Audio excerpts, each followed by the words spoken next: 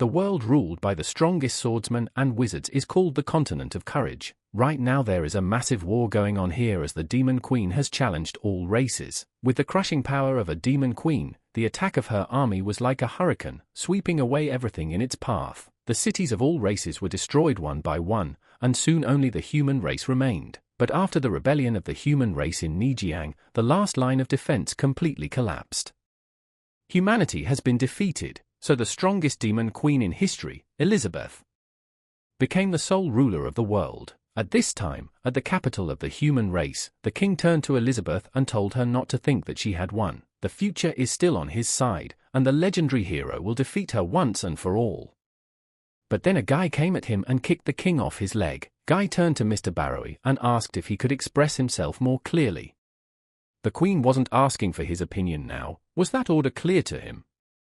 It was the Prince of Humanity vis Malfoy. Barrowy said he was stupid. And Malfoy was a traitor to the human race. And he had wasted his time training and raising him as a legendary hero. Malfoy's half-body changed and told Barrowy what the hell he was talking about.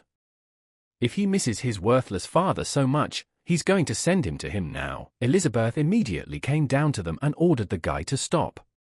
She asked Baroya, what was he saying, that the future was on his side? And would she be defeated? She called him a lowly man and ordered that he had better tell her everything in detail. The Demon Queen Elizabeth said he would make him feel agony worse than death. Baroya replied that the vision said that when the legendary hero drew the holy sword, it would be the end of the demon's reign. The holy sword is the same one that was embedded in the stone platform in the main hall. He would never tell her, and he would never betray the human race. Elizabeth looked closer and saw the golden sword Excalibur standing next to her. Elizabeth asked, would a brave hero pulling out this sword be able to challenge the king? She walked beside the sword and said it was interesting, and then she'll be here waiting for him.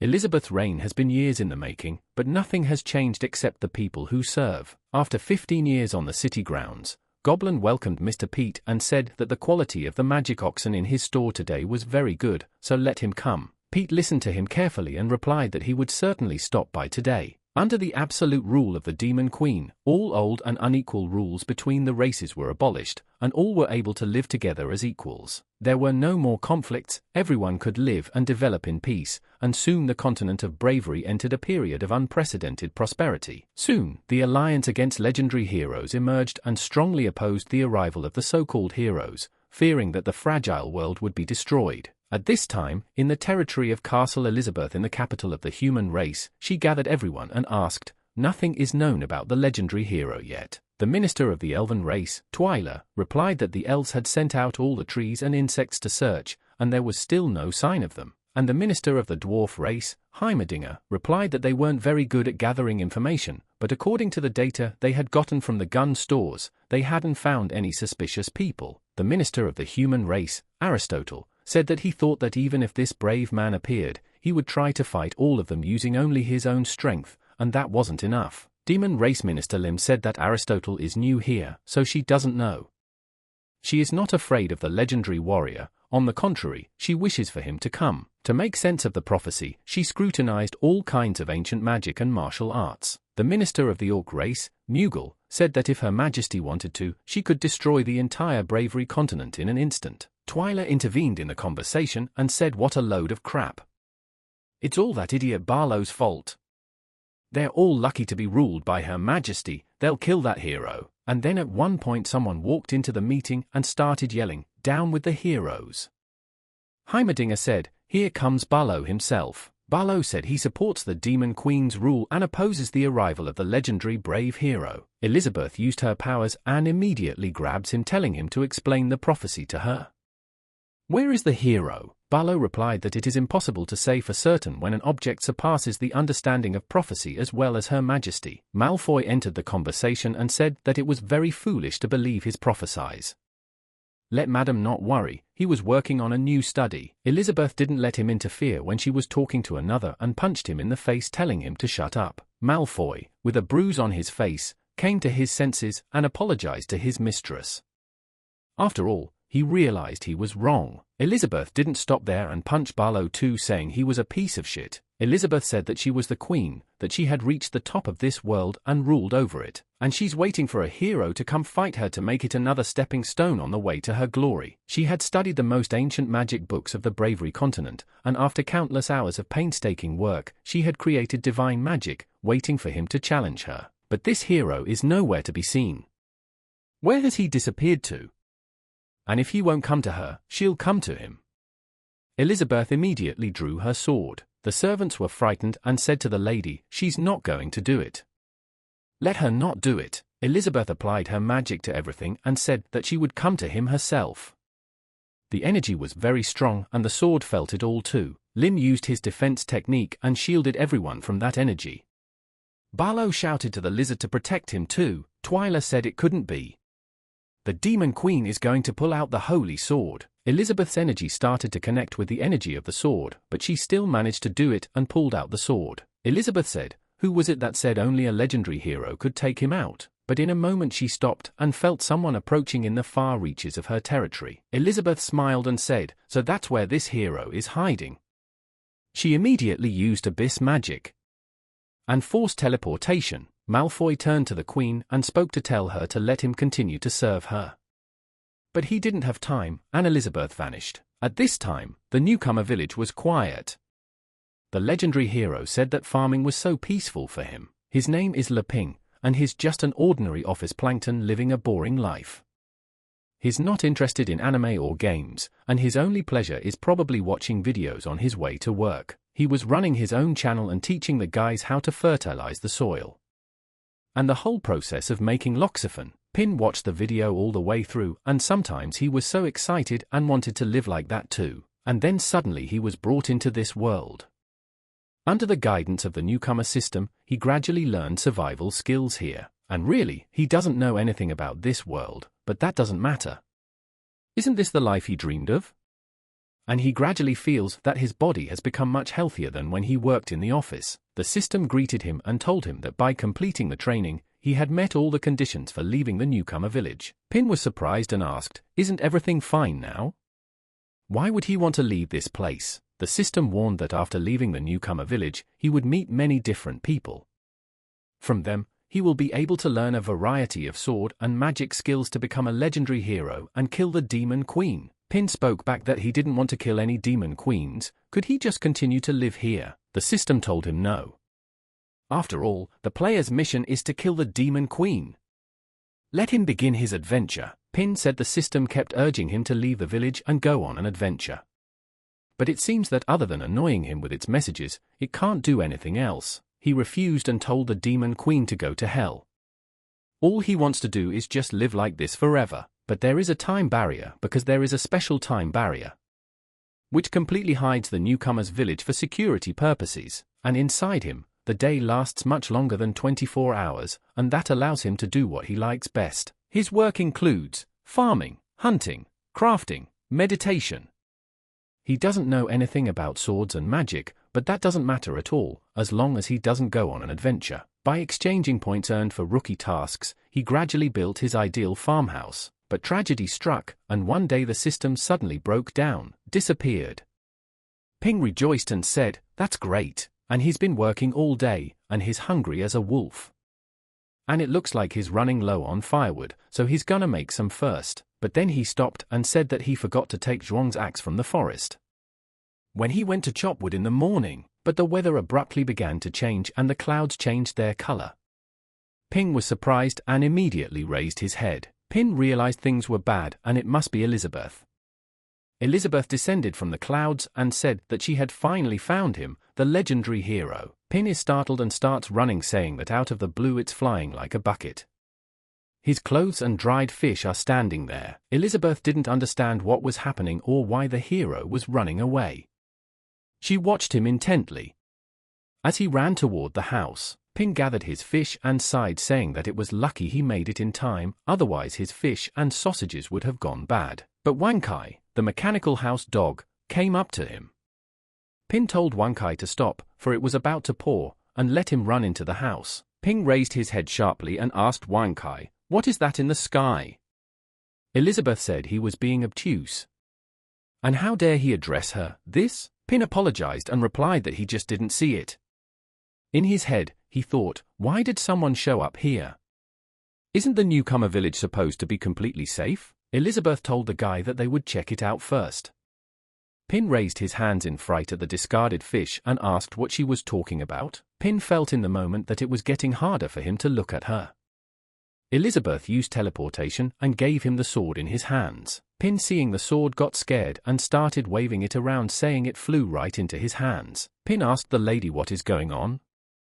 Elizabeth said that the recognition of Saint Makia cannot be wrong. His susceptibility to magic is so low that even ordinary soldiers outnumber him.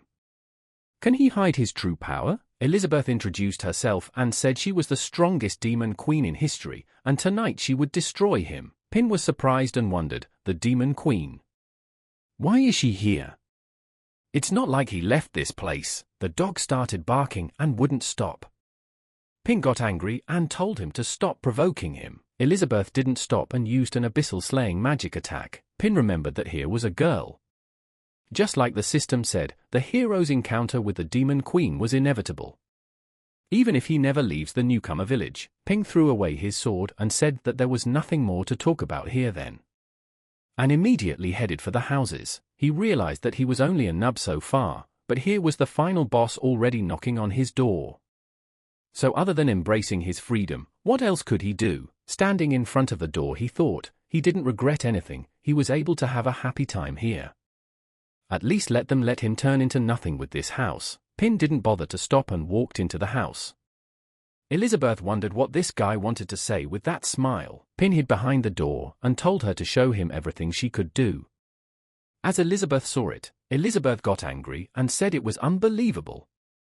She pointed the attack scales at the house and yelled at it to die. Big rocks were headed for the house.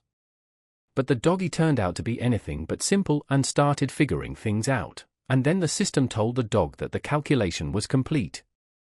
Slowly it began to evolve and turned into one complete weapon.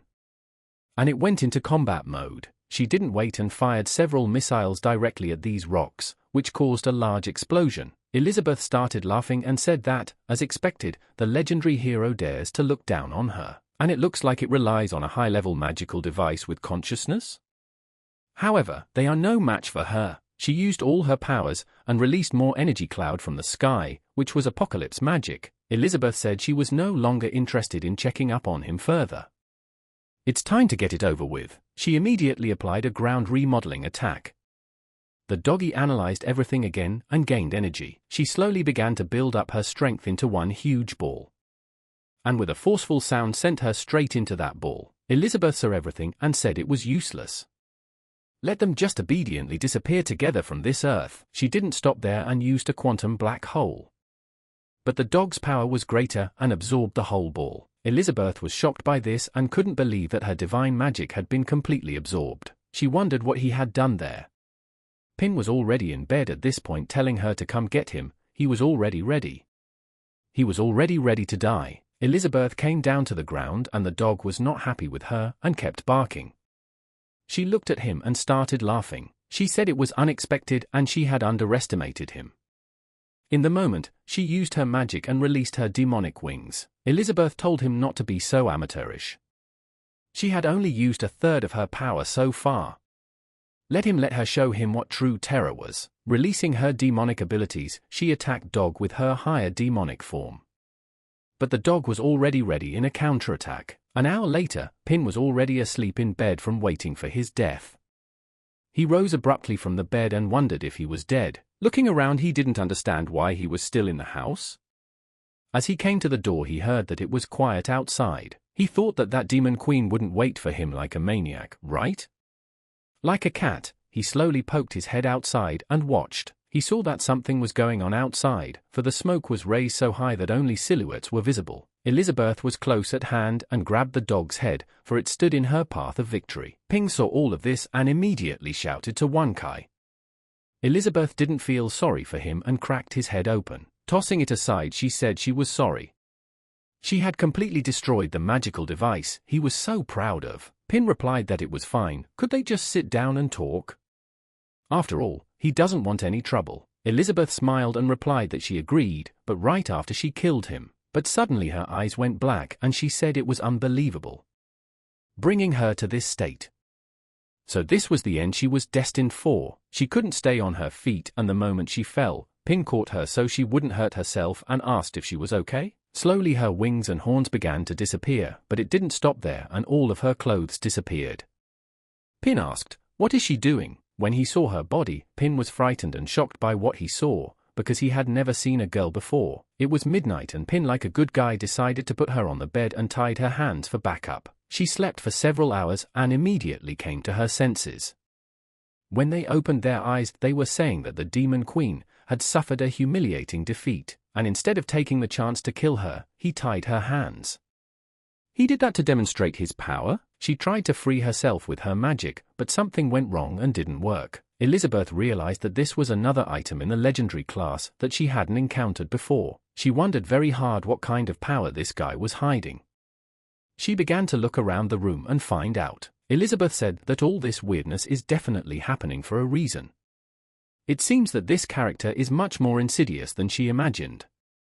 She underestimated him. Pin had been preparing food all this time and entering the room asked Mistress, "Is she awake yet?" Elizabeth answered the guy, "If he wants to kill her, let him go ahead and do it. Let him not expect her to beg for mercy." Pin felt that the Demon Queen truly instills fear. But this was his only chance to survive. He must take it. Pin asked if they could talk. And when he saw the handcuffs, he said he put them on just in case. She realizes how scary she is, but realized he had said something wrong and said he meant how strong she was. Elizabeth was surprised and was silent the whole time. Pin relents and says he thinks there was a misunderstanding. He takes off the handcuffs and they talk. Elizabeth realized everything and saw everything differently. Pin was apologizing in her head and saying that she had misunderstood everything from the beginning. Did she really think she was strong enough to defy him? Out of the question. If she wished to live, she would have to use all of his pleas. Elizabeth asked the guy if he was threatening the Demon Queen. Ping replied that he unlocked the handcuffs to prove that he had no bad intentions. "So we can talk." Elizabeth realized in her head that she was at a disadvantage. Strong personalities know when to give in. She would bitch at him for now, but later he would regret acting so arrogantly. Ping says they should rest first then. He's sure she's wondering why he didn't kill the Demon Queen while she was unconscious. In this world of swords and magic, it is absolutely natural for her, as a Demon Queen, to possess a resurrection skill. Killing chickens and fish for soup is one thing, but he could never kill a human being.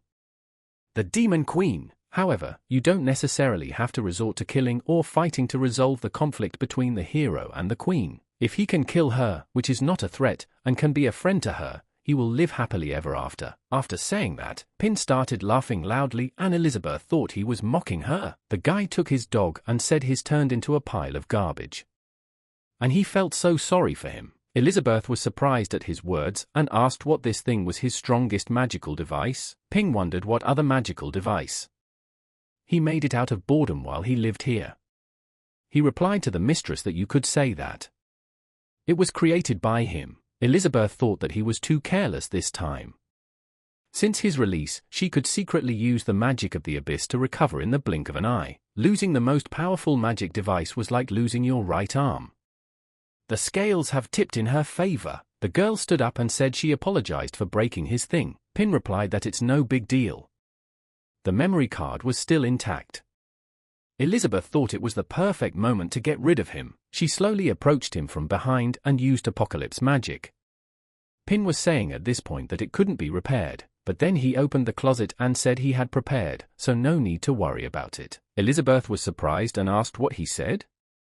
Pin slowly placed the card on the other dog and it turned on. Pin said it's more fun with a companion, but sometimes he doesn't listen, so he usually only includes one. Elizabeth began to see them in front of her in a different form, ready to kill her.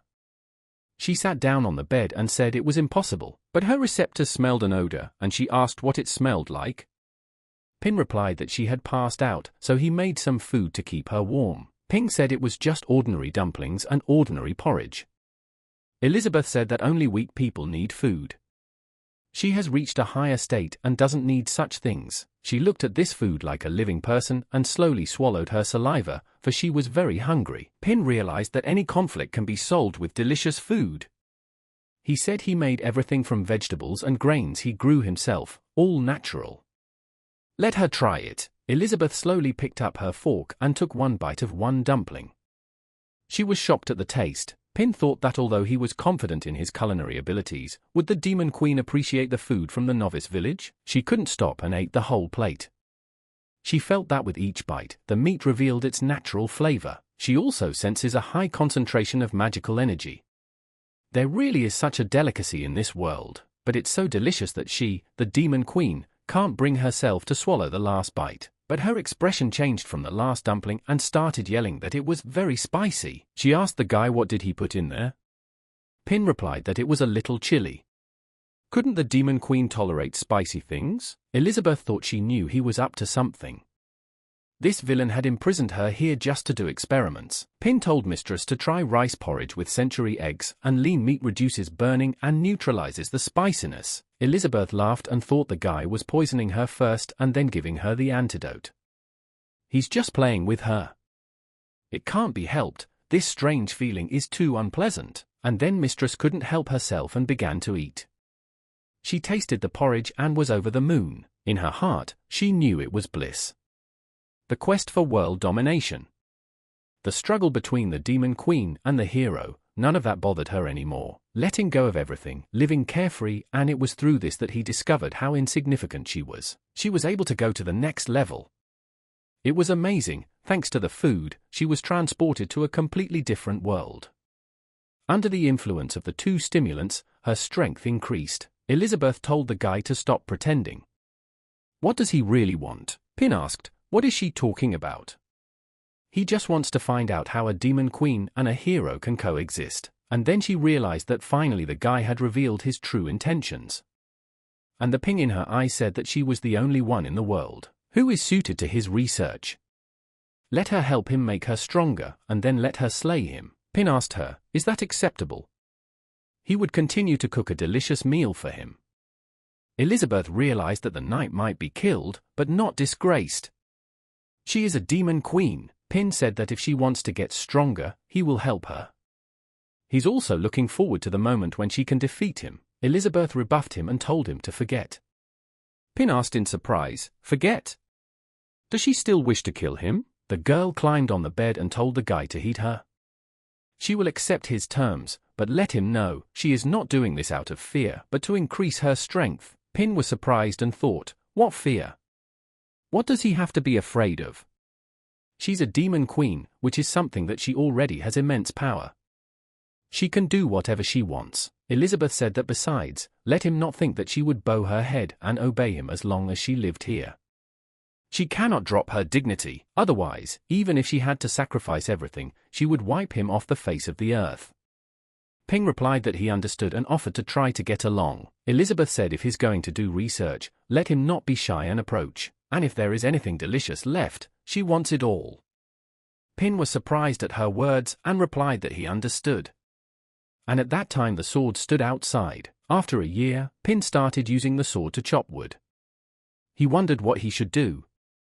After all, the situation had gotten more complicated. Ever since the Demon Queen invaded here and destroyed the barrier protecting the newcomer's village, time here had quickly synchronized with that of the outside world. But that is not the problem. The village has lost its protective function and has become completely open to wild inhabitants. And the monsters that appeared next to him didn't seem so easy. But he didn't stop and continued to use the sword as a tool. But because of the Demon Queen's presence, they don't dare to approach. Does that mean that only she will leave the village? But then Elizabeth yelled to Pina that it was lunchtime. And why isn't anything ready yet? Pin replied that he was on his way. Pin knew in his head that he needed Mistress protection. At this time, Elizabeth sat on the couch and ate all day long. In a year she grew a belly with 20 kilograms of fat. The girl said she was tired of watching the same thing. Can't he get something new in the system? Pin replied that the system was long gone. And it was time to go. He had made them lunch. Elizabeth licked her lips upon hearing about dinner and slowly stood up on the bed and replied that she would be right there. She, as the demon mistress, used her wing magic and immediately as a fairy went to the dining room. Elizabeth asked what kind of poison did he put in the chips. It seems the more he eats them, the lazier she gets. Did she think the guy had masked a slow-acting poison with delicious food to weaken her and finally destroy her? Don't let him dream. Pin replied that these chips are high in calories and if you eat too many of them, you can easily gain weight. Elizabeth asked, what about the weight? She grabbed her stomach and used her abyss magic, and in the moment used the negative attribute transformation, and became the same as she was. Elizabeth apologized and said that all the fat stored in her body had been converted into magical power. Pin found this astonishing and didn't think that magic could be used that way either. Elizabeth smiled and told the guy that another one of his tricks had been foiled. How was he feeling? Disappointed, I guess? Pin replied that she was right, but it was time to eat. Elizabeth drooled and said that she really liked today's lunch too. It's time to get started. Pin was surprised at her hunger and told her to take her time, let her eat more slowly. Ping said that if that wasn't enough, he could make more. It wouldn't affect her in any way. The guy was already feeling like he'd been living with the Demon Queen for a bunch of years. Elizabeth wondered what the guy was saying. In front of her eyes, she saw Pin saying that she was still too weak, let it corrode before he killed her. The guy got up from the table and said he would bring dessert. Elizabeth was already pissed off and thought she'd had enough. He is really treating her like a pig. She had leveled up more than a dozen times in the past year, so she could challenge now. It's time to fight to the death. Pin opened the fridge and said it was her favorite pudding. When she saw the plate, she was over the moon. She got very excited and replied that it was great. Let him give it to her now. Luckily, thought Pin, she wasn't that hard to deal with. She could easily be calmed down with delicious food. At this time in the territory of this land, a man and a girl were running away from the villains. They were being followed by demons. The demon turned to Gu and Swick and used a space burst attack. After catching up with the boys, he opened the second phase of the attack, the claw trap. The man turned to the girl named Elif and said that he would hold them off and let her run to the city, for she would be safe there. Elif cried and replied that she couldn't leave him. The man said that he had promised her mother that he would protect her no matter what, but the demons were already on the offensive and used a ghost flame attack. It was something huge like the planet Earth. Seeing this, man said to end it quickly with the strongest technique. He didn't stop and used a hero punch attack. Throwing warm energy at the demons, he hit one of them. The chief demon was surprised to see that Gu was dead. He used his techniques and merged into Gu as one. Elif also stayed to fight and used her bow to say that there was no way she would leave her father behind. She fired a nature arrow at the demon from a distance of a few meters. But the demon used Gu and reflected those arrows. The man told the demons that they couldn't handle the apostles of the Dark Guild. And he doesn't know how long he can hold out. Let Elif run. The demon didn't stop there, and reborn into a monster, he attacked the man with an attack. The demons were a higher level than this man, and against his attack they managed and made their own. Elif was distressed, for her father had been wounded. The man saw her face and told her not to worry about him and to leave. The demons didn't stop there and merged another brother into one, and became even more powerful than before. Elif told the demons that she would go with them, let them release her father. She would listen to them completely. Hearing such words, the demons were furious and used their weapons, from which Elif thought she would die. But suddenly dust rose in the moment, and Elif sheltered her father from the shards of rock. When she opened her eyes wide, she saw that Maimung leader had come to their aid and defeated the demons. But he was not alone. The immortal toad came with him and told his brother that the danger was over. And what should they do with this harmless people? But then Wankai came out and replied that he would not harm them. He would take them to the master and let him decide what to do with them. Elif suddenly came to her senses and started screaming with fright. Where are the monsters? Looking around, she thought, what was this place? And where is her father? And then she remembered that he was seriously injured. And if he didn't get treatment in time, she immediately threw off her covers and ran away screaming that she had to save her father. Let him hold on. Going outside, she was greatly surprised, for her father was safe and sound and showing off his body to the guys. Ping was telling his uncle that he must have practiced for a long time to look like this, right? The man replied that for a warrior, training is the foundation of the basics. Ping heard this and asked, "Is there really a warrior class in this world?" Unbelievable! The dogs were cheering and running around Pin. Elizabeth couldn't stand the sound and punched one of them. The girl asked, "Who told him to drag the rabble here, you stupid dog?" But the dog didn't answer anything and started whining. Pin slowly touched the man's arm and was surprised to say that he had muscles. The man said that since Mr. Pin liked them, he wouldn't hide them either. The man didn't stop there and applied his flaming soul warrior technique 100%. Seeing such a thing, the Pin was greatly surprised and greatly pleased. While the man was posing the whole time, Elif asked her father what he was doing. The man was surprised to see his daughter and said that she had finally woken up, and told the girl that her father was trying to please their savior. Elizabeth immediately stepped into the conversation and said that since she was awake, let them get the hell out of here. Elizabeth stepped on the girl with her breasts and said she was warning them. After all, she had come here first. Pin entered the dialogue and said that they rarely had guests, it was better to go into the house and talk there. The fellow set the table and apologized to his guests, and said that there was nothing in this village he could offer them. It's barley hour, which he made himself, and asked them with great pleasure to try it. Elif asked her father, was this the magic potion he was talking about? The one that would cure him once he drank it? Pin smiled and replied that she was exaggerating, he had just given them cold well water. Elizabeth was drinking her lemonade at this time, wondering if the dog had brought these weak horses here. But what kind of experiment was he planning to do? The man said that although he had fainted then, he vaguely remembered it. At that time Ping was working outside and saw the dog bring them to him. The guy saw that they were both wounded and gave them water, from which the man then began to attack with yellow flames from his eyes. The man said that if it wasn't for Mr. Pin's help, he fears he would never have seen his daughter again. Elif asked what such a precious drink they were and could they really drink it. Pin rejoiced and said that they were such a pleasure to talk to. The boys thanked him and started drinking tea.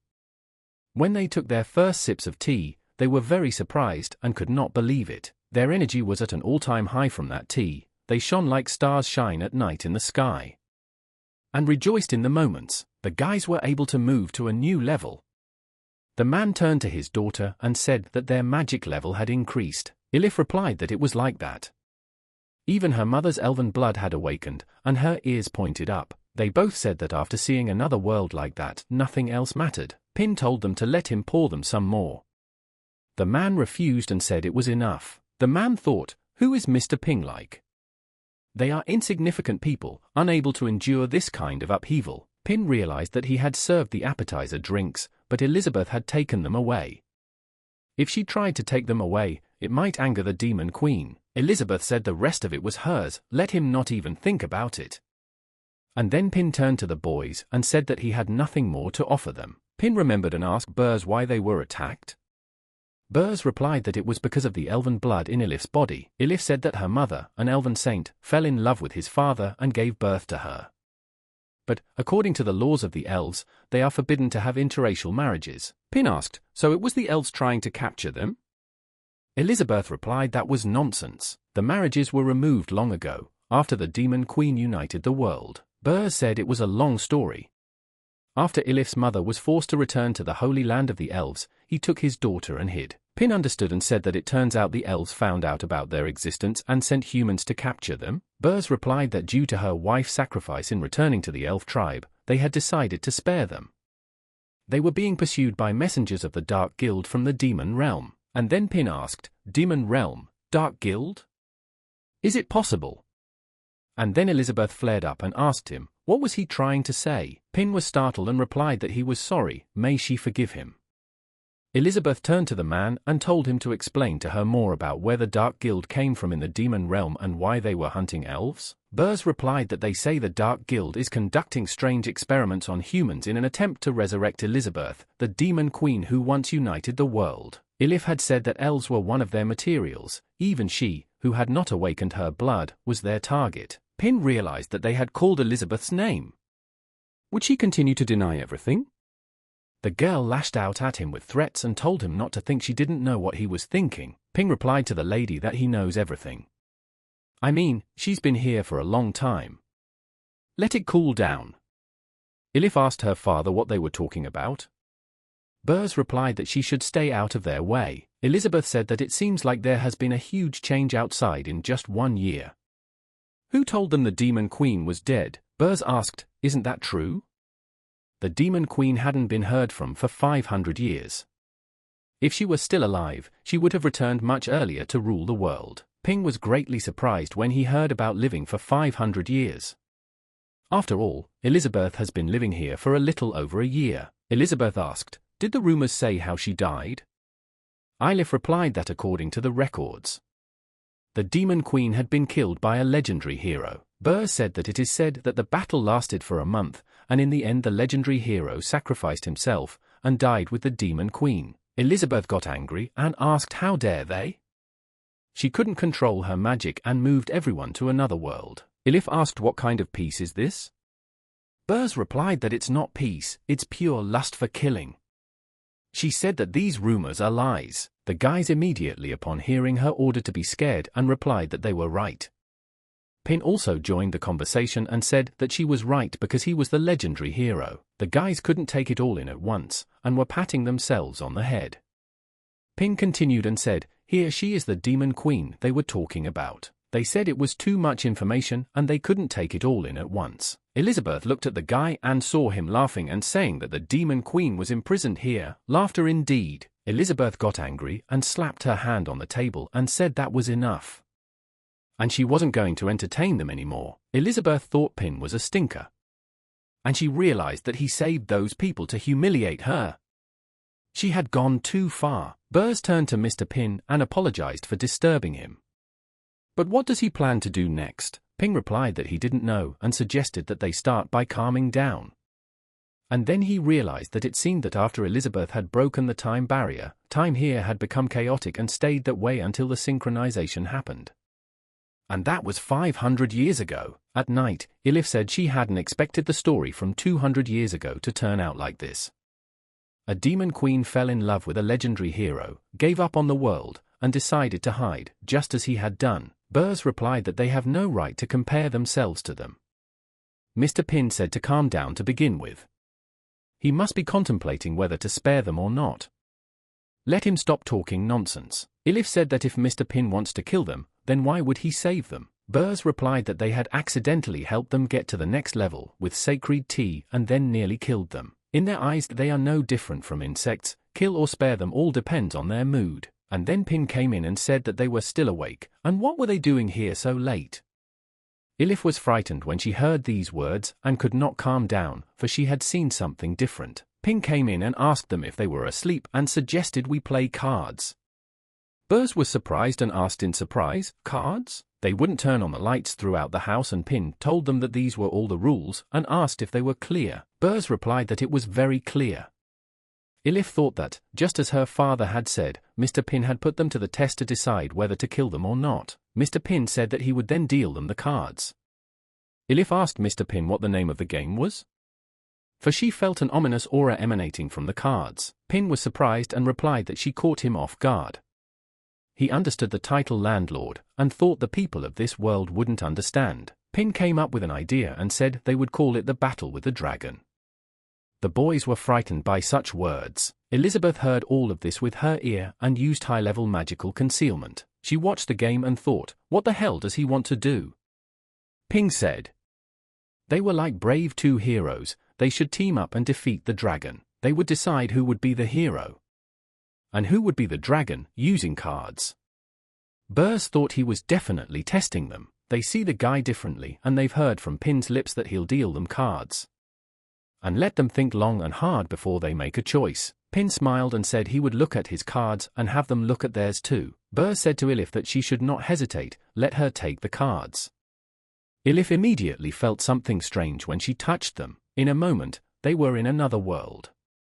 Elif said it wasn't good, all her magical power drained just because she took the cards, and then she realized something and apologized to her father. Bers replied that it was all right, let her rely on him. Pin looked at his cards and stuck out his tongue and asked, Who wants to be a dragon? He realized that although he didn't have many strong cards, it was still a good set. It has both big cards and small cards. Not bad, in a word, worth a try. The boys declined the offer. Pin thought at that moment, if he got another 4 and 2 aces, victory would be in his pocket. Pin asked, "Are they sure they don't want to?" Then he wouldn't be ceremonious. Immediately, he pulled one card towards him. He threw the card on the table at the moment and was very upset, for he had lost. Ilif saw that Mr. Pin was upset about their game. Pin says he's making a move now, so he puts down an 8. And the next move is up to Burrs. Burrs thought that if they passed this test, Mr. Pin would spare them. They can't give up. As he picked up one card, Burrs realized that he would have to pay for each move with a portion of their life force. But he still didn't stop and put the jack on the table. Ilif saw her father's hand and turned to him. But Burrs replied that he was fine. Let her leave it to him. Ilif was startled and said she was skipping. Pin saw that in addition to a pair of jokers, he had a straight from 7 to queen, 3 4s, a pair of 5s. That leaves a 10 and a jack. Should he break the pair? If he does, they'll play a deuce and he'll be at a disadvantage. He totally weighed everything and said he was missing out too. And then Burrs was surprised and asked, "What?" He asked the guy if he really wasn't going to walk. Pin thought for a moment and answered that he wasn't. Burrs understood that Mr. Pin was forcing him to keep playing to absorb his life force. In that case, he should get rid of all his cards as soon as possible. Burrs said that according to the rules, this combination of cards is called a flying dragon. After such words, Burrs got even worse and he repeated to himself that he must endure. After all, the price was a leg. The more cards he played, the greater the cost. In addition to that, a dragon appeared above them, which was to devour them to the last. The guys were surprised and didn't understand what was happening. The dragon didn't hesitate long, and unleashed a barrage of fire at Pina. Elizabeth watched the game intently and wondered what was going on. Burrs thought, it looks like playing a combination of cards triggers an attack. He had just insulted a legendary hero. Pin had been watching the game the whole time and said well played. Burrs was surprised and turned to him. Pin said he was skipping, let them walk.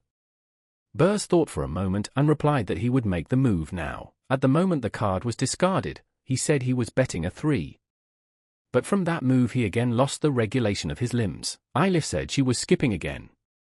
Pin got excited and said it was his turn and here's a 10. The guys were surprised and said they had nothing to beat. Pin started pulling out all his cards and at the end said, "Here's a straight for them." Burrs immediately saw a giant wave coming at them. He shouted to Ilif to hold on. The guys dived in and said he couldn't do it. Pin said a 3 and a pair would follow next, and then a chariot of fire came out with magic and headed for the guys. And then Burrs shouted that he had nothing to hit again. Ilif pulled herself together and told them to stop, because she was walking. Burrs told her not to go, for she would pay with her life force. Ilif replied to her father that she couldn't hide all the time, she wanted to defend herself. Ilif immediately discarded the cards and said, here they were a 3 and a pair. Their strengths were equal and she walked confidently. There was a big explosion from the collision of the two attacks. Everyone was surprised and tried to figure out who had won. Burrs asked his daughter if she was okay. Ilif replied that she was fine. There was no need to worry. Pin said that one must protect one's comrades, even if one has to break one's own cards. The most important thing is determination. In his head, the guy thought, he didn't expect them to learn the cards so quickly. Burrs raised his hand and asked, determination? Pin replied that that was exactly right, but it was too late. Ilif was surprised and turned to him. Elizabeth saw and realized that this was not good, this ominous feeling. Pin immediately put the cards on the table and said he had a pair of jokers. And at that moment, a monster appeared and came out of the portal, and then Elizabeth got scared too and asked who he called. It was the ultimate joker with 3 stars, but at the point of the attack, the joker stopped and asked Elizabeth what she was staring at. Let her be careful, he might just kill her. Elizabeth wasn't intimidated and asked who he thought he was looking down on. She realized that she was a queen, stepped on the throat of her own pride, fed on food containing magic all this time and barely reached the 3-star demon stage. And Ping had accidentally summoned this? Burrs apologized and said he had no strength left. Elif replied to her father, "How can he say that? It was all her fault, she had made Mr. Pin angry." Burs felt at this moment that his life force was being drained at a breakneck speed. Immediately he threw away his cards. Pin asked Bursa if he was all right.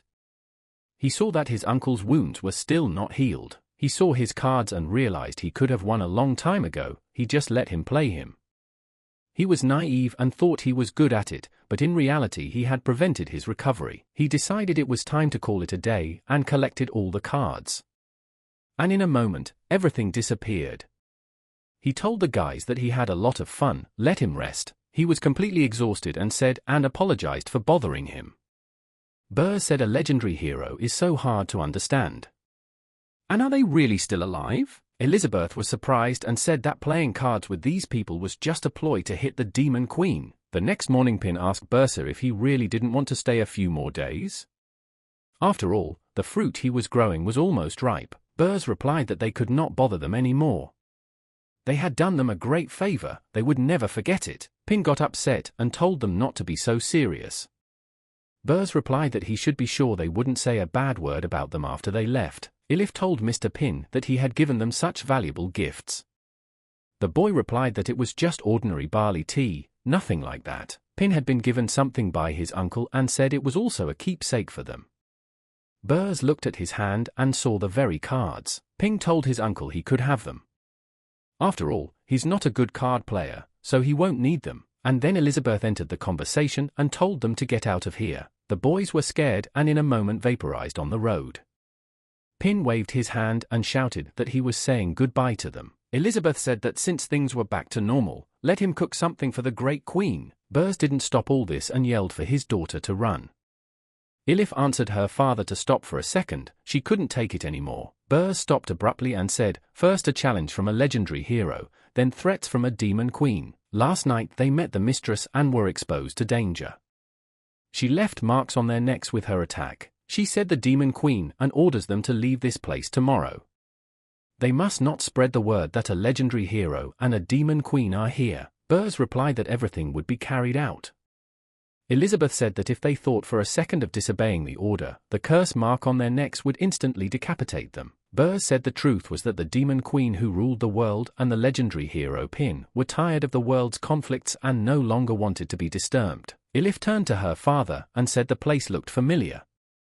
Burrs looked around and wondered if he had really run that far. The doggy at this time was saying that he had brought them back so they shouldn't bother the owner and that fierce woman anymore. Burrs saw the pit and said that the corpses of the apostles of the Dark Guild were still here. There are probably high-level demons in the vicinity, so we should get out of here as soon as possible. The dog looked off in the distance and asked, "What is that coming up there?" But he forgot about it and said it was better than going back and being beaten by that wicked woman. At this time the demons caught up with the guys, but there were several times more of them than last time. The demons started laughing and couldn't stop. Burrs was frightened and said, "This is the great apostle." Elif asked, "Who else is this great apostle?" The apostle smiled and began to taunt the boys. Elif said the difference in strength was too vast, just let her father let her go with them. And let him get out of here. Burrs said that's right, it's really huge, but after the worlds they've seen, these apostles are just nothing. As Mr. Pin said, the most important thing in the game of cards is determination. Burrs used maps and said her father used to be called the brave warrior Burrs, with a heart of iron. Since her mother had returned to the elven tribe, he had taken her and laid low. He was wrong, running away doesn't solve the problem, and if they can overcome this difficulty, they will travel with her to the tribe of elves and bring her mother back. So, just as they did so many years ago, long before she was born, Burrs showed the cards and said he was calling them into his submission. The card of the coming of the god of arrows. Elif was immediately surprised to see her mother and asked if it was her. Burrs didn't hesitate and used a card draw. The woman immediately took up her weapon and fired several arrows at the apostle spirits. She could not stop there and kept on killing. The apostle also received an arrow, but easily deflected it. He defended himself and in a moment he began to feel that things were not going the way he had envisioned and an arrow pierced his hands. Burrs, seeing that he was victorious, gathered himself up and fell to his knee. Elif was frightened by this and ran up to him. Burrs said he thought he should change classes. And I think he understood what Mr. Ping meant. Determination is the key element to unlocking the true power of cards. At this moment, a new class of card master appeared on the continent of Vela. And Burs was one of them. After a week, Pin was able to grow his own vegetables and cut slices of watermelon to taste the nectar. He said that the world of magic was amazing, his method of breeding hybrid fruits was successful, but when there is no one to share the joy of the harvest with, there is a feeling that something is missing. Demon Queen, warrior, elf. He originally thought that just farming would be enough for him, but after coming into contact with the outside world, he wanted to see more. That's the nature of people, sometimes they change their minds. But he's so weak, so he'd better forget about it. But Dirg out of the house, Elizabeth came out on the bench and said that Pin looked upset. What was he thinking about? Ping replied that he wished to go to the outside world, but he was too weak. Let her ignore it, Elizabeth asked, finally deciding to leave this place. Well, maybe they'll take a trip together. She realized that the outside world was not comparable to his, but he was acting too arrogant. Ping was surprised and asked, really? He thought and rejoiced that it was different when he was under the protection of the Demon Queen. Elizabeth told him to stop talking and get changed. Pin abruptly ran and quickly changed his clothes. The girl saw him and said that his cooking and sewing skills were impressive. Pin smiled and replied, which was natural since it was what he did best. The dog immediately started barking and opened a portal for them. Elizabeth told them to go, for there they could get to the nearest town.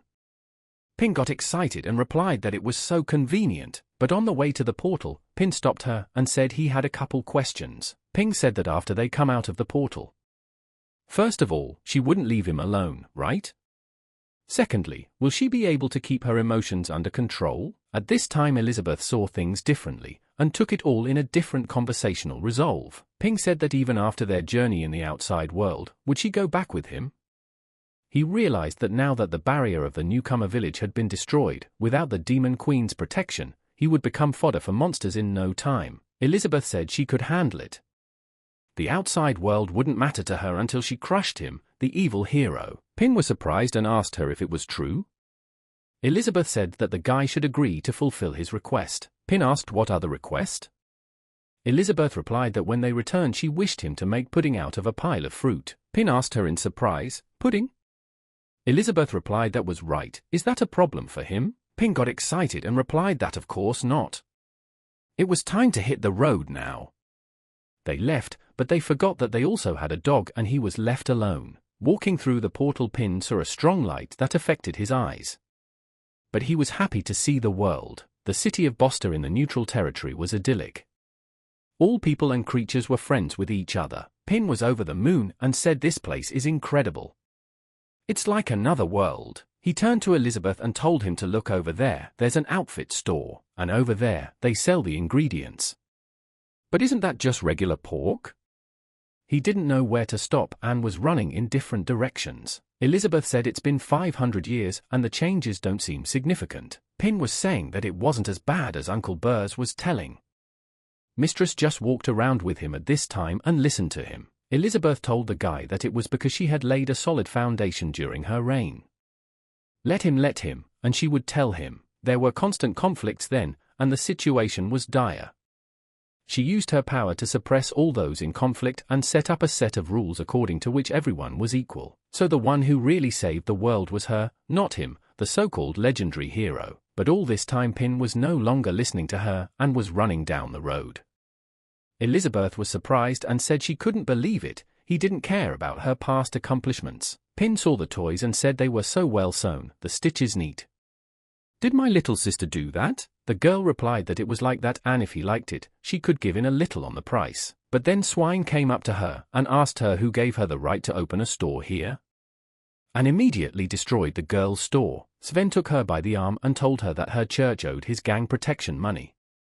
How dare she set up store on his property? The children were greatly frightened and appealed to Sister Anne to do something and help them. The pig grabbed Anna and the girl said they never protected them. Why should they pay them? The pig insulted her and told her that since last month this street had been owned by their gang. If she wanted to survive here, she had to pay rent every month. Anna said that the church belongs to the nuns and when they come back they will be in trouble. Swine asked, is she not catching on at all? Great, today he would chase them away and tear down their decrepit church. But then Pin stepped in and told him to stop. The pig asked the boy what he was up to. But Pin could not answer him, for he had doubts. Elizabeth knew he should mind his own business. Or did he want to play with these people again? Pin asked the girl if she could help him.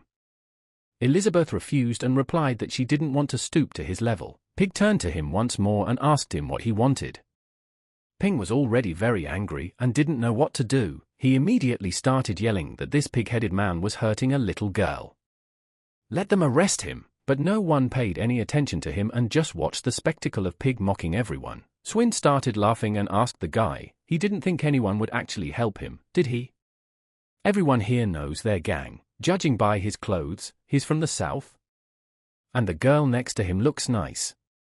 Ping suggested that they talk it over. He's got food in his backpack. Does he want to be shared? Swin answered him to stop talking nonsense. Let the others teach this kid a lesson and take the girl to their gang and lock her up. Elizabeth asked, did he seriously think anyone here was capable of banning her? He tugged the tiger's whiskers. She didn't play with them and used the sky in confinement. The pig was surprised and asked why the hell the weather had suddenly changed. Pin told her not to do it, because she'd ruin the whole town. Let her cool down and they'll scare them. She wouldn't be at full strength fighting mere humans, would she? Elizabeth replied that she would spare them only because he had asked. Anna saw everything and realized that this girl's magic was unbelievable. Pig got asked, is it really going to rain? Spin asked them, did they want to stand up for these orphans? But he didn't understand what was happening to him. And why was he so uneasy? Pin told him to divulge how much he wanted for protection. Pig replied that it was 10 gold pieces for 2 months. Elizabeth started laughing and said he realized the fuss over some pennies. Pin turned to Elizabeth and said that she must have a lot of gold coins, right? The girl replied that she had so many that she couldn't count them. Pin asked if she could lend him some. He would sell his vegetables and return it a little later. Elizabeth said what a fool. He wants to use her food to trade for these trinkets. Besides, she hadn't taken them with her when she walked in on him. Pig got asked, so they had money? Pin replied that he didn't have any gold coins. Can he pay with the farmer's produce? The pig got angry and asked the guy if he was playing with him. He's had enough. But then someone threw a bag of coins in his face. The pig asked, who the hell is he? But then he saw that there was a bag of coins in front of him, and he could not say a word further. A guy named Shojitari said stop bullying his friend. They got the money, now let them get out of here. The swine started laughing and said that it seems that Thunder Shoji of the Holy Sword Guild is in front of him, let it be as he says. He said they were leaving, but he wouldn't get off that easy next time. Anna thanked Yes immediately. Pin thanked him too and said he had some fruit, let him take it in honor of kindness. Yes laughed and replied not to worry them, it was just business as usual for him. But if they didn't mind, he'd like them to help him with something. Anna asked how she could help him. Tares replied to have them talk elsewhere. If things worked out, he thought, it would also solve their money problems. Elizabeth said they were not interested and ordered Pin to go. Pin responded by telling them not to go. He did, after all, help better listen to him. A child asked Anna if she was going too. Anna said yes and sent the children to church saying she would be back soon. Tares called them into the pub and told them that once they were in, let them stay close to him. Once inside, people were telling Elizabeth that there was some trash hanging around with him. Would he like to join them? Elizabeth used her gaze and asked what he said there. In a moment, the guys calmed down and kept quiet for a moment. She told Pin that it was his fault for dragging her to this lousy place and wasting her time. Taya said for them to go into this room so that no one would disturb them. Entering the room, he said he was back. The girls immediately surrounded him and told him that he had finally come. They were worried and were about to go looking for him. Tares said he forgot to warn them that his wives were in this room. Pin was surprised and asked, his wives? Tares seated everyone at the table and told them to let him introduce them. And there's Gasha next to him, she's a warrior with a shield. These girls are Assassin Lolok and Mage Galai. And finally the last Gloria, she's an incredible elven archer. He met a girl of elvish blood not too long ago. Elizabeth told them to stop wasting time with idle chatter. Why did he call them? It was time for them to leave. Gasha turned to the gentleman and asked who the woman was. Her behavior is annoying. Elizabeth said it's the Queen's character. Is there a problem? Assassin replied that it's funny. She's seriously calling herself Queen. Is she in over her head? Gloria said to have them look at her ears. She's probably a half-breed with a touch of elven blood, is she right? What is she even doing here? Elizabeth replied to her, if she was so eager to cause trouble, let her not blame this queen later. And then Pin pulled out the food and told the girl that this was it. Elizabeth turned into a kitten when she saw the pudding in front of her eyes. Pin sighed and said thank goodness he was prepared for this. He said that they actually came from a distant and nameless tribe, and she is the princess of this tribe, Elizabeth, and he is her servant, Pin. The assassin said it's no wonder he's acting so strange. So this is a tribal princess who's never seen another life? Gally asked, and her name is Elizabeth, right? She's from the tribe that worships the demon queen, right? Pin said that since everything was new to her, she was still getting used to the differences in cultures. He thought that explanation should be enough. Tariz says they need to come to the point.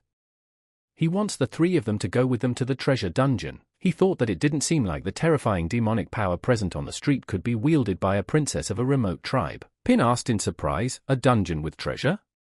He turned to Anna and asked, did she know anything about it? Anna replied that they say such dungeons, and they are magical places that ancient people created to hide valuable things there. Yes said that's right, he put a lot of effort into getting information about the dungeon.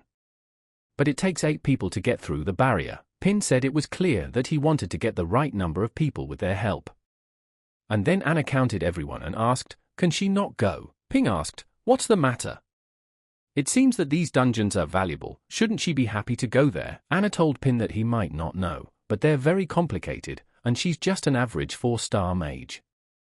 She's gonna die in there. Pin was surprised and asked, is that so?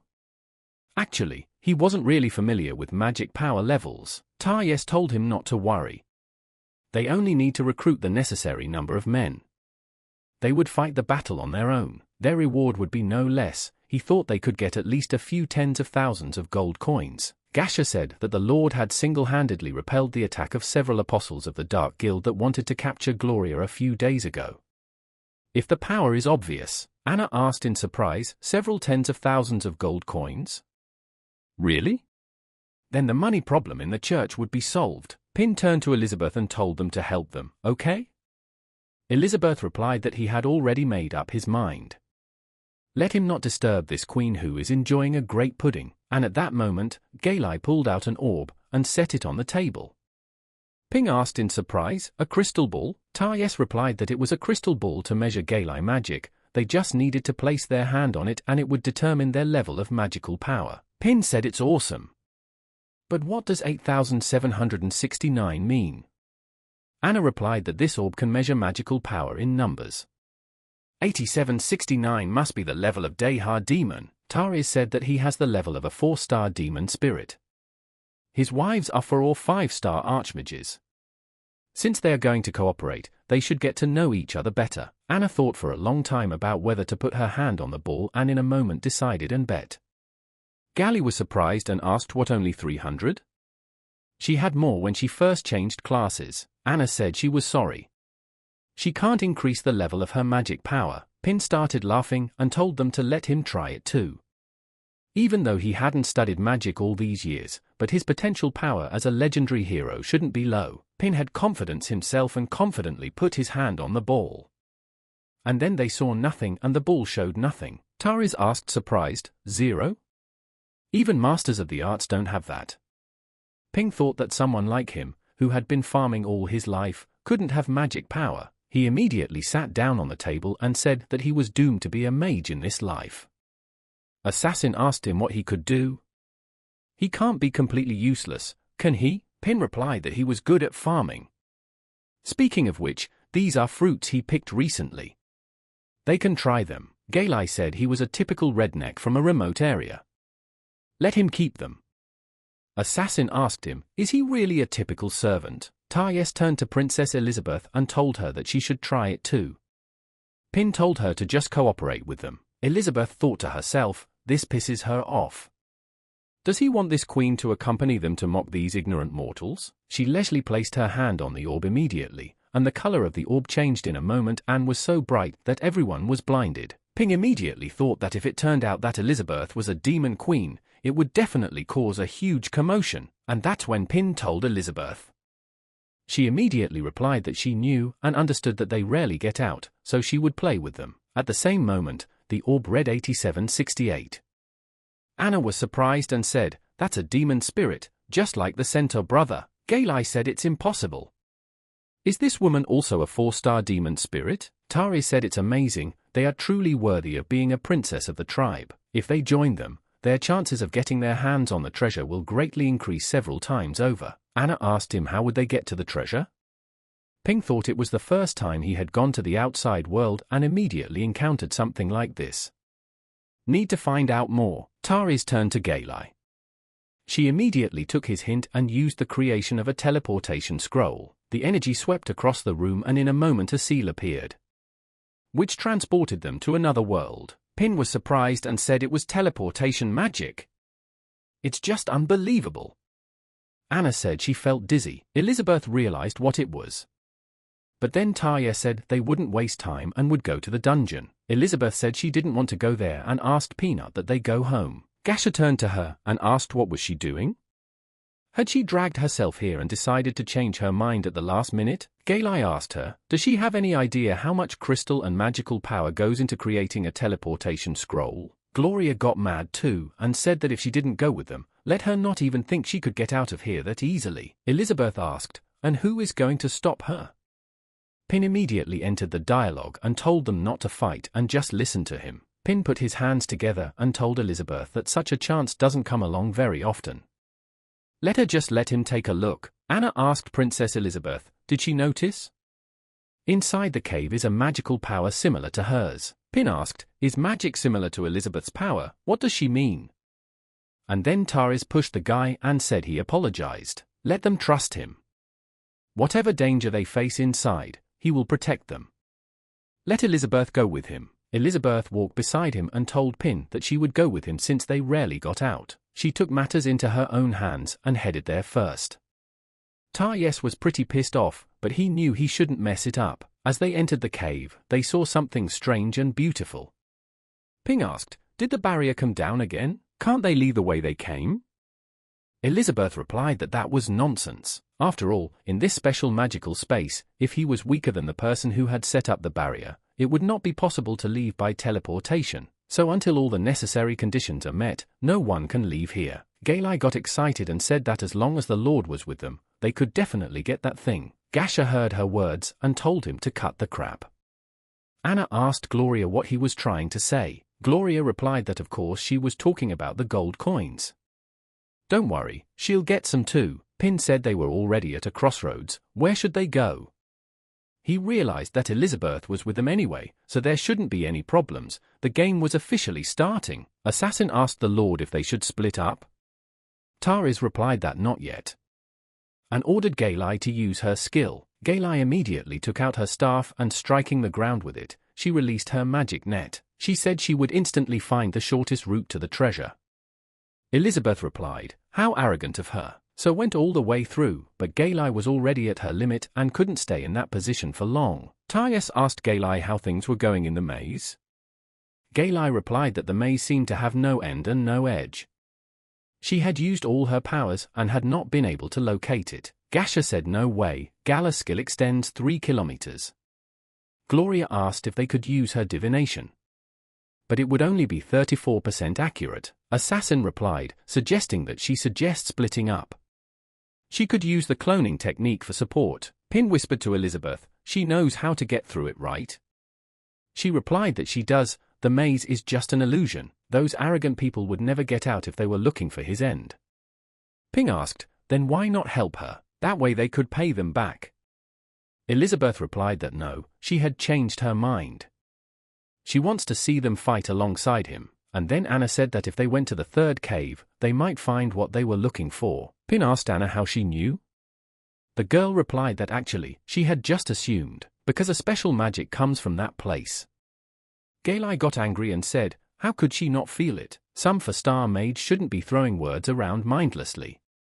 And then Anna asked her to apologize. Gally said that although she couldn't find the end of the maze, according to her research, the last cave has the least monsters. And they should go this way. Taris asked the others what they thought. Assassin replied that she still thought it was best to split up. Gasha said she thought it was better to listen to Gally. Even if they choose the wrong path, they can just go back. It would be safer that way. Galai shouted to the Lord to trust him. Tarja said then they would go to the last cave together. Anna immediately shouted that no. They could go anywhere but the last one. Immediately she used the enchanted doll summoning. The doll slowly went to the last cave, but halfway through it was torn into small pieces. The mimic worm was located there. Pin was surprised and asked what was that thing? Elizabeth replied that it was a parasite. They are usually found in the bodies of huge monsters. Assassin turned to Galai and said that she had said earlier that there were fewer monsters there. Just don't let her tell her that she was examining the corpse in his stomach. Elizabeth told him to just leave them here and they would go into the cave together. Pin said it would be great if she went first. They said nothing to anyone and set off. Anna tells Elizabeth that she's not sure if this is the right way to go. Let them wait for her too. Assassin asked Taris, should she use the clone to go after them and get information? The Lord replied that there was no need for that. After seeing that worm, she wouldn't have been able to make a choice so calmly. It seems that Elizabeth's past is not so simple. Taris said they would follow them. The cave was not simple. The beast that lived in it immediately smelled them. It started very quickly and the guys started fighting the beasts. Taris asked, did they deal with everyone? Gasha said yes. But the monsters keep coming, there is no end to them. Pin hid behind Elizabeth and asked, is it safe here now? Elizabeth said the guys faking it is extremely awful. Gally said it was all her fault. The cave she chose is just crawling with monsters. Elizabeth replied that the greater the concentration of magic, the more monsters gather there. As a mana, she should know that, shouldn't she? Galai replied that she naturally knows it. She, a 4-star demon spirit, has the relevant abilities, but she just stands back and observes. Elizabeth said that before they set off she said she would deal with the monsters they encountered. Taris turned to Galai and told her to calm down. The girl replied that she was very angry. He turned to Elizabeth and said the same thing, that everything was fine and it was an honor for him to accompany her. Galai realized in her head that it was the lady who not only made her look bad, but also seduced the gentleman. Gloria asked the Lord why don't they take a break here for a while. Gasha seconded and also said that they needed a rest after such a long battle. Elizabeth answered no and said that this queen doesn't have any extra time. Assassin asked, since she's so good, so why isn't she leading in the front row? Gloria said it was like that. If they hadn't killed all the monsters, would she have been so calm? Taris turned to Elizabeth and told her to listen to him. They had all better take a break first. The elven potion would help them recover. Pin was surprised and asked, an elf potion? Elizabeth asked him, does he want to drink it? Pin replied that he has never used it and he wants to try it. The guy replied that he didn't know what it tasted like, perhaps it would inspire him to make new dishes. Elizabeth thought that Pin had eaten too much good food and now wanted to try something ordinary. She had no choice but to agree. They all sat in a circle and made a fire. And basked in the cave. Gally told Gloria that the potion came out really great. Gasha was also supportive and said that she had finally recovered, but had no idea how long it would take to find the treasure. Gloria said it was her special elven potion. You can replenish all your stats with it. She's so strong, she doesn't need it, right? Taris told Gloria not to be rude. The girl realized her mistake and replied that she apologized. She couldn't help herself and tossed the potion to her. Elizabeth saw the whole thing and caught it right in her hands. Pin asked Elizabeth, she wouldn't? Then let her not complain later. He immediately opened it and started drinking. Pin drank it and started saying that the herbaceous flavor of the ingredients was too strong, he couldn't drink it. Would Anna like to finish it? Anna thanked him and replied that she had expended very little magical power, so it wasn't necessary. Gloria said giving them the potion idiotically, it apparently made no sense, only was a waste of ingredients. Elizabeth said she would just drink it then. And without any hesitation, she poured it out. Gloria was very angry and asked, what do you mean just pour it out? Elizabeth asked what she was saying there. Ping told them not to fight. He's got something too. He'll find it now. They shouldn't have been damaged. He immediately pulled the usual bananas out of his bag. He had wanted to share with them earlier, and he finally got the chance. Pin came up to Anna and said he was out of bananas. Would she like an apple? Anna cried and asked, is he really giving it to her? Pin replied that he did, but what's the big deal? It's just an apple, why cry? Anna asked if she could give it to her siblings. The orphans in the orphanage had not eaten fresh fruit for a long time. Pin replied that he understood, and of course he could. As soon as he got home, he would get more for her, and there would be enough for everyone. Gailai threw the banana away and asked who needed that rotten fruit anyway. Gloria seconded her words and asked how it compared to her potion. Yes answered them to snack on that for now. When she found the treasure, he would treat them to something tasty. Biting into these bananas, everyone was surprised and didn't understand how this banana had such a flavor and powerful energy. They moved to another world in a moment. Yes asked, where are they? And how did they get here? And then the music was turned on in front of them and the live grasshoppers started singing songs for them to have fun. They turned into pets and didn't realize what they were doing. The bananas had clouded their minds. At this time their thoughts and minds were in another world, but their bodies remained in the present and all movements continued. Gloria asked the gentleman, what are they doing? Immediately Tares came to his senses and said that he was apologizing. He fell out of reality for seconds. Pin asked, is this some kind of performance? Elizabeth said she understood his intentions. Tares saw that his level had been raised and asked what had happened. The others also asked if the magic level was constantly increasing. Pin said that this campfire performance is awesome. The culture and customs of the other world are really interesting.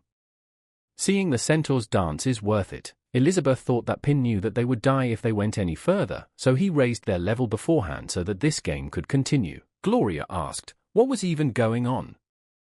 How could the level of mania increase so much? Anna replied that it was because they had eaten Pin's brother's bananas.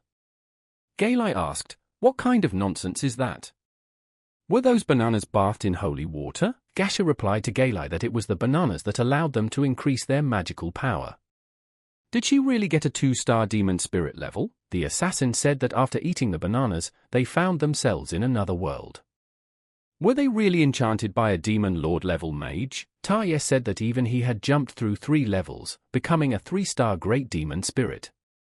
It's unbelievable. He immediately turned to Mr. Pin and asked what was the origin of the bananas, what did he give them, and then Pin didn't realize what to answer him. Taryes asked, what's wrong? Ping replied that everything was fine, it's just a question he's having trouble answering. They're just regular bananas. Taryes asked in surprise, ordinary bananas? That's impossible. Ping remembered and said it's a hybrid crop. But let them believe him, even though it was a hybrid, the cultivation process was completely organic. He realized that only in this magical world could he use such a productive method. Gali took a banana and said that since the master said it worked, maybe they could eat it and level up. They opened the peel of the bananas and saw that it was already rotten. Gali said it was disgusting. Anna replied that it was synchronization. Elizabeth asked the girl with the glasses that she knew quite a bit, right? Anna replied to Elizabeth that she was too kind. He had learned all of this from books. Taryes asked, what does that mean? Anna replied that the nuns' magic books mentioned that special treasures usually needed to be used under special conditions for them to have an effect. She thinks that Pin's brother's bananas have to be eaten by 3 or more people at the same time for that to happen. Gailai got angry and told her not to pretend to know something she didn't really know. Did she see with her own eyes that she was eating it? How would she explain it? Anna apologized and replied that she didn't know either. Unless a person's strength exceeds that of the treasure, then it is no more than a common thing for such people, and then Elizabeth told her not to look at her like that. Anna was frightened and apologized to her. Gloria wondered if it might be because of her potion, the effects of which built up and then manifested. Taryes asked Pina if he could share the fruit from his backpack with him. Gloria asked the gentleman, did he really believe this nonsense? Pin replied that of course he would be happy to share it with him. He immediately started pulling out his fruit. Elizabeth threw away her banana peel and picked up her backpack, saying she was going to eat that later, and if they were all rested, it was time to get up, for they were already at their destination. Pin apologized and told the boy that he would give them a treat when he got the chance. Taris said it was okay, they guys let them go ahead and he and his wives would catch up with them later. Pin asked, aren't they going to go together? Elizabeth was already on her way and told him to get a move on. Assassin asked the Lord, maybe they'll just steal that backpack? Gasha said, and who knows, maybe they are hiding something much more valuable. Taryes answered them not to worry, it wasn't time yet. Normally people wouldn't carry something valuable so carelessly, so she was definitely not just a princess from some remote tribe. Recently, one of the 4 major powers, the Kingdom of Aristotle, offered a huge reward for information on the missing princess. If he's not mistaken, she's right in front of her right now. If he can use this chance to turn the princess into his wife, he will gain power over Aristotle's kingdom. And then he'll get more than just magical fruit, and he would use it to win her over completely. The assassin said, suddenly, the gentleman was scented with the charm pheromone. Galai said it was their fault for not being able to satisfy the Lord. And immediately they put their hands on Taryes. In the depths of the labyrinth, the Shadow Wolf leader smelled the scent of the humans that were heading in their direction and summoned all of his brothers. Pin tells Elizabeth that it's getting darker and darker. Is it definitely the exit of the labyrinth? Elizabeth replied as she said, the maze is an illusion, they are almost there. At this point they were already being watched and the animals were slowly examining them. Anna told Pin, something is coming. Pin asked, what is it? And then the dust kicked up in a moment and they stopped abruptly. And then Taryes apologized and said that they had kept them waiting. And he was a little late, too, and Taryes turned to Elizabeth and told him to let him serve him the rest of the way. If he wanted, he could even sit on his back. Elizabeth answered him to get lost, he wasn't good enough to drive her. Gloria got angry and said she was an arrogant wench and how could she be so shameless? But it didn't last long and Gloria lost her head in a second. Everyone was shocked and didn't understand what had happened. Pin saw rocks falling from above, he lifted his head in a moment and saw the strange creatures. Pin asked the boys, what are these things? It's a creature called a dragon flea. They didn't waste much time, and Flea attacked Elizabeth while she stood still. Elizabeth was not afraid and with one look, she destroyed the creature called Flea. Anna immediately covered her head and said that they were finished and they were all going to die. Pin was scared too and hugged Elizabeth. He was telling her that their lives were in jeopardy. What would they do now? She realized that this was a test of human nature. First, she would allow selfish and arrogant creatures to slaughter each other. Gasha was not left out and used her technique of transforming shield blade shields. Galai used her magic shield as well. But she only protected her own, while Elizabeth and the others stood with the creatures. Pin asked the others, what about them?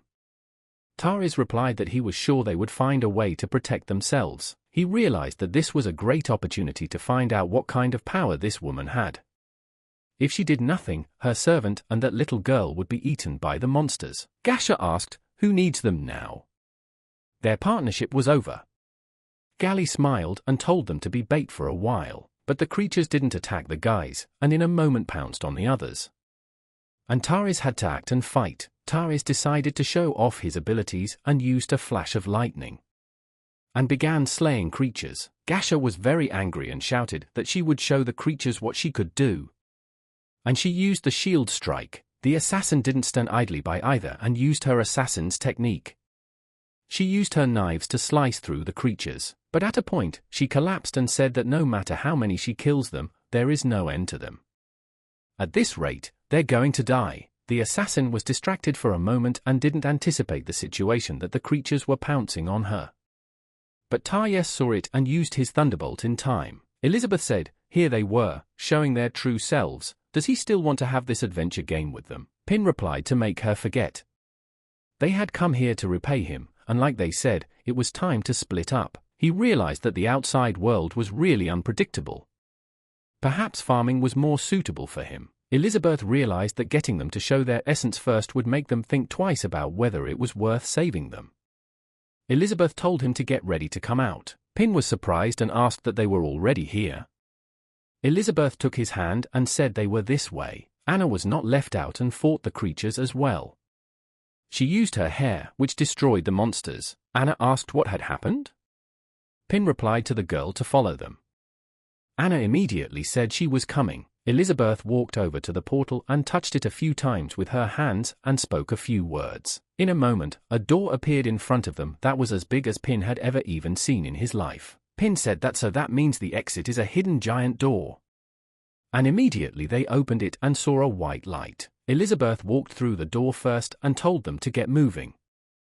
Taris saw them leave and Pin looked at him at that moment too. Taris saw that the others had already left and ordered his wives to climb on top of him and hold on tight. Taris got angry and asked, what did they think they could just leave them here? The doors were not long open and closed in a second.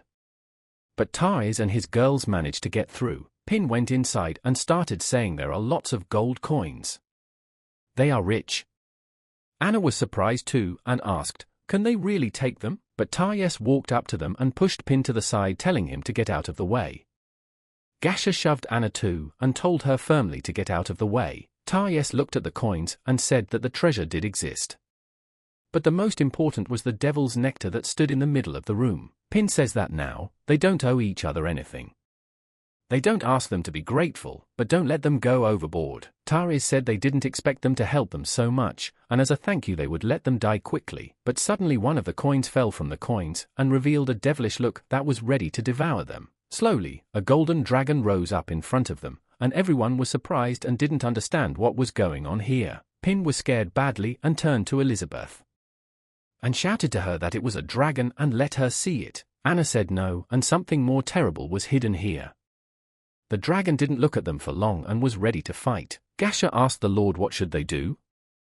Taris replied that they should buy some time and he would accumulate the strength to deal with him in one blow. Assassin said she understood, and in a moment started fighting this dragon to stall for time. Gasha told the girl to distract him. Assassin heard her words and replied to rely on her. The assassin used the cloning technique and sent her fighters to the dragon to help a co-worker. Taris thought that now this huge dragon is the only problem. We need to put all the magic power into one powerful blow. He raised his sword above his head and used his energy to sword stab the dragon in one blow. The assassin started attacking the dragon from different directions and used the assassin's technique. She realized that it helps to strike at a weak spot, but it wasn't even scratched. Gasha said she would deal with him and used the shield conversion flamethrower, but it was all useless, for fire against the dragon was like nothing, and the damage was zero. Gasha got excited and said it worked for her.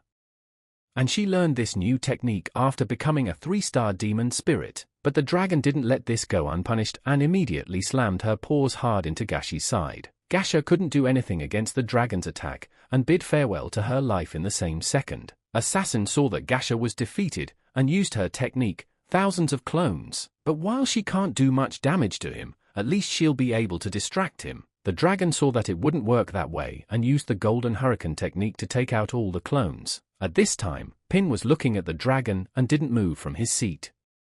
Elizabeth said that the boy was calm, but that was also expected. Pin realized that he just didn't die. Anna decided to join the fight and used the summoning of an enchanted doll called a teddy bear. Mishka stood on the guy's defense and kept the coins from doing any damage. While Taris was gaining energy, the assassin said she had to protect her master. So she fought off all the dragon's attacks with the coins. Assane rejoiced and said great. She was able to resist the dragon's attack, but it didn't last long and in a second, Assassin lost her head. For the attack was still going on. Taris said that his power accumulation had finished.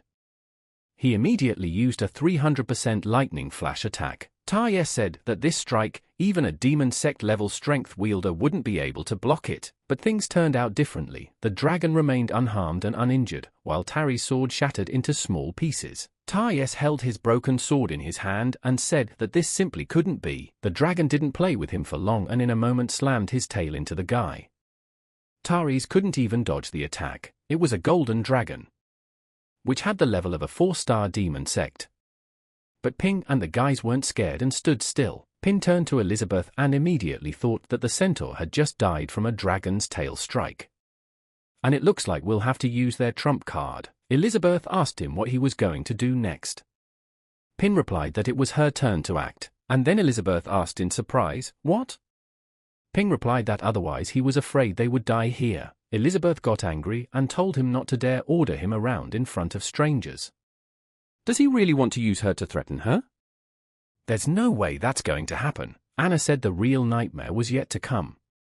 And they might never get out of here. Elizabeth approached a member of the Jimji clan to let her see what her magical power was. And then Anna's memories opened up before her, at the time when she was entertaining the children outside the church, and how one night she was sleeping with her mother and demons broke in and started destroying everyone. At the last minute, Anna used her powers on the toy, and decided to fight for herself. There were a lot of deaths that day, both on the part of the demons and Anna. Elizabeth said that Anna forcibly suppressed her own magic to alter her memories. She immediately used her powers against her and shut her down, saying it was very stupid. Anna said it was all her fault.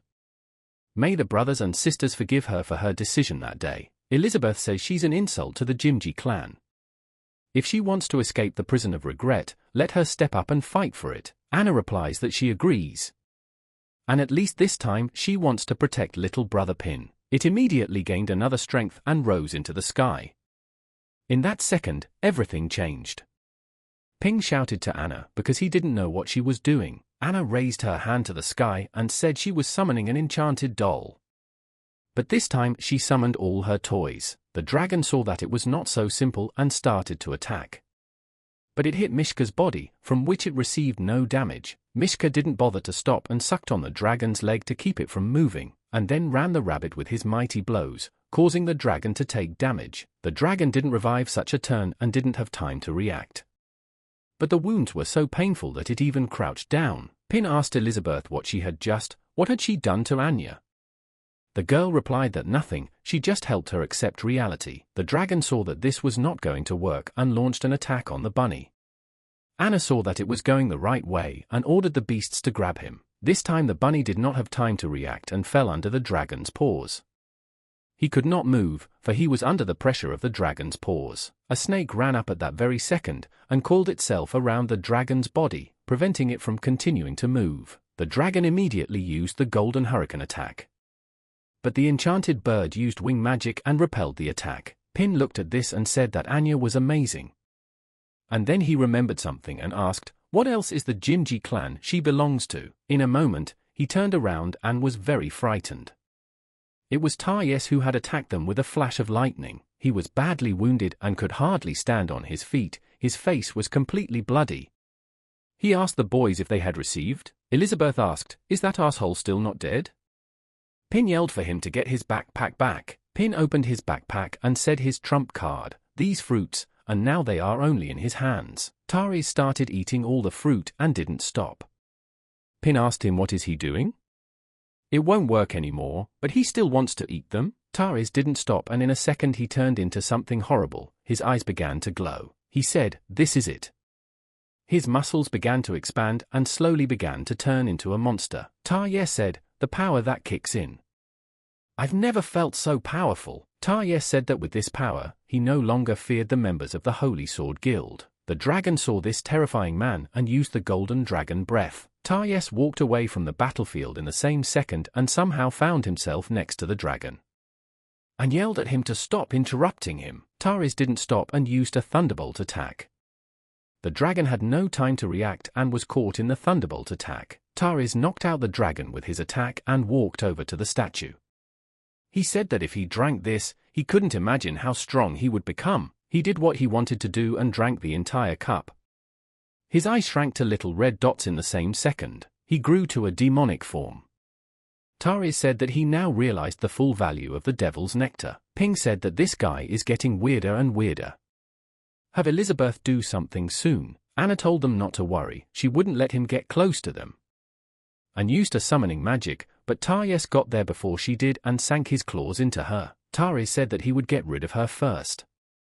Pin at the same moment let out a tear and shouted Anna's name. Taris killed her and tossed her aside.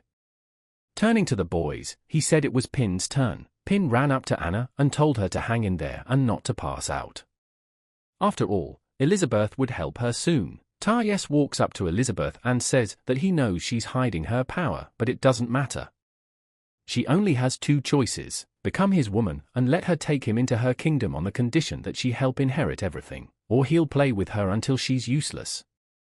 And then he'll make her a bargaining chip so he can get what he wants. Pin insulted Taryeh and said Elizabeth would kill him. He immediately turned around and asked if he was addressing him, trash. Immediately he used a roll of thunder, but the dragon wouldn't let that happen, and through the dust, he unleashed his attack on Tayes. And then Pin came to his senses and said that he wasn't going to pretend anymore. After all, things had already gotten out of hand. Suddenly, a dragon smoothly appears. And then Tayes was surprised and asked, "The true form of the dragon?" Then the one he killed was another dragon. Elizabeth realized that he was using his tail as bait, this little trick she had done with him before. The dragon at this time moved to the Void Realm. It was a golden dragon queen with the level of a 1-star king. Tayes said it's impossible.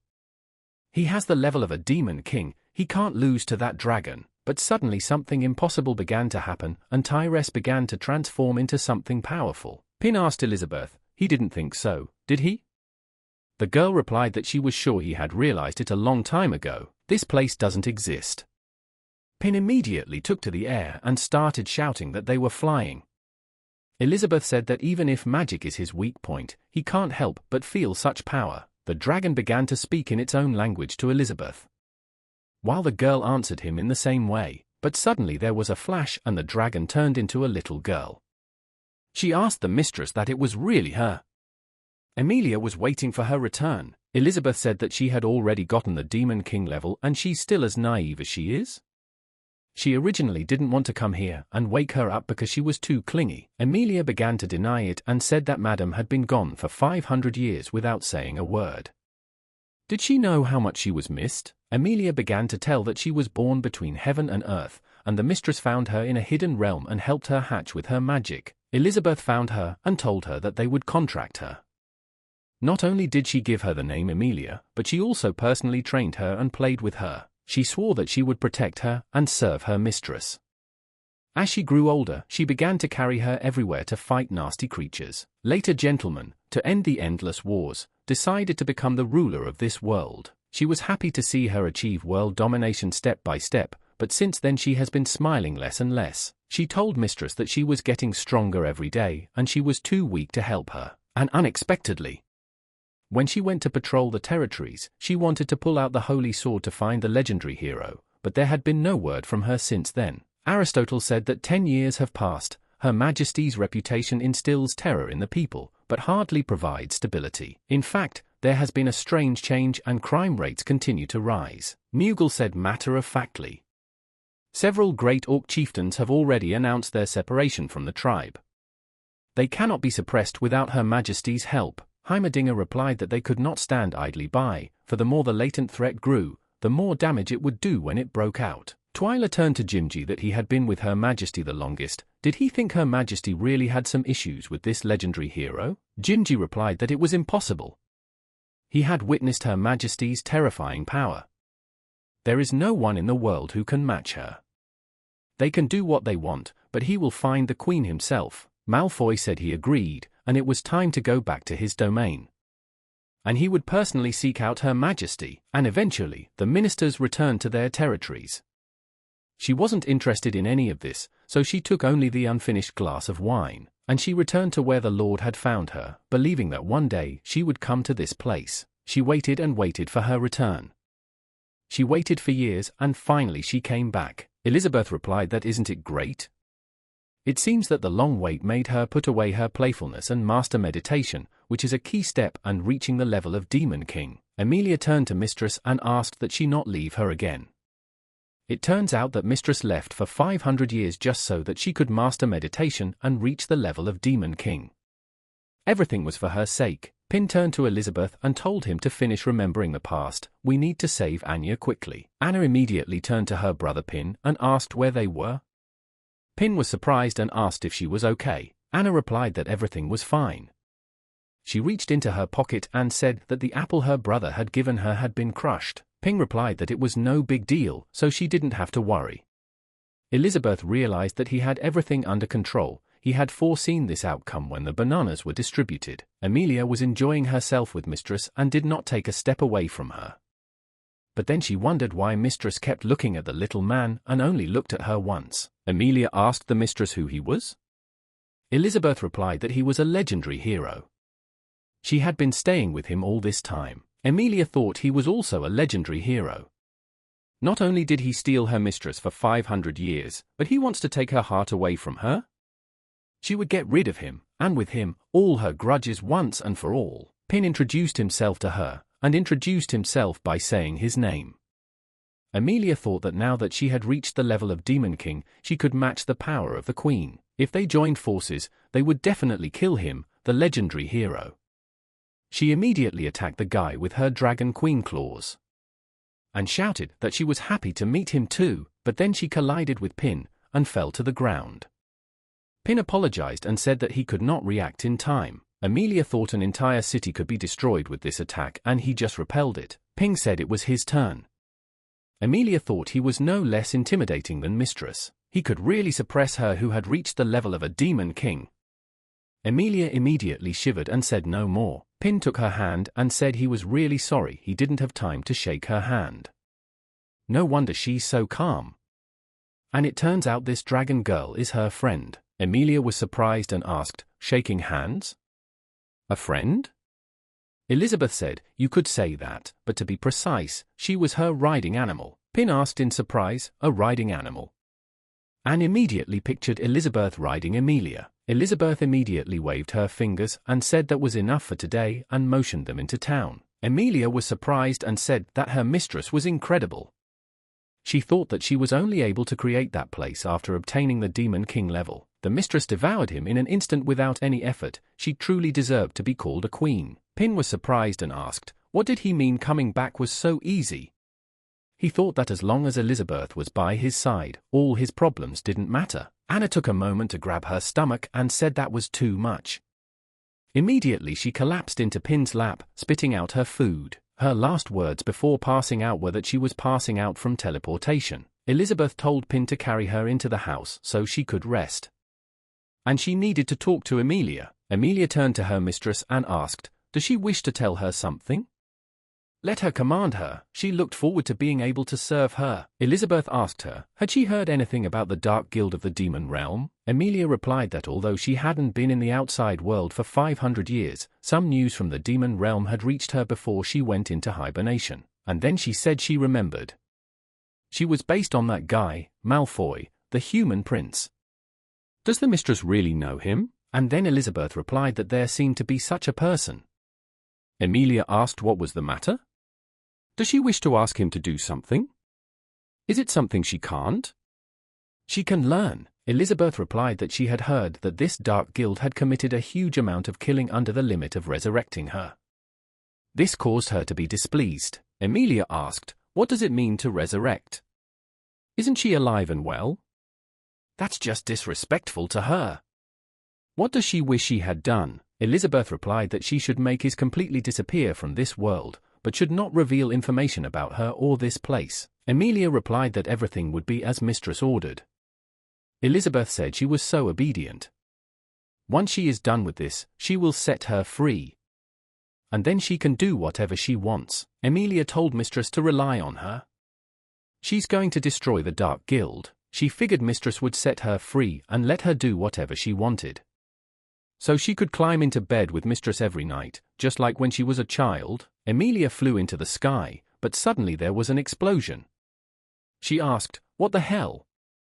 How dare he attack her? To pierce her skin, he must be at least the level of a demon lord. He is extremely dangerous. She must rid herself of a potential threat to her mistress. And then the dog said the target is still alive. And the defense level goes up to 2. Emilia was surprised, and then Dog used a large rocket and aimed it straight at the girl. Emilia decided not to take any chances and used the wings of a dragon queen. Did he really choose her as his opponent? He's got the wrong one. But in a moment she was even more surprised, for she saw several missiles being sent at her. The missiles collided with her Emilia, and there was a big explosion. But she was able to resist it. Dog said the target is still alive. Defense level up to level 3. But then Elizabeth came up and said it was her submission, let him get off her back. The dog replied that it was accepted. This person has been added to the whitelist. Emilia was offended and said this place was terrible. At this time, Pin cut up some fruit and decided to make Anna a freshly squeezed juice. He told the girl that if she felt dizzy, let her try drinking orange juice. It helps clear the mind. Anna took the glass and thanked Brother Pin. Drinking the juice, her wounds began to heal in a moment, but she knew that each piece of fruit pulp contained magical power. When it bursts, it creates a stream of magical power that activates all the nerve cells in the body and relieves fatigue. Anna said, "This feeling, this high-level divine magic?" And immediately there was a clearing of the mind. The mind began to tell the girl that it was her. And to stop suppressing her true nature, Pin laid down and started saying that he was so happy to lounge around on the couch at home. Going out for walks is clearly not for him. Just then Elizabeth walked in and told Anna that she seemed to remember everything. Her ancestors had once made an oath to her that the Jimji clan would always be loyal to her. If her blood was fully awakened, so should the power of the oath. Anna immediately used her mind and saw herself standing in Elizabeth's arms. Anna asked Elizabeth that she was that legendary demon queen. Elizabeth replied that she was the ruler of this world. Anna said that according to historical records, didn't she die with the hero? Then who's Brother Pin? Pin replied that he was a little embarrassed to talk about it, but he must be a hero. Anna said she understood everything. Then it had to be like this.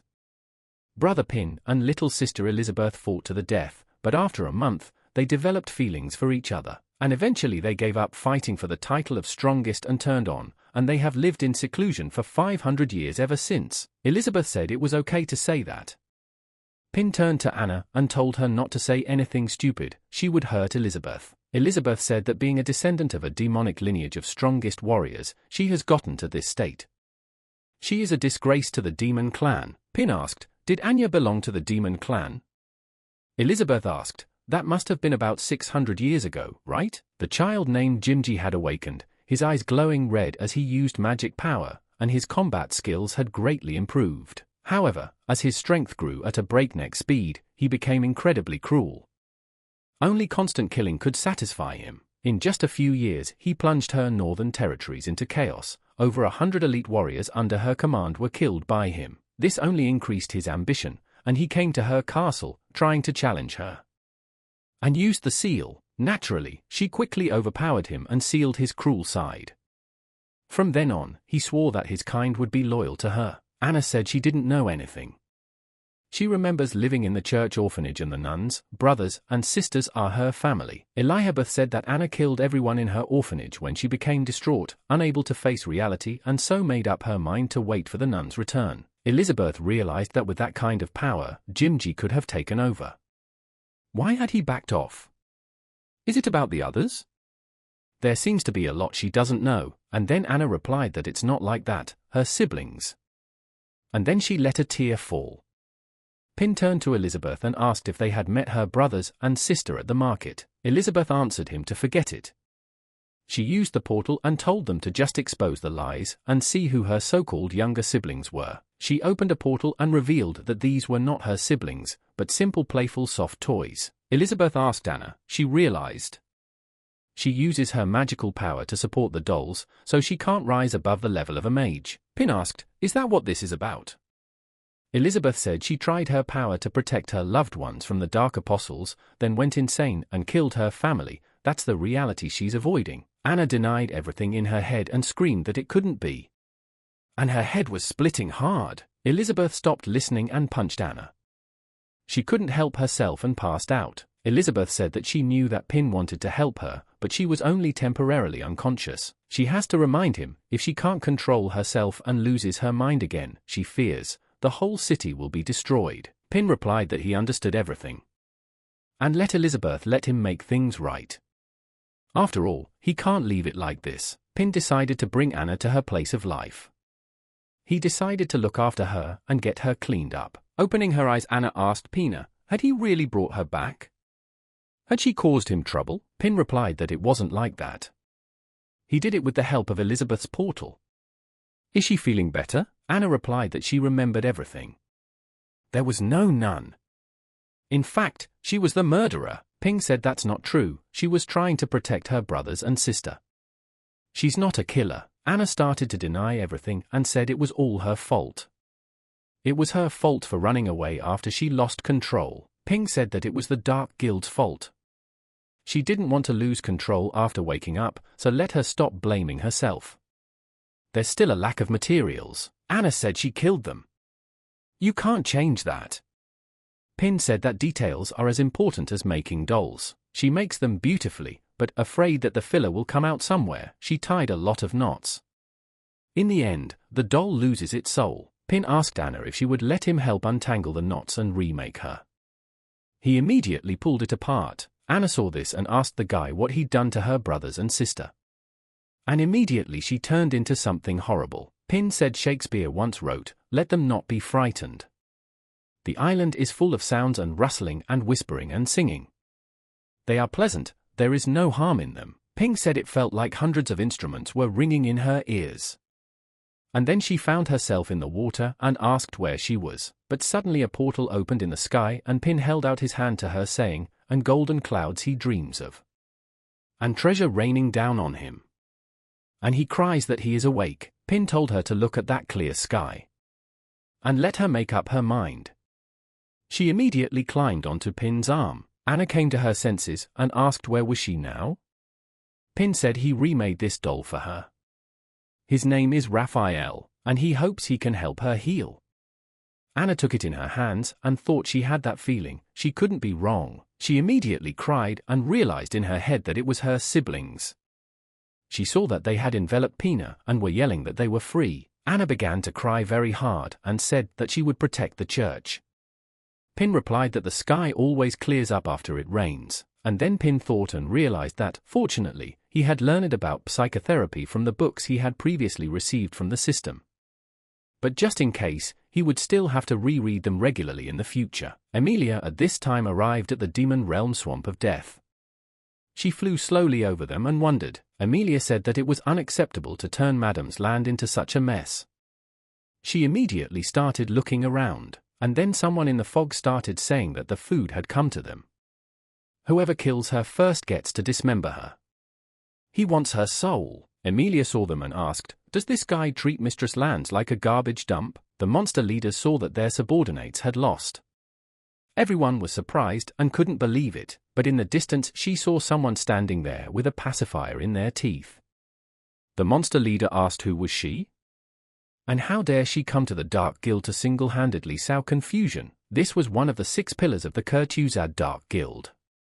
Had the girl approach him immediately. Emilia walked forward and began to see something impossible. There were bottles of birth monsters everywhere. In the Dark Guild hall, Man said that someone powerful had come to him. Farazdag Samawi said that the Ghanaian troops were completely annihilated when they invaded the Holy Sword Guild. Could it be that they have come for revenge? The rug girl replied that it was no problem. Kurtuzad would meet them to find out and teach them a lesson. Experiment number 24 asked, "Does William want to have fun?" William got angry and replied to shut up. Dago said that whoever it was, even if it was the sword master himself, if he dared to come here, he would never come back. The guy said he was worried about the missing materials and they came to him on their own. It was the head of the Dark Guild, Vis Malfoy. Ko was defeated and asked how was this possible. His abyss mania had been rendered useless. Even his magic tools were ineffective. He realized this was no good, her power was limitless. The best solution would be to use teleportation to get back to the hall and relay the information to the others. Emilia didn't deal with him for long and attacked with the Dragon Queen's claws. The creature that looked like a girl asked, "Was Kuo-san really defeated by some child? Then wouldn't there be 2 vacant seats for the role of Guild Pillar?" The Great Apostle replied that they had had a hard battle. It was definitely seriously wounded, they should take this chance. Miracle Man said that all the apostles should just join together and crush her in numbers. Emilia turned to the nightmare and said there was another pile of garbage. Immediately there was a roar from the Golden Dragon Queen. The monsters immediately began to explode from such a roar and cover their ears, for it was unbearable. All the monsters she destroyed with one roar and said that was it. The path is completely cleared. Elizabeth crossed to the other side of the earth and the creature met her and told her that if she wished to enter, she must answer its questions. The payment for a wrong answer is her life. Immediately he started to ask a question, but Emilia didn't let him speak and launched her attack on him. Emilia blew up everything in her path and said she'd found him, Vis. Had he gotten so ugly? Vis started laughing and said that was it, he was quite old after all. And it had been a long time since they had seen Lady Emilia. Emilia didn't talk to him for long, and with her own strength cut him into small pieces. The others said there was no need to worry.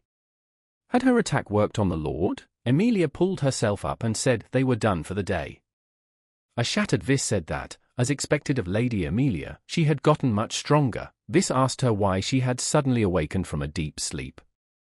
Perhaps she had found Mistress Elizabeth? Dago decided to act and slowly through the ground he used forbidden tentacles that grabbed Emilia. Dago said that when he defeats her, the Demon Queen's pet Elizabeth and the Golden Dragon Queen, the position of Demon Lord will be his. And now that her magical power was sealed in a sea of darkness, no matter how strong, she would not be able to break free from its grip. Emilia asked surprised, "Getting out? What does he mean by that?" She decided to taste the tentacles and lick them. Dago said it was useless to resist. But Emilia began to bite him, and in a moment began to swallow him into her body. Dago said she was an idiot. Is she really going to swallow him? Does she have any idea how big his body is? She overestimates herself, but Emilia wouldn't stop and straight up swallowed him. Dago shouted at that moment for the head to help him. Emilia swallowed it whole and said she hadn't eaten since waking up. Rogue walked up to her and said she was giving up. She had to join them against her will. She used her technique and sent a seductive kiss to Emilia. And if the attack didn't work, then this would. Rune told the girl that she was in her power from now on. Immediately, Emilia simply burped in response, in Rune's direction. Rune didn't expect that and her sound sent her straight up into the sky. Emilia said it's a stupid octopus. Does it want to breed in her stomach? Then she would digest it in one sitting. William started laughing and said that not only did she kill the deputy head, but she also injured his father. That's interesting. And immediately the guy used the Demon King's power of release. But Elizabeth used her claws and tied this guy up. Elizabeth got rid of him and told him to stand aside. Number 24 decided to use his full release of energy. In a combination of full muscle engagement, Emilia got rid of them in a second and asked Vis, he doesn't think he can take Mistress's place, bringing this trash with him, does he? Emilia said he wasn't strong enough to even be her opponent right now. Vis replied that she has the level of a Demon King. And he congratulated her on reaching that level. Vis said he was so jealous of her. As a human, he doesn't have a long enough life to reach it. Emilia told him to stop talking nonsense. Is he going to end his life or does he still think he can beat her? Vis started to laugh and replied that he wasn't. How dare he, Vis Malfoy, become her opponent, but if she joined them, it would change everything. Emilia wouldn't stand for this humiliation and called him a bastard. Immediately he saw the body of Mistress Elizabeth in front of him. Vis started at this point all the while repeating that a little more. A month later, Pin was living his life in the same area. And he still worked hard every day. He tried to get by and grew all his fruits himself. They were growing every minute in this world. After a productive day, he would fill his basket and head home with his pet. But suddenly he stopped abruptly and Dog saw that he wasn't coming and turned around and started barking. Pin heard her voice and said he was on his way. When he got home, he would start chopping wood with his sword. Elizabeth had been eating all this time and at one point stopped and thought, what on earth was happening to him? Pin couldn't even sleep at night. Something was bothering him. Suddenly he got up and said what he had decided. Pin apologized to Elizabeth the next day for bothering her so early. It's today's breakfast. Let him enjoy it. Elizabeth told the guy if he had something to say, let him say it. After all, she didn't like to be talked about. Pin replied that, in fact, after a year of dealing with him, Elizabeth should already know that he was no threat to her and that Neroi and the Demon Queen could coexist together, and so he thought it was time for her to get out of here and take control of the world again. Elizabeth asked why? Pin replied that he originally thought he could live a quiet life hiding out here in the newcomer village, but he hadn't expected that the system's words that a meeting between a hero and a demon queen was inevitable would be true. He hadn't gone anywhere, but she'd come to him. As a result, the barrier of this village was damaged and 500 years passed outside, causing many disturbances. Without her, the ruler of this world, some guild came into being, and what happened to Burrs and Anya was only a tiny part of the chaos of the outside world. Elizabeth asked why he cared so much. It didn't affect them, did it? Pin replied that he recognizes he was really very confused then because of the barrier disappearing, and without her, it would be difficult for him to survive here.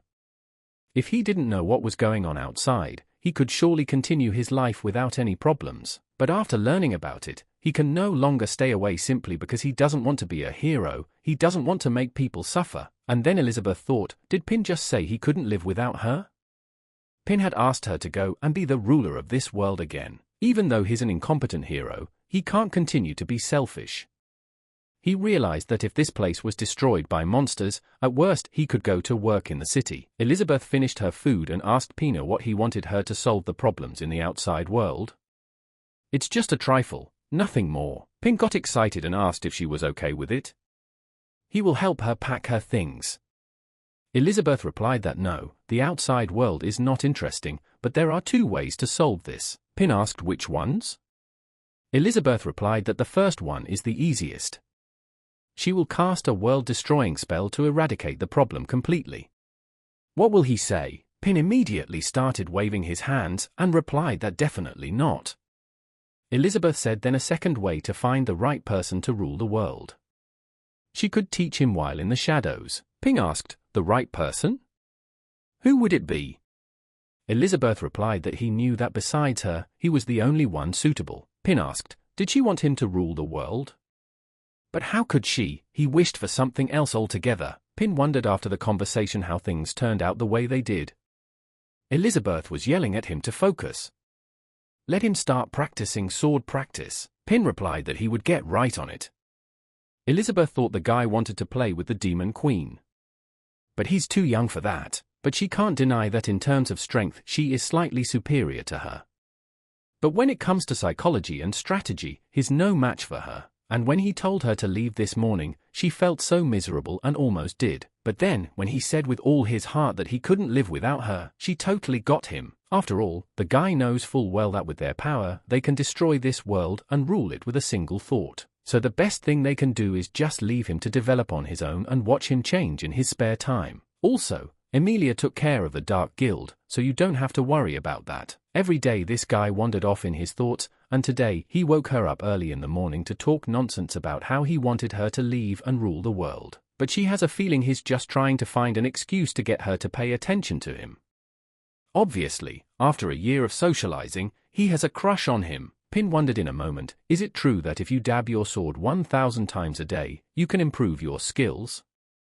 But it sounds too simple. Elizabeth told him that being the strongest and enjoying being beaten by someone else. She is the only one in the world who can control him, a hero with vicious interests. Even if she's not interested in something as boring as love, he has the highest ability to create and produce, and she is excellent with sword and magic. It all comes down to one child of the strongest.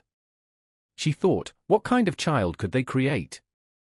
His true goal is to create a child that is capable of transcending this world. She started laughing and said that she wouldn't agree to it so easily, so she would let him improve his sword skills first. One must become stronger to create such a child. Pin saw her laughter and wondered what Elizabeth was thinking.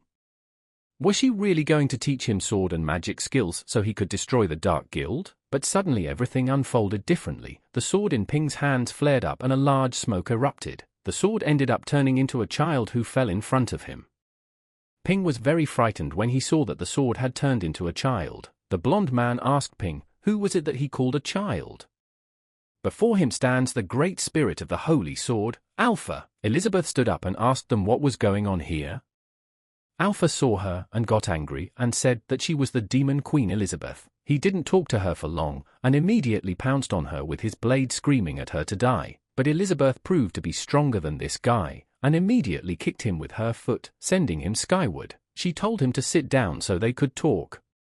The Alpha with the bump on his head calmed down and they sat down to negotiate. Pin apologized to him and said he didn't know he had consciousness even after so many years of use. Alpha replied that of course the guy didn't know that at the critical moment when the hero was fighting the Demon Queen, he came to the rescue. Alpha took Pin by the shirt and asked him what he had been doing with it all this year. Using the holy sword to chop wood. Does he know what it was like for him? Pin pulled him on his outstretched arm and told him to calm down.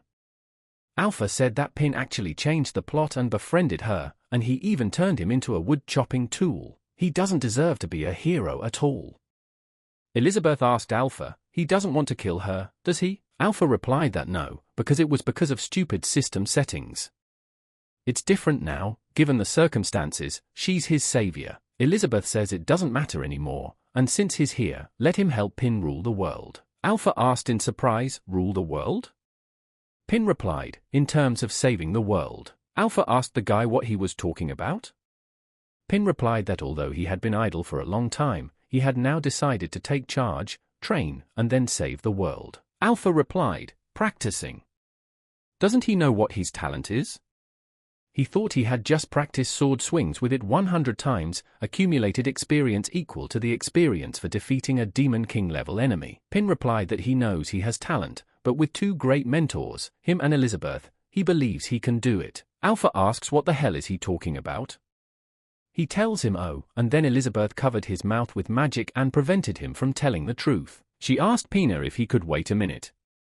She had some explaining to do to this child. She took Alpha in her arms and went behind a tree so Pin wouldn't see her pummeling this child. The wounded Alpha came to his seat and said that he realized that no matter what happened, he would cooperate with him. Elizabeth told them to stop talking, they could begin their adventure in the outside world if he learned how to handle a sword. In one of the towns on a weekday, a girl was saying that the Grey Wolf Guild was recruiting new members, the pay was acceptable. And so, if people are considering a job change, they can familiarize themselves with this flyer. Another girl shouted out that crispy fried chicken from scratch was the best choice for a snack, especially when going to watch a guild competition. On this day, there were some guys walking around in the city of Tateno. Elizabeth said that magic power showed her that a large-scale event was to be held in that city. And of course here, a lot of people, so you can get plenty of information on their queries. Pin replied that he knows that the first step to world domination is gathering information. Alpha decided to ask, did they want him to accompany them, wasting time in a place like this? Elizabeth replied, would he believe her if she told him she could break him in two? Alpha jumped on Brother Pin from Mistress Threats and said he would be at his disposal at any time. Pin noticed a flyer that was tangled under his feet and picked it up and said that these flyers were just everywhere. What kind of event is going on there? Looking at the flyer he saw that it was a guild competition. He asked Elizabeth if she knew about it. Elizabeth replied that the guild send their representatives to fight. At the same second, a gong sounded in one part of the city. And it was announced that the contestants were entering the arena, and it was time to place their bets. The judge was telling people that they would make the right choice if they bet on the Holy Sword Guild. But the elves also sent their people this time. In addition, there is also a card guild that has recently become famous. Pin suggested to Elizabeth that they should go see it too. When they got to the building, he said with admiration that the arena was huge, but then Buffalo stopped them and told the two of them to stop. After all, his magic checker hadn't found their tickets. Pin told Elizabeth with confidence and determination to leave it to him. Pin started showing a bag of coins and saying that the flyer said the ticket was worth 10 gold, so he could buy them now. The Buffalo replied that this was correct. But the remaining tickets have been monopolized by him, and he sells them for 200 gold pieces. Pin said with annoyance that there were rogues left in this world too.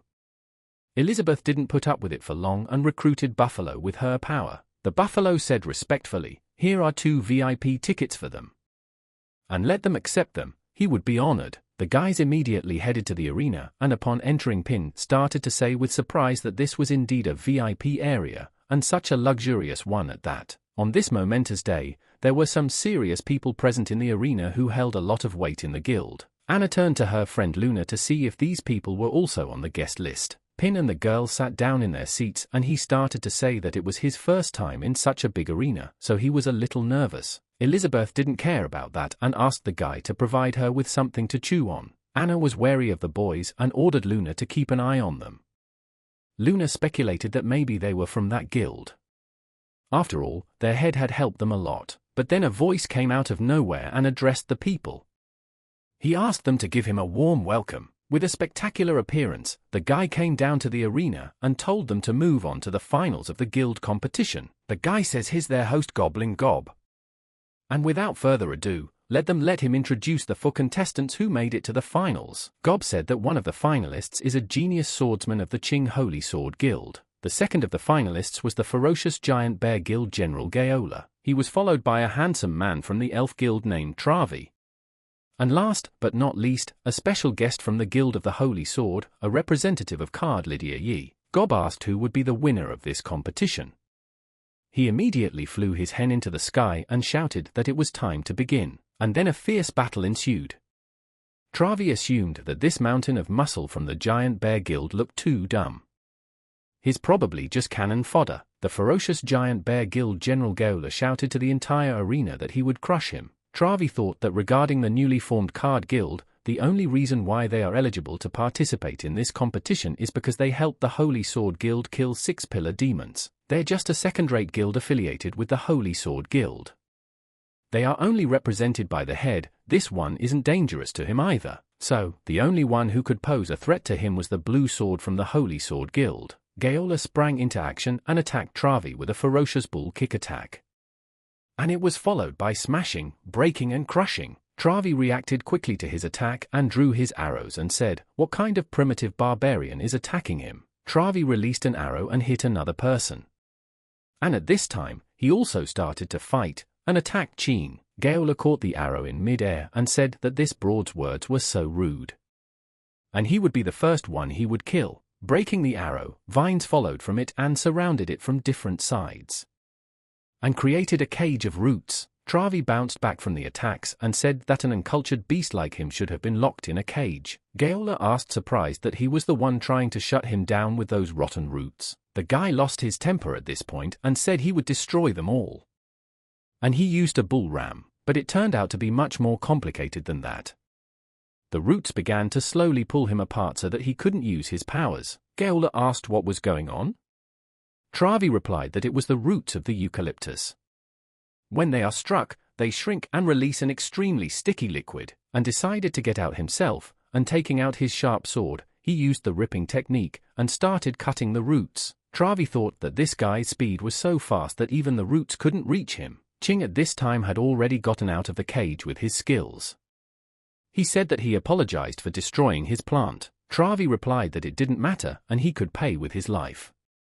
After all, he realized that defeating an enemy like him would make him ecstatic. Travi decided to fight Qing, and in a moment, he released several arrows towards him and used a fierce butterfly dance attack. Qing said with certainty that he had no fear, doubt, surprise, and confusion.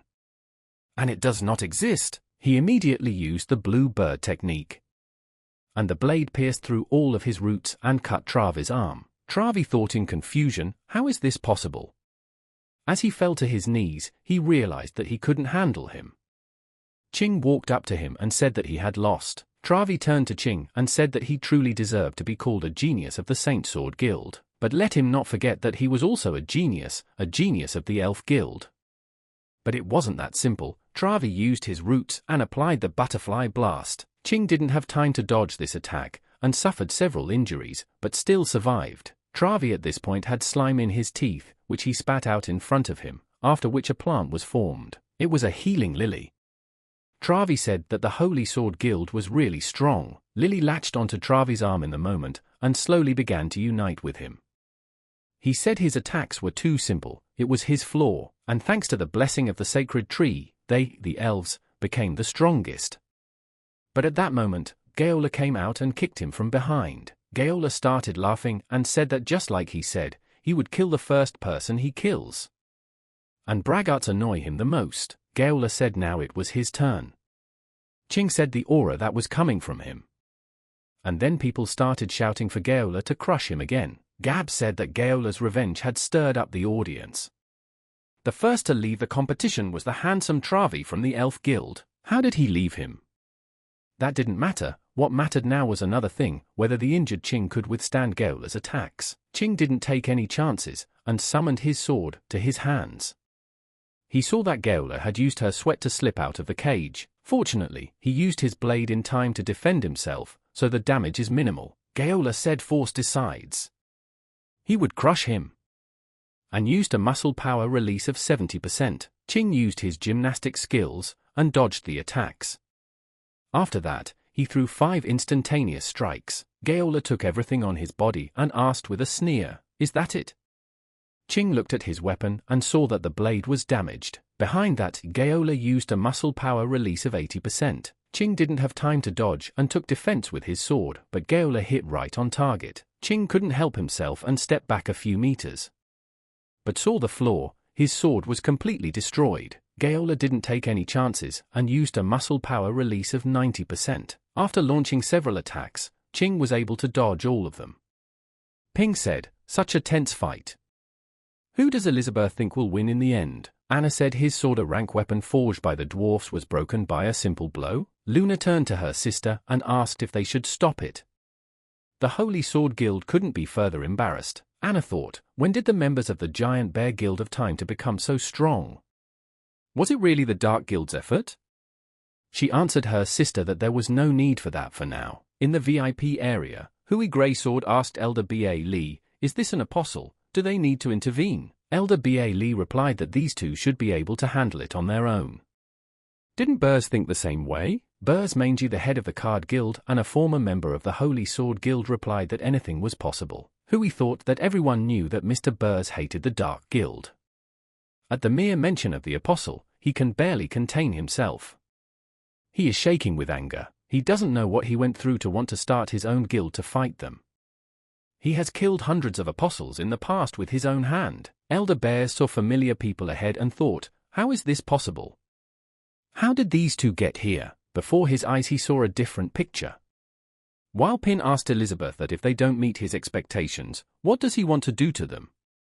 Elizabeth replied that kill them all. Burrs thought that must be why Mr. Ping is here. He wants to check if he's using his cards and barley tea correctly. Unfortunately, to meet his expectations, he had mastered basic skills, actively hunted apostles, and dedicated himself to keeping peace on the continent.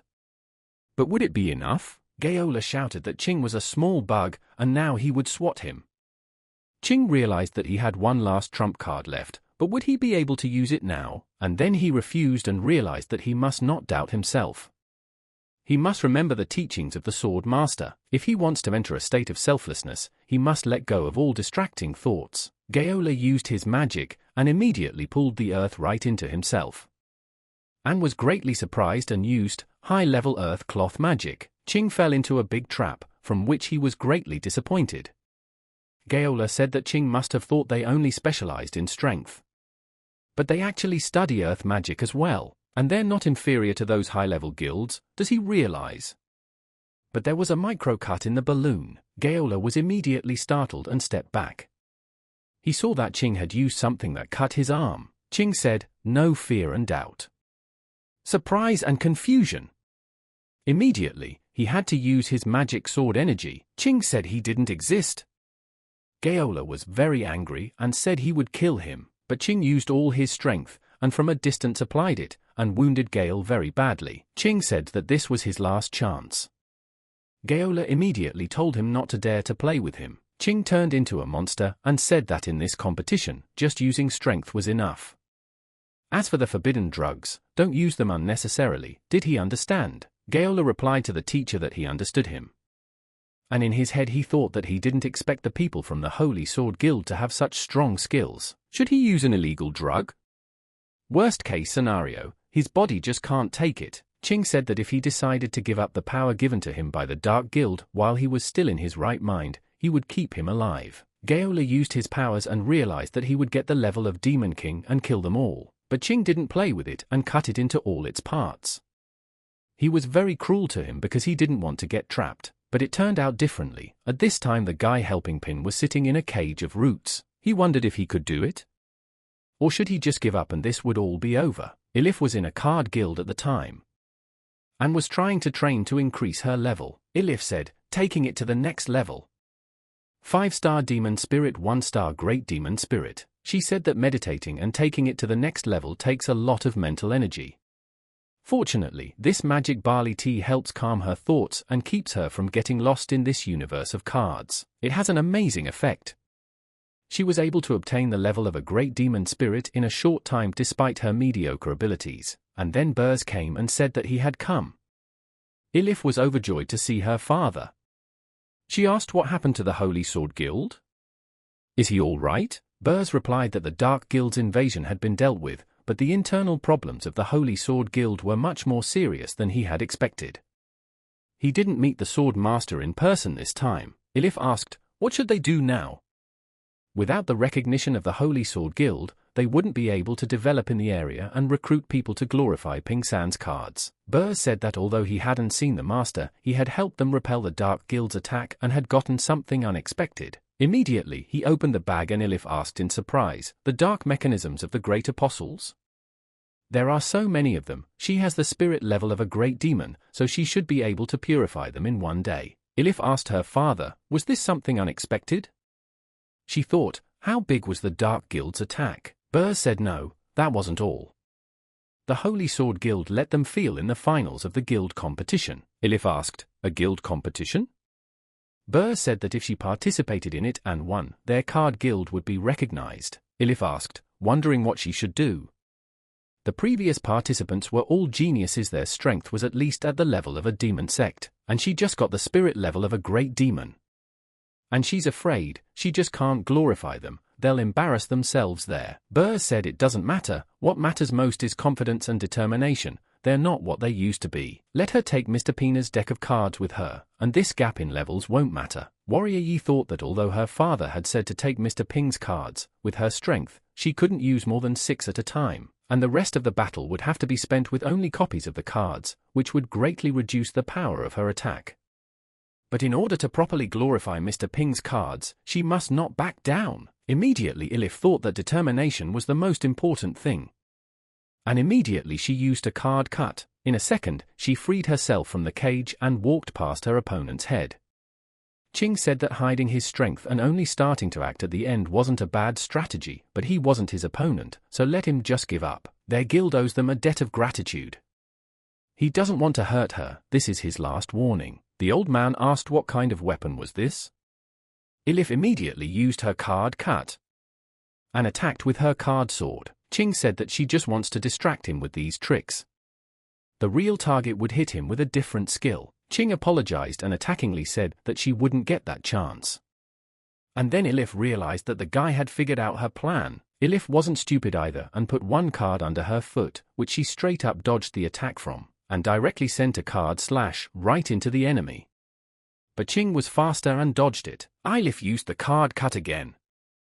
But this time she combined it with mechanisms. Ching could also possess these skills and used card shackles to avoid injuring himself. Gob started laughing and said that the card guild's fighting style was completely unique. What would a card-surrounded Ching do? Ching asked, is she really absorbing the chi energy of his sword with this power? He said that it didn't make sense. If she wants him to fight seriously, she should be prepared to be killed. Ilif said that was right. She didn't know that the Okoa wouldn't be able to hold him back for long, but it was enough to buy some time. And then she realized that she had gotten the most powerful cards. Posting cards. Ilif used release and attacked Ching with the Dragon of Spades. People have been asking, what is this? Attacking, blocking, and now drafting. Such a one said it was worth writing it down and studying. The old man thought that thanks to the various combinations, one could use a variety of fighting techniques. What kind of craftsman made these cards? Pin shouted to Elizabeth to look, they have maps. Looks like the people from the outside world know how to use them to attack too. Ching saw that he was doing badly and used selflessness. Maximum sword energy. Using the power of the bird, the cards were shattered, and Ilif lost this battle, for the cards were scattered everywhere. Ilif thought to herself, he's so strong. She has the level of a 3-star great demon spirit, she wouldn't be able to make up the difference in levels using only copies of the cards. If she wants to win, she has to use a real deck, but she still can't control it well enough to overpower him. Ching said that she really made him put his best foot forward, and in the moment attacked her. Ilif couldn't handle it and lost. Ching said it was over. She replied that she accepts defeat. And in her head she thought that was quite enough, but it turned out to be much simpler than that, and suddenly a claw caught Ching's head, and his eyes turned red. He asked, what is it? And slowly something sucked the energy out of his body. And then Gaola appeared and said it was him. In a moment, a great apostle emerged from his body and said he was finally born. And this body is pretty good too. The apostle began to control his body and asked how to use this sword. Gob said that his head suddenly popped up and took control of Ching's body. The situation seemed to be getting out of control. People started yelling for them to run away, because the protective barrier was about to explode. Let them all run away. They are apostles from the Dark Guild. Someone from the Holy Sword Guild has become an apostle. Anna was greatly surprised and asked if he had turned into an apostle. Luna asked her sister, what should they do? Tagore was smoking at this time and said what an unexpected outcome. Pin also said it was unexpected. He asked Elizabeth if he should help them. Elizabeth said that no, if he wants to rule the world, he should get used to such small changes. Otherwise, how is he going to rule the world in the future? Let him just observe. Pin said he understood. Bers thought he was clear now.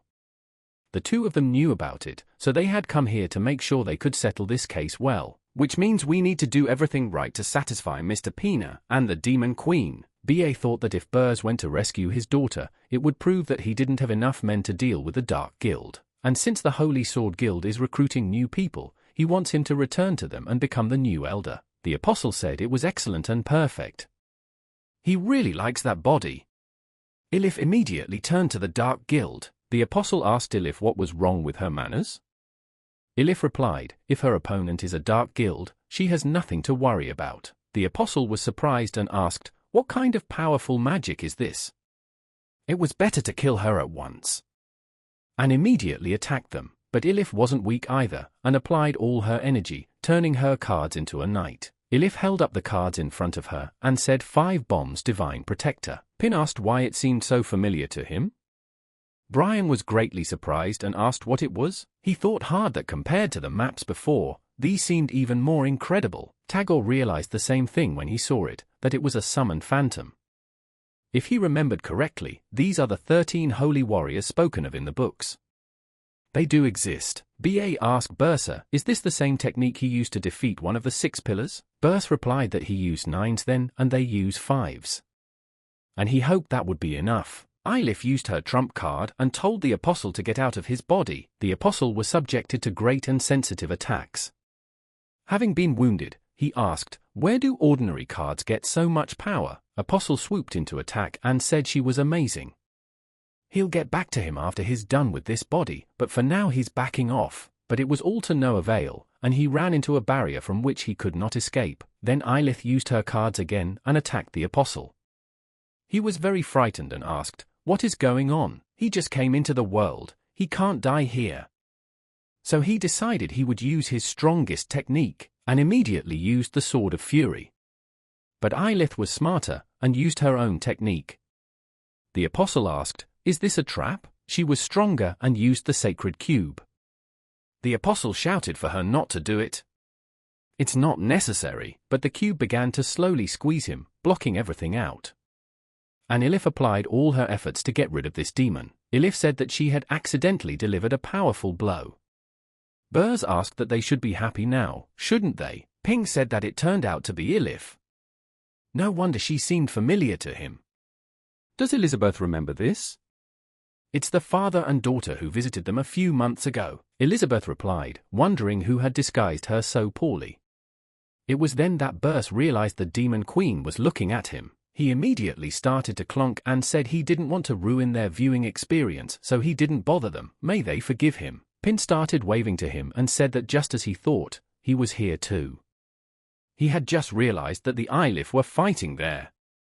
And he had a lot of questions for them. Burs asked in surprise, many questions?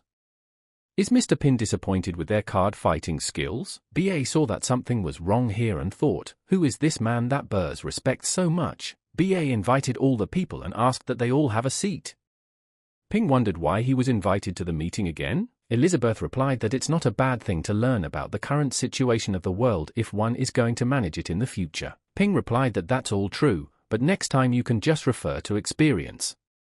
You don't need to mention world domination. B.A. said congratulations on the victory. Burs told the elder that they could discuss these little things later. Let him first introduce the honored guests to them. This is the benefactor who saved him and his daughter from the Dark Apostle, Mr. Pin, and next to him and immediately he saw the gaze of the demon lady. Burs said they couldn't say. B.A. asked them why. Burs tried to answer, but couldn't. Pin thought that he must be afraid to reveal that Elizabeth was the Demon Queen because it would shock everyone, and that's why he hesitates. As soon as they go to the outside world, they immediately create problems for others. Pin asked Elizabeth if he should call her princess from now on. Better to hide her true identity. Elizabeth replied to let him do as he wants. Pin said that they were actually from a small country in the south. She holds the position of minister there, they can just call him Pin.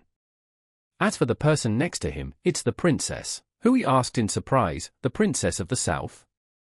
His hometown is located there, but he had never heard of her. Burr said Mr. Ping wasn't lying, but he personally taught him how to handle the cards. Win said that Burrs was exaggerating. He doesn't have much talent for it. Uncle Burrs is the best at handling cards. He would also like to ask Burrs for advice on wielding a sword. Luna asked Chin if he heard that. He wants to learn how to wield a sword after giving away such powerful cards? What the hell is he thinking? Ching replied for her to be more careful, the elder is still here. This was not the time to talk. Ilif asked Mr. Pina if he had seen her fight. How did he like her skills? Ping asked surprised, skills? Bears asked Mr. Pin if he could answer this question honestly. Is she missing something? Pin replied that he had nothing to say. He just didn't expect them to use his cards that way. Bears told Pin that they could match him. He was so selfish that he made copies of the maps and created a guild without his permission. Ilif apologized and said that was her limit. Pin asked what are they all apologizing for? If they keep it up, they can get more people involved. That's a very good thing. Ilif turned to Pin and said that he was saying that most people were actually just like them, so their skills were suitable for them to learn. Burr said that it was much more suited for the advancement of their guild. Pin said that it was definitely a magical world. Tagore said it becomes more and more amusing. However, one radiates a tremendous and powerful magical force, while the other radiates nothing, and then Tagore saw the look and realized he had been exposed. Impossible, he was using the demonic eye to watch them. She couldn't have noticed. What was this colossal pressure? Then Elizabeth said that she wanted to kill one of them. Ping was surprised and asked who he wanted to kill. Let her wait and see here and brought the pudding. If she had questions it was better to wait until the meeting was over. When Elizabeth saw the pudding, she was surprised and very happy. And then BA told them to stop talking, and it was time for their meeting to come. This time, as part of the guild competition, he had invited a few people here. BA said that he wanted to discuss forming an alliance since they urgently needed to surround and suppress the Dark Guild. Hui immediately came over and placed a bag, with a tray, on the table. He said that these were dark mechanisms collected with the Sword of Purification, during the competition, from each participant, including Gaola from the Giant Bear Guild. A total of 30 pieces. Pin asked in surprise, dark mechanisms? What are those? Burrs replied that as long as they accepted the power of the Dark Guild, such mechanisms would grow in their bodies. He also found them in the bodies of the apostles he hunted. Brian said, 30 grand. The Dark Guild really spread out in a swell way. Luna asked, but hadn't Gaola passed the test with the Sword of Purification? Didn't he take the power after that? Anna replied that no, the Dark Guild could find a way to avoid purification. Tagore said that only those with the lowest degree of fusion can be detected with the Sword of Purification. In other cases they can hide themselves. In the first case, the lowest degree of fusion cannot bear it and suffers a backlash. Then turns into a dark apostle, similar to a puppet. In the second case, the host can bear it, but is unable to control it. He turns into what they saw today in the arena. Eventually, the host becomes a receptacle for the great apostle. And in the third case, the master could completely control the power. His power would grow at a breakneck speed, and he would become the demon pillar of the Dark Guild. However, Tagore said that no matter what kind of fusion it was, they must still obey the orders of the person who gave them the powers, that way they become loyal servants of the Dark Guild. Xing asked, so he almost became a great apostle? Tagore replied that no one knows. After all, he was controlled, but not completely captured.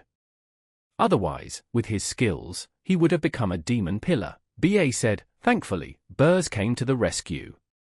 Otherwise, he might not have been able to handle his old bones. Burrs replied that he used to be a member of the Holy Sword Guild, so he couldn't help but help. Ching said that the guild was in trouble, he was on a mission and couldn't fight the Dark Guild, but today he saw the card skills that killed the pillar demon. His defeat is natural. Ilif is strong enough. Ilif said that no matter how you look at it, the main reason for her victory is Mr. Pin's powerful cards. Brian turned to the young man. Did he create these cards? Where had he learned such skill? And the sword behind his back wasn't the most ordinary sword either. Pin replied that he just liked to make stuff to kill some time. Crafting has nothing to do with it. Brian laughed and said he was so modest. Luna said that if the Sword Master was here, the Dark Guild wouldn't dare to invade them. Anna turned to her sister and told her not to talk too much. Pin asked Bersa, is a Sword Master the strongest swordsman? Where is she now? But Bers dared to answer. He said that it might not be a good idea on his part to voice his opinion. After all, he was no longer a member of the Holy Sword Guild. Ba told Bersu that everything was fine. In any case, it won't be hidden for long. Some news has already started to spread. Brian asked, were the servants being truthful? Tagore replied that after the rebellion in the Holy Sword Guild, not only had their combat power been depleted, but their master was also missing. That was why the Dark Guild took this chance to attack. Ba said it was true. After the Sword Master sent them the information 6 months ago, they hadn't heard from her again. Ping asked in surprise, rebellion? Missing in action? Hui said, to be precise, she should have captured an elder, the oldest axe that betrayed the guild, but she still hasn't returned to the guild territory. Ching said that his previous mission was to help the Sword Master, but when he arrived at the place, there was nothing there. Luna said that the level of the Sword Master had been upgraded to a 5-star Demon King, half gaining the powers of a Demon Lord. Is it easy to grab the oldest axe whose level has risen to Demon Lord? Ching replied that no one doubted the strength of the Sword Master, but when he rushed into the mountains that day, half the region was razed to the ground. It is hard to imagine what a terrifying battle they had. Ba said that because the oldest axe got the highest magic weapon. Daisn't Dark Axe. All he knows is that a giant axe named Daizang exudes a terrifying resentment, and his strength is so great that the elder can make up for the gap in strength between him and the Sword Master. Brian said that he looked at all the S-rank weapons forged by the Dwarf Kingdom, and he couldn't find an axe that matched their description. He thinks it's also a masterpiece of the Dark Guild. Ping said that he still couldn't figure out who this elder was. And why did he betray the Holy Sword Guild? Bers replied that the head of the guild is the Sword Master. She has 5 elders under her to help her with various matters and guide her apprentices. The person beside him is Elder Ba, the sword elder in charge of the sword art.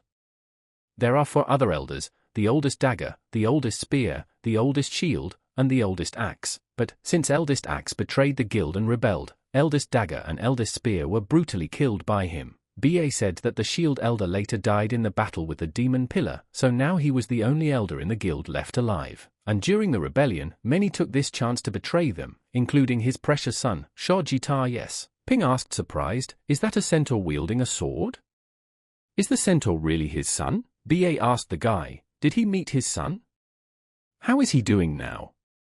And then Ping replied that he was dead. Ba said that it no longer mattered, such was the fate of a traitor. A combination of many factors has caused the Holy Sword Guild to fall on hard times now. He wishes for them to unite to fight against the Dark Guild. Brian said that equipping them with simple weapons would not be a problem. However, there would be problems with A or S rank weapons, due to the lack of sharpening stones. But his father was already thinking of a solution to the situation. Tagore turned to the elder and charged that, like he said, they were not having the best of times right now. So let him ask why they think they can destroy the Dark Guild with their help. Ba replied that it was up to Bers. And he thought he should give up his own guild and go back to being the deputy head of their guild. Bers asked the elder, does he want him to be deputy head? He's afraid it's not right. After all, he has been out of the guild for some time now. Ba replied that if he says that Bers fits, then it does. Cards can be seen as weapons in the same way that daggers and knives can be seen as weapons. They can create a new unit and let Elif become its elder, the oldest card. Elif was surprised and asked, she? After all, she is not fit to be an elder of the Holy Sword Guild. Ba said that as long as Bers agreed, he would guarantee that everything would go smoothly. The guild's resources will be used as he wishes, and even he will obey his orders. Hui turned to Mr. Bers and said that the elder was indeed sincere in his intentions. The position of deputy head means that they will have 10,000 people under their leadership. Bers asked Ping what he thought. With the glory of the Holy Sword Guild, wouldn't card skills spread faster? Ping asked Bers, is he asking him for advice? There's a saying in his hometown that it's much easier to become a top manager in a big company than to start your own. However, those who are more ambitious will prefer to start their own business, so the choice still depends on their personal desires. But in Burr's eyes, Ping was asking him what he thought. What does he think it takes to be someone's assistant to rise to the top? If they have that kind of ambition, he is very disappointed in them. Burrs understood that Mr. Ping was trying to help him, but the elder was so stingy that to refuse him directly in such a situation would be a direct disrespect to him. It would offend the entire Holy Sword Guild. BA told Burrs that if he was still dissatisfied, let him feel free to make any conditions he wanted. Burrs immediately stood up and told the elder that he didn't need to say anything more, and he started his own guild not because he wanted to achieve fame and fortune, but because he wanted to improve his card skills. And as Mr. Ping can see, his will is firm. BA asked Bursa, had he thought it over well? But the elder saw that he couldn't feel the aura of this strong man named Pin. Burrs must have said that the man had taught him to hide his past. Ping replied that the conditions were so good, and he thought that he could rely on his connections with Burrs to learn swordsmanship in the Holy Sword Guild. Burrs said that although he refuses to return to the guild, let them not worry. He would take the responsibility of destroying the Dark Guild. Their guild would support them. BA said he understood. Then their guild would recognize his legitimacy. He wanted to kill two birds with one stone, the elder thought, not only to get Burrs back into their guild, but also to get those cards. And it looks like he needs to go south himself to find out what hidden power is behind this little southern country. Pin decided to say that his uncle Burrs was very brave. Burrs said that the most important thing is that Mr. Pin is satisfied. Elif supported and also said that she would work hard. BA turned to Prince Brian, wondering what he was wondering when the king would return from his recluse. Providing high-ranked weapons could greatly increase their combat power. Brian replied that he couldn't commit them to the details, but the shortage of sharpening stones is a big problem. The whole kingdom can't find a suitable replacement. Aristotle's kingdom refuses to cooperate, so his father conducts research in seclusion. Did Mr. Tagore appeal to Mr. Tagore? Could he enchant weapons and people? Tagore replied that although he was taking a neutral stance, if he just cast spells for them, it wouldn't be much of a problem. BA listened to everyone and said that this time it was time to talk about their plan. After 2 months, they would gather their strength. During that period, they would do their best to solve the problems at hand. Do they have any questions? Pin immediately raised his hand and said what he had. He wishes to join them. BA asked the guy, he says he also wants to join the battle against the Dark Guild? Pin replied no, their guild is recruiting people. He wants to join them to learn how to wield a sword. Even though he's been idle for a long time, it's not too late to start studying again, right? Burrs asked Ping, is he joking? Elif asked him if he wished to learn the art of wielding a sword. Ping replied that the princess wants that. That is something you should ask her, and that's when Burrs said he wouldn't dare. Their plan makes sense. BA replied that there was no problem, but there are many kinds of sword arts. He would like to know what his magic level is. Pin thought for a moment and replied that he had previously taken the test. And it seems to be very low. He's not very good at magic. Hui said that if he was bad at magic, he wouldn't have the ability to use the magic sword that Elder BA would teach him. Ping asked, isn't there a normal sword art that doesn't require magical power? BA replied that of course there is, but only one man has mastered the art. It is their head, the master of the sword. If he found her, she would surely teach him. Burrs said that indeed, that the only one capable of training them, Mr. Pin, is a sword master. Pin cried and said that he understood what they were trying to say. He realized in his head that the sword master was missing. How could she teach him? Surely they must think he's not worthy to be trained in their guild, so they refused to help him. Tagore thought for a moment and asked them to wait for 1 minute. He immediately took the ink and scribbled something in the book. He said that he happened to have written down some spells for swordsmanship, so maybe they could help them. Pin was surprised and asked, really? How do you use them? Elizabeth had been eating all this time and was sad that she was already out of pudding. Pin told her to look it up. It's a spell that records sword skills. Elizabeth replied that since she had dealt with the pudding, it was time to get down to business. Immediately she broke the glass in her hands. She didn't play around with them and destroyed Tagore in a second and said she was rid of that sneaky bug. At this time, in the desert territory, Sword Master Shiji Sogus belonging to the Holy Sword Guild was fighting and shouting for the enemy to come out and stop hiding. And then Axe came out and asked what her problem was. What is she trying to accomplish by going after him? Sorgus turned to the elder Axe and replied that she must solve his crime of joining the Dark Guild and eliminate him. Sorgus immediately used her techniques and utilized the cut. The axe did not dodge and stood still. Facing this attack, Axe made his attack and said to get it. But Sorgus repelled this attack. Axe said that as the bond between him and Daizang grows stronger, she poses less of a threat to him. It will be Axe's turn to hunt her down. Sorgus said that if he keeps this up, he'll soon be completely under the control of that axe and lose himself.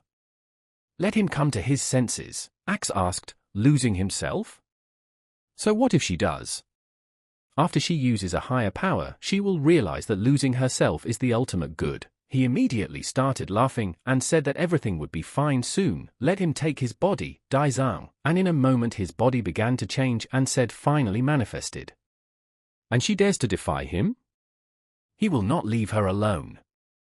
And says in a woman's voice. Axe said wherever she goes, he will find her everywhere. Sorgus replied that he was an idiot. He was completely under the control of this dark mechanism. Axe asked, is that what he's talking about? She's underestimating him too much. Compared to his resentment, this dark power is absolutely insignificant. And in a moment, Axe ripped the skin off his body, and in a second, he turned into a gorgeous girl. Sorgus said she would destroy him today. And used a level 5 phantom super weapon. It was forged by the Dwarf King himself, from the hoof armor of a legendary monster. The wearer's speed can be increased tenfold, an effect can be gained. Axe called the girl a stinker, and said she was so loud.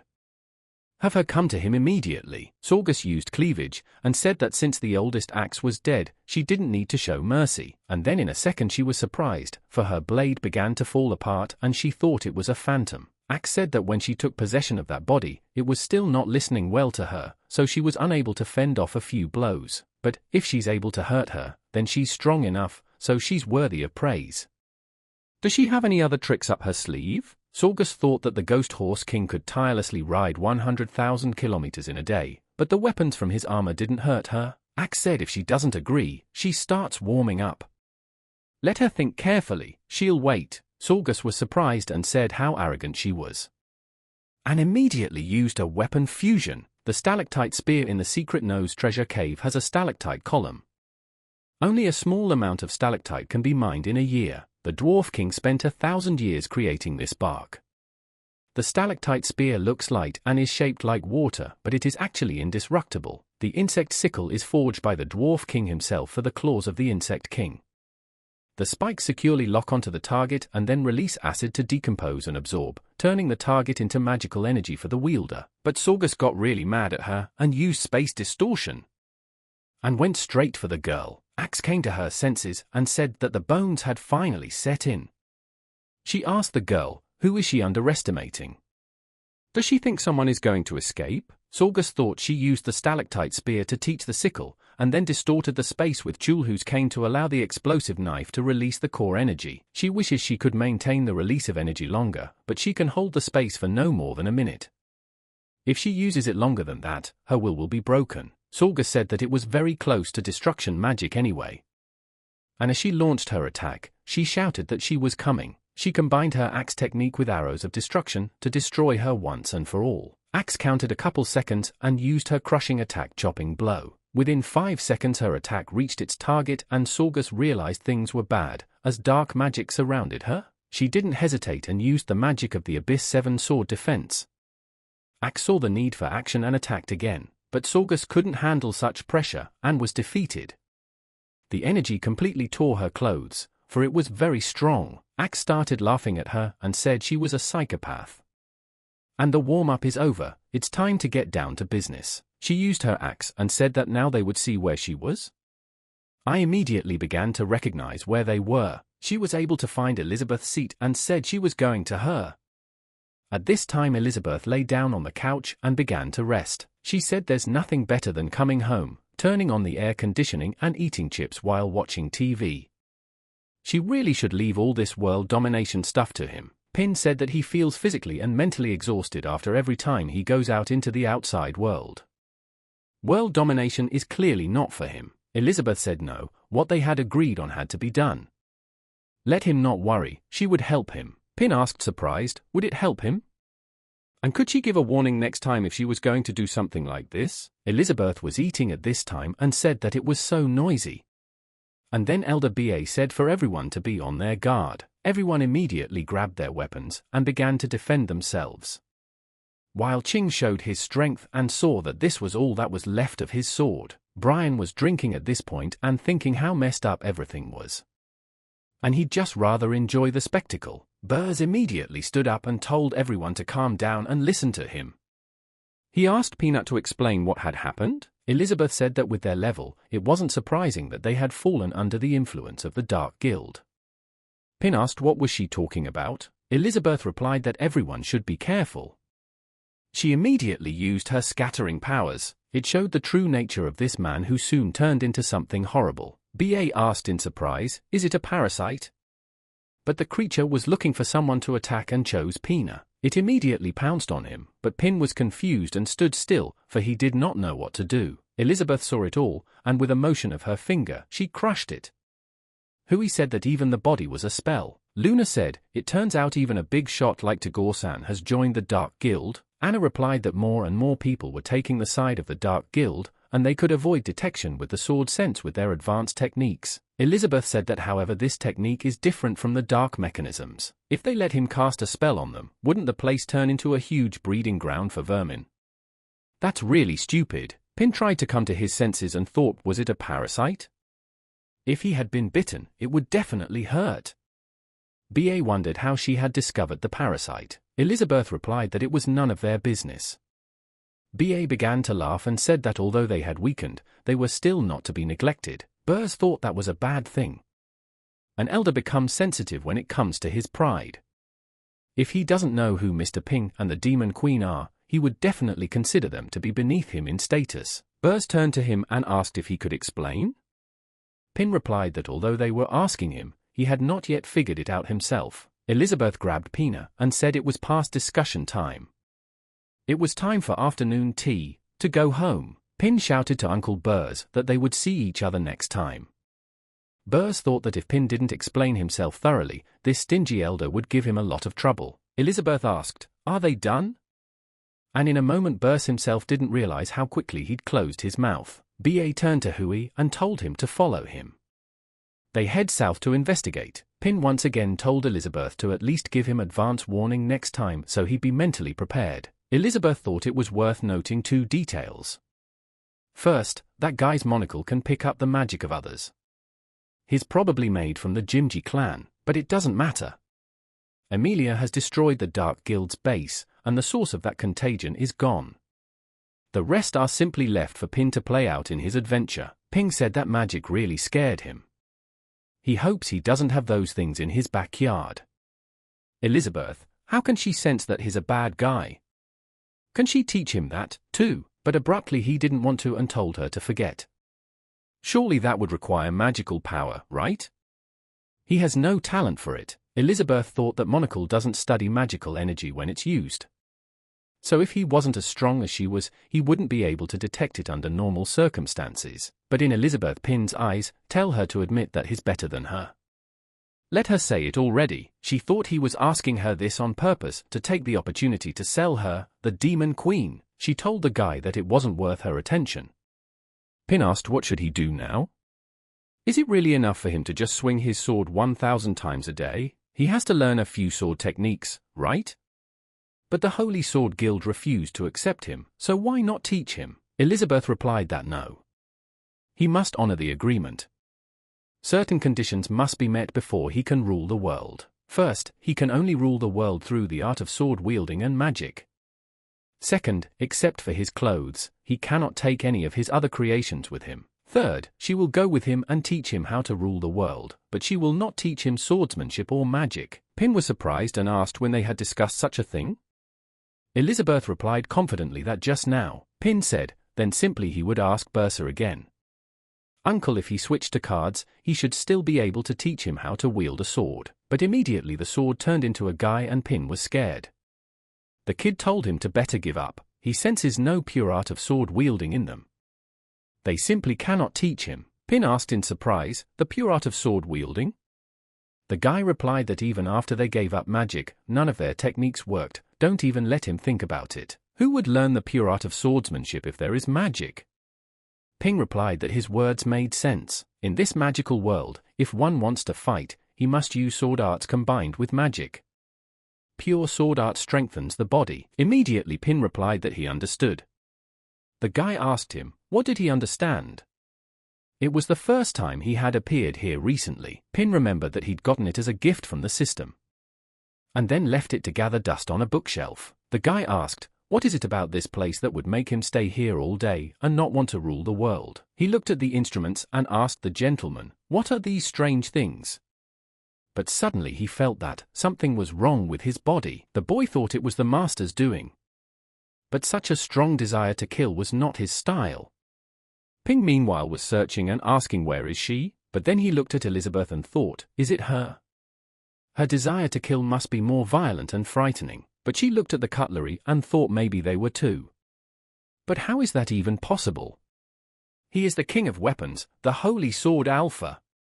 Some simple knife, and then Pin shouted out what he had found. The guy got really scared and said he didn't want to stay here. Pin turned around and saw only a trail of dust and asked what was it. He had finally found it. It was a book called Tai Chi Sword. He thought it was useless and just threw it on the shelf. He didn't expect it to be of any use to him. He said that there are a total of 13 Tai Chi sword movements that seem quite simple and can be mastered by both old men and women. It doesn't require magic, but can they be used in combat? Elizabeth said that after so many chips, something made her drowsy. Ping turned to the girl and said that he had found a sword manual. Could she help him? Elizabeth declined and said to let him help himself somehow. She wished to lie down for a while. Pin said he would then go find Alpha and practice with him. He immediately went to look for the guy. Elizabeth thought that he wouldn't be able to figure out how to master the art of wielding a sword on his own. She'll just let him practice slowly, and when he doesn't understand what to do next, she'll give him hints and suggestions. This is the only way she can emphasize her superiority. Pin went outside and started looking for Alpha. He saw the sword standing in a tree and thought, why is it a sword again? He started threatening him. If he ignored him, he would take that as his agreement and start practicing right away. Pin opened the book in front of him and taking his sword said he was ready to begin the first move. And began to say that the first movement is called Dragonfly, touches the water. At this time, 300 kilometers away, an unidentified object landed on this planet. It was an immortal toad, and is the level of a 3-star demon king. He immediately used the acid blood mist technique, and in a moment Axe appeared out of the blue and said that once she finished him off, the others would obediently surrender as well. She didn't stop there and struck with her foot. The frog had no time to react and was badly injured. Axe said that there were so many high-level monsters here that she made them her watchdogs. No wonder she hid so well. She said her peaceful days were coming to an end. But then someone used a soundproof energy barrier in the attack. Axe saw something and said here comes a worthy opponent. In a moment a dog appeared in front of her and started barking. Frog said that since his dear older brother had joined the battle, she was retreating. Axe told the dog if he didn't want to die, have him get out of her way immediately. Doggy said it was using System Restore. It's not on the whitelist, and the risk level is too high. The doggy showed refusal and said he would not interfere with his master's life. According to this law, now he will start destroying this person. The level of defense is raised to the 3rd level. He immediately took off his gear and attacked with a rain of missiles, and released them so fast that the girl didn't have time to notice. At this time, Ping didn't even realize it, and continued practicing in his book. Pin wiped the sweat off his face and said that he had finally learned everything. It wasn't that hard, but suddenly Alpha showed up and decided to show himself. Ping asked if he had finally decided to show himself. Just then, Alpha said he recovered. Pin replied that it was about time. He needs advice on his sword technique. Alpha asked, sword technique? What? Ping replied not to worry, he understands that Tai Chi sword training is only for strengthening the body, not for combat. But as soon as he tried exercising, he felt as if his whole body had been renewed. Alpha said he remembered now. And why the hell are there so many guns? One of them is already enough to overpower him. He immediately jumped out of the house and yelled that he didn't want to stay here. He's too scared of this place. and with a lowered head, he said that the moment the weapon admits defeat, its aura will dissipate and it will return to its original form. This sacred sword, in fact, and in a moment he realized that he had returned to his original form. Almost lost his soul and almost became a common weapon. He is the apogee of weaponsmanship. The legendary holy sword. But why does everything happen to him? If Ping hadn't started training with him and awakened his aura, this sacred sword would have turned into a useless piece of metal. He saved him with the art of wielding a sword beyond his comprehension, and then asked him for advice. While practicing, Ping said it develops the mind and body, relaxes the muscles and stimulates blood circulation. But in front of Alpha's eyes, Ping was different. He was saying that now he understood why he didn't want to go with him to find the Demon Queen. Compared to what he had, he was just a pile of scrap metal, and then Alpha started saying he was sorry and he was stupid. What was the point of his existence anyway? How did he get here? Why is he here? He doesn't understand anything. He immediately turned into a sword and left, saying he didn't want to be in that scary place. Pin yelled back how he should train if he left. But the sword answered him nothing. At this time Axe fought and asked the frog, is he really willing to be a servant for the rest of his life? Let him join her. And they will destroy this place and divide the outer world between them. But the dog couldn't talk and just barked. Axe said he didn't know how to appreciate what he was offered at all. She only asked him to cooperate to save time. That doesn't mean she's afraid of him. She immediately used a chopping blow against the dog. The dog realized that things were bad and started to dodge. Doggy immediately did a damage analysis. He realized that if nothing was done, her blow would reach the mantle layer, causing the magma to explode and causing abnormal changes in the lower layer. This in turn triggers earthquakes that will eventually affect the host's life. The dog used his grappling abilities. Axe rejoiced and said that now he couldn't escape, and used a chopping blow. The dog held his hands out and tried to hold back her attack. She slowly began to absorb it. Axe was surprised and asked how was this possible. He absorbed all her attacks and nothing happened to him. The dog said he had delicious energy. As a thank you, he would not hinder her if she decided to leave now. Axe pulled out her weapon and said that it was originally meant to fight his Heartless. But now she has no other choice. She must destroy the dog to get in his way. She realized the constant collapse of hope, the eternal agony, the sadness and rage of being abandoned. The resentment had been building up in her for years and now it was ready to burst out. She said the dog stinks. He would soon realize how lucky he would be if he were chopped to pieces right now. Axe immediately used the limit of fierce resentment. The dog was surprised and used the perfectly smooth little mirror product of Pina. Axe was surprised that the dog was so smart and redirected the attack beam into the sky. Axe said that 500 years of her grudges just disappeared. The dog at this point had already changed and became a Wankai drone. Axe asked with surprise, what the hell is that? She'll just destroy him. And used a force field of 10 Hz. Dog said that after that fierce woman, he's probably the toughest opponent he's ever faced. Luckily, he's constantly upgrading, so it's over for her. Immediately, he used his clone and attacked with a 50 Hz force field. Axe was saying that her 500-year-old grudge couldn't end like this. She was so angry and screaming that she would not give up. And that's when Dog applied 100 Hz. She couldn't handle that kind of energy pressure, and in the sap not being able to handle it she just exploded. The dog had said there were some pretty high-level invaders coming in lately.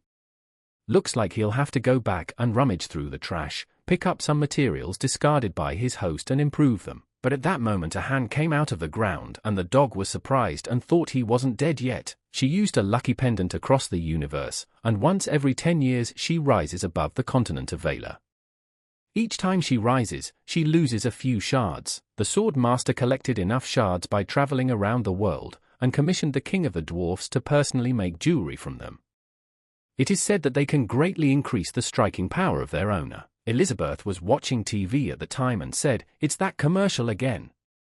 I should ask Pina to buy her a subscription to get rid of it." Elizabeth kept gobbling and at one point asked that she was already out of chips. But looking inside she got excited and said there was the tastiest stuff left. She didn't throw it away and with her fingers she started going over everything and savoring the flavor. Letting her saliva drool, she said it was bliss.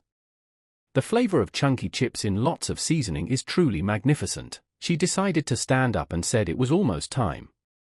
Pin is probably suffering from his sword training right now, but it's necessary. She had to go through a hell of a lot of training before she could master the art of wielding a sword. She thought that, and just at the exact moment when he wouldn't remember what to do and would be ready to give up, she shows up to help him. Come to think of it, she really is stronger, isn't she? Elizabeth asked the guy. He's not fooling around, is he? How's the training going? She came to check on him, but Pin gave them the finger and told her to be quiet. Elizabeth asked, did she tell him to practice? Why is he sitting cross-legged? But Pin just ignored her. Elizabeth got angry and said she was talking to him. She said she realized it sounds like he failed and feels bad about it, so he doesn't want to talk about it. Is she right? Well, it doesn't matter. She changed her mind. As long as he bows his head to her and asks for his help, she is willing to teach him a few tricks. She promises that once he's mastered them, he'll be able to behave freely in the outside world. So Pin came to his senses and asked Elizabeth, did she say something? May she forgive him, he had just finished meditating. Elizabeth said that's it. And he seems to think he has succeeded in his practice? Let him be deceived, he must learn to wield the sword, and this meditation is pointless. Pin immediately pointed a stick at her and asked, what do you mean meaningless? These exercises develop the mind and body. While she was enjoying chips and watching TV, he had already mastered all 13 techniques. Would she like him to demonstrate them to her? Then she could give him some tips. Elizabeth replied that she would look into it.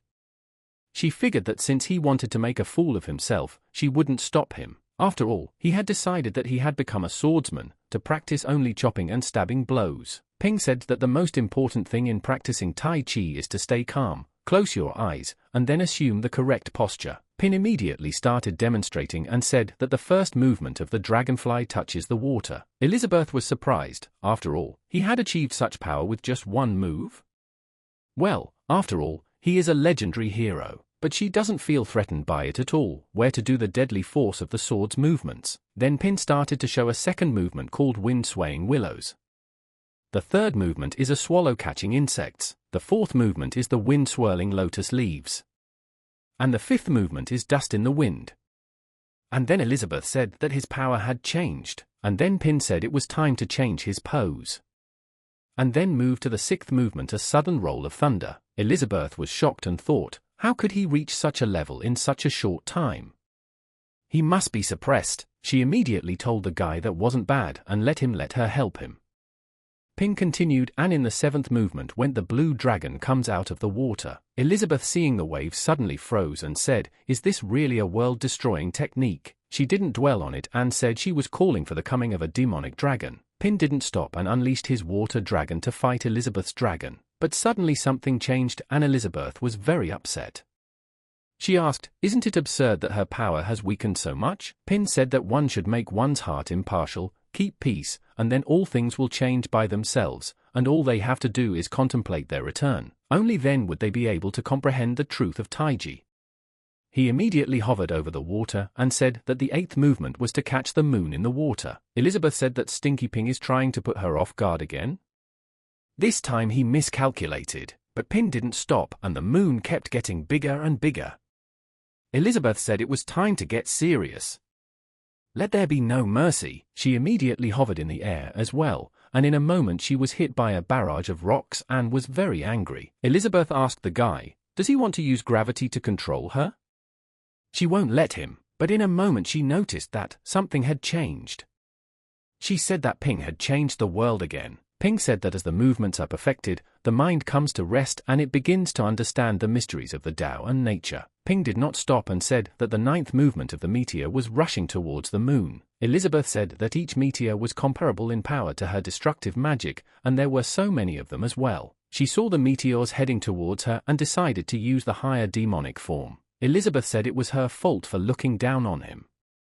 But if he thought he could overpower her, he was very much mistaken. She began to move through this world, and like a shooting star cut through all the rocks around her. Elizabeth lost her temper and told him to die.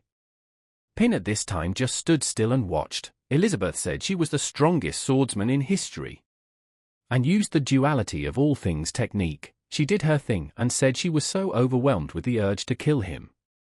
She didn't really kill him, did she? And then Pin said that returning to the beginning is called rest, and rest is called returning to the essence. Elizabeth was greatly surprised and asked what it was. Ping replied that the state of mind, then spaciousness, the embodiment of Tai Chi, and the body's closeness to nature, and then came the 9th technique of catching the moon in the water. And immediately I grabbed this ball in my hands. Elizabeth said she was such a fool for being distracted because she was worried about him. And he decided he was going to take that chance. She decided that she would end it already. So she used the technique of releasing all the magic power. Elizabeth came to him and told him not to think he was so great. What he can do, she can do. Ping immediately released the moon and said the final stage, which focuses on mind development and meditation movement without a sword. He said that the 11th movement is the sword of enlightenment. The Tao gives birth to 1, 1 gives birth to 2, 2 gives birth to 3. Elizabeth asked, without a sword? What kind of nonsense is that? Cloning technique, right? Let it be as he wishes. She immediately decided that she would use apocalypse magic. 9 clones of the Demon Queen. She warned that these clones were every bit as powerful as she was. Ping said that the 3 give birth to all beings. All beings carry yin and yang, they are filled with qi and form harmony. Elizabeth asked him, is he backing off? It's too late already. Her sword is faster than the speed of light. And they'll see how he dodges it. Making her attack, Elizabeth saw that the guy had dodged.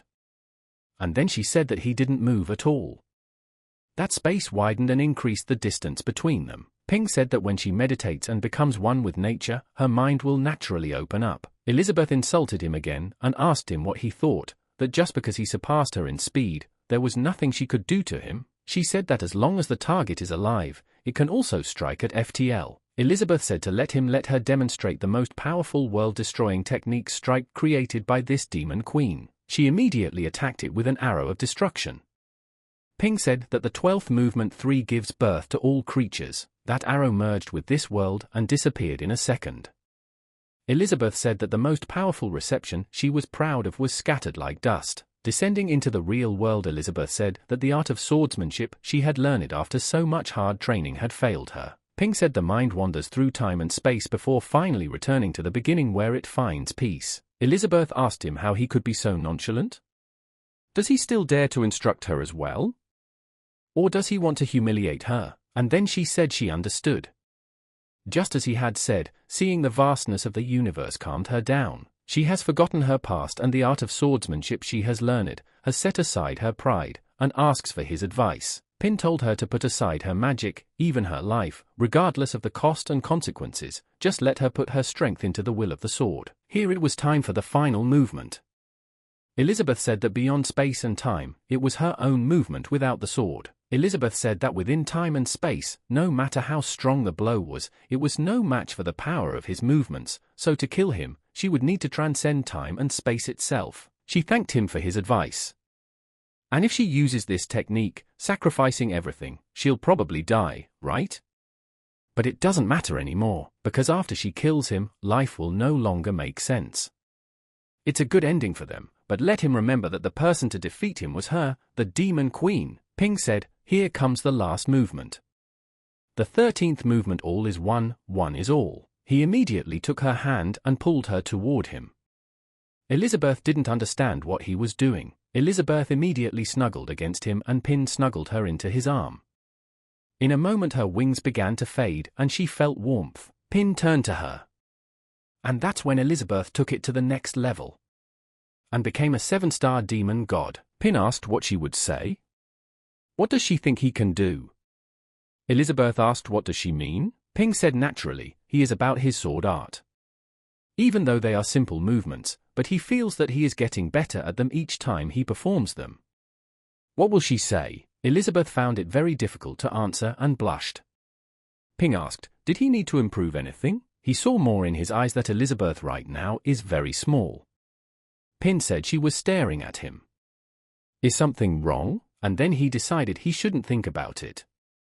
He couldn't hurt her, he still needed her protection. Pin let go of her and realized that the atmosphere had suddenly become awkward.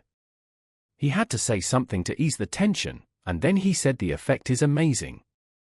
It's all definitely due to Elizabeth's hard work. Though his eyes were closed, he could still clearly feel her guiding him. And then Elizabeth realized that Pin knew that she had a huge difficulty in getting a new level, and had used this sword art idea to help her. First he forced her to bear her feelings, put her in a difficult situation, then destroyed her sword for which he sacrificed everything, and finally, turned back time. So she can level up 3 times without paying anything, and that's what Tai Chi is. An indescribable and mysterious art. Pin started waving at her and didn't understand why she was silent. Elizabeth realized that she had been too naive. When she got to the demon god's realm, she thought she could catch up with him. She realized that he could have easily overpowered her, but he doesn't want to fight her for fun, and he's not going to destroy the world. But he just keeps helping her get stronger, and in the moment Elizabeth started to see everything censored. And Pin was saying that she wanted to create the strongest child with him, but was afraid that he was too weak now and couldn't bear him a child. Elizabeth told him to stop looking down on people. Ping asked what she was talking about. Elizabeth saw that he deliberately gives in to her every time. He wants her, but he is afraid of offending her. Pin said she still needed to practice more. And it was all in Elizabeth's imagination. She immediately clenched her fist and realized that if it was for the strongest child, what was wrong with that? Elizabeth said she could promise him, but he would have to tell her. Pin asked, surprised, to say what? Elizabeth replied that she was really to him. And then she stopped and couldn't say the word like. But at that moment a dog flew in and brought with him the man he had destroyed. Pin asked the dog, did he go back to picking up the wounded man again? And at that moment, the girl said something. Ping examined her and said her injuries were serious. She should be treated immediately. The dog rejoiced, for she heard her master praise her. But she felt that there was a terrifying aura. Did Elizabeth tell the dog that she was picking up people again and dragging them here? Did she forget what she was told? The sword at this time turned into a guy in an empty space and said that he had flown 30 kilometers. The guy said he had just awakened, and the situation was already beyond his comprehension. The hero went against the plot, began to live with the demon queen, and entered into an inappropriate relationship with her. So be it, but how can everything this Ping guy creates exert such pressure that can crush him? After all, he is the king of all weapons. In his house, he's just a piece of metal. He was so scared he wanted to return to his original form, and his goal was to help the hero defeat the demon queen, but things have changed. What's the point of his existence, then? It's only worthy of being used to chop wood. Who made him? It's not fair.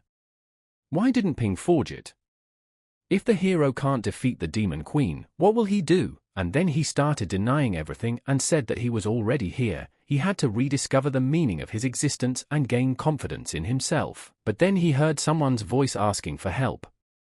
The guy drew his weapon in a moment and asked who it was. A girl was lying on the ground asking for help. The boy saw her and asked, "Is this the spirit of the weapon?" The guy asked, "What about her body?" After all, without it she would soon disappear. The girl answered that it had been destroyed by a bad man. Can he help her find a new one? She really needs her help. The guy blushed and replied that he would help. He saw in his eyes that she had such a fine spirit of arms and needed it. The girl said he should hurry, she wouldn't last long. The guy asked what should he do? He can't find her a new body that fast. The girl said there was another way. Could she temporarily enter his body? The guy was surprised and asked, into his? His magic could really help her last longer. The girl immediately rejoiced, for the guy had fallen into her trap. And then the guy started laughing loudly. The guy asked, did she think she thought he didn't know what she was thinking? The girl replied that she was serious, there was no other way. She realized that even though she was weak now, it was worth a try. She still had a chance to fool this child. The guy said, does she see that he is a man of unremarkable character and she wants to take advantage of him? He won't hide it, he's a legendary sword Alpha. Alpha said he could allow it to be done, but only because it was her.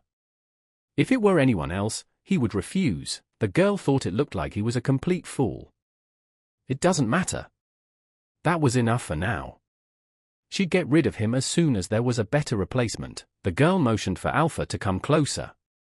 He asked her if she needed anything. She immediately hugged him and told him to look into her eyes. Alpha replied that he was looking and asked what next. The girl said she told him to look into her eyes. Alpha didn't understand what was going on and apologized. The girl said for Alpha to tell her what he was unhappy about. She could help him with that. And performed a hurt look. She recruited him and Alpha started saying it was their fault, that he had lost the meaning of his existence. The girl told him to give her his body and she would take care of his problems. Alpha replied that he agreed. She took advantage of this moment and entered the Alpha's body. She rejoiced and said that she had a chance to get her revenge again, but she felt that her body was too weak. Didn't this fool say that he was a holy sword? Be that as it may, the indignation of this body merged with her own, making her even stronger. She's learned her lesson. This time she will not fight head-on. Instead, she will avoid the dog that is in her way and look for a way to deliver a killing blow to this heartless one. At that time the girl the dog had brought opened her eyes. Elizabeth saw it and said she was awake. The girl asked her who she was. Was he the one who saved her? And where is she? Elizabeth replied that given the situation, now was not the time to ask questions. Elizabeth immediately climbed into bed with her and told her to listen. The girl asked what? Elizabeth replied that she was warning her. She came here first. The girl leaned against her and apologized. But she said she didn't understand. Elizabeth told her to listen carefully. If this guy says he wants to do anything to her, she says no, understand? Everything here belongs to her, including him. The girl replied that she understood. And felt such a powerful aura. There was such a person on the continent. Or was it because she was injured, and who was she talking about? Ping came in and said that the noodles were ready. He was surprised to see that the girl was already awake, but he blushed profusely, for he saw two gorgeous girls lying in bed looking at him. Pin immediately pretended he didn't see anything and slowly walked out of the room. He told the girl that given her injuries, she'd better rest in the room for now. Pin asked, how did she get those wounds? Was she attacked by monsters? The girl replied that, honestly, she was chasing after a traitor that had gotten involved with the Dark Guild, but she underestimated him and was badly wounded. Fortunately, she met them. She realized that for the sake of her guild, she had to hide her identity. Pin thought it was another case involving the Dark Guild. Elizabeth asked, she was sure he was from the Dark Guild? I mean, they had been wiped out recently. She thought, why the hell would so many Dark Guild minions be thrown nearby? What was Emilia doing there? Spank her as soon as he saw her. The girl asked in surprise, has the Dark Guild disappeared? She has been tracking the traitor for 3 months and knows little about the recent events. And her name is Gigi. What's their name? Pin laughed and replied that he completely forgot to introduce himself. He is Pin, and he is trying to become a hero to destroy the Dark Guild, and the girl next to her is called Xiao Bai. They live together. Ji was surprised and asked, live together? Elizabeth asked her what was wrong. Does she have something to say? Ping said, she's very straightforward, but she has a good heart. When Ji was injured and unconscious, she helped change her clothes and used magic to heal her. Ji looked at her hand and asked, did she use magic to heal it? She realized that even as a demon king, she couldn't heal her wounds. Unless she has healing magic of the level of an elf clan leader, but that's impossible, right? And not only can she suppress her 5-star demon king aura, but she can also use high-level healing magic. She's not that simple. Pin said the magic is really incredible. She is so jealous of them. Ji told the guy that the place they live in is pretty special. She had traveled extensively throughout the continent of bravery, but she had never seen anything like this anywhere. Had they both always lived in isolation? Pin replied that they had been living here for a while. But Elizabeth asked why she had so many questions. Ji has noticed that these two are drastically different. Ping is the good guy. And the girl is the evil one. King of the Dwarfs, Minister Aristotle. The head of the Elf Guild, even Malfoy of the Dark Guild. It can be said that she is familiar with all the strong people of the Bravery continent. But then she doesn't know them. Elizabeth said if she has no business here, let her get out of here, let her not dirty her house. Ji asked in surprise, don't get the house dirty. Ping told Elizabeth that people were injured trying to destroy the Dark Guild. She is their guest, he will clean it up himself. Elizabeth turned away and said let her do as she pleased. Ji apologized and said she was right and let them forgive her for disturbing them, but she only had one thought in her mind, how to kill them all. She knew she had to capture her as soon as possible, or the entire continent would be destroyed. A weapon spirit named Daizang is much stronger than Malfoy. Does he have something to do with the Sea of Darkness? And then she said she was summoning a sword. And no one but her can stop her. Ping was surprised and asked what did she just say? Ji replied once again that she was summoning a sword, but in a moment she realized that nothing was coming out and someone had attacked her. She asked why her mind was blank and she couldn't remember any sword techniques. Elizabeth said it was simple. They were taken by the dirt in her body. It was the price she had to pay to become stronger. Ping asked what she meant by dirt. Ji replied, in order to level up and straighten out the Dark Guild, she finished the contract with the Sea of Darkness. Ping asked in surprise, a Sea of Darkness? Elizabeth replied that it was just a bunch of insects that happened to be here. Ji said she was right, she wanted to get stronger and couldn't resist the temptation. It was her choice. Pin said that he didn't quite understand, but if she forgot everything, they could practice together. Recently, he had been practicing the art of sword wielding. Elizabeth is also a master of the sword. If she wants to learn, she can become stronger. And then Elizabeth asked, who gave him permission to train with her? And who said she would want to help her? Let him stop deciding for her. Pin apologized and replied that he thought everyone wanted to get rid of the Dark Guild. What's wrong with her? All of a sudden she's so aggressive. Ji stood up and said she wouldn't bother them anymore. And thanked them for saving her, and she should go. Pin stopped her and asked, she should probably be hungry? He made some noodles, let her eat before he left. Ji thanked her for caring and said she couldn't eat right now, she needed to recover. Pin said before leaving that there were a lot of monsters roaming around here, let her be careful. Elizabeth at this time was eating and saying that she was smart. This plate of noodles belongs to her, only she can eat it. Ping told Elizabeth that she was in this situation because she was fighting with the Dark Guild. Why shouldn't she help Ji? Elizabeth replied angrily that she wouldn't help him. Let him help her if he wanted to so badly. Ji walked out into the clearing and began to meditate to recall her memories that she had forgotten, and then in a moment she remembered the moment where someone kicks a kick. She immediately collapsed to the ground and turned into a cube. The moment she fell, she went underground. And like a snake she went underground. But it was different, and she found her way out. She opened her eyes and said she remembered everything. If it weren't for the pendant, she'd be lost in quicksand thousands of kilometers away. One blow and she's lost. She thought she had reached the peak of her power and the Sea of Darkness had no chance. But she was weak. She was too arrogant, and then Pin came in and said she wasn't far off. In fact, he understood her very well. He had the opportunity to learn the art of sword wielding, but he was too much into farming, and recently he wanted to learn, but realized he was just a fool with no talent. Even if she wants to raise her sword and destroy the Dark Guild, she is not omnipotent. Ji answered no and said he didn't understand. She was trained in unusual sword wielding, and part of the demonic technique she had managed to get her hands on when she wandered the ancient ruins of the demon clan. Ping said that even though her skill was gone, wasn't the magic still with her? Perhaps it would be better if she changed her profession. Ji asked, changing careers? She can't do that anymore.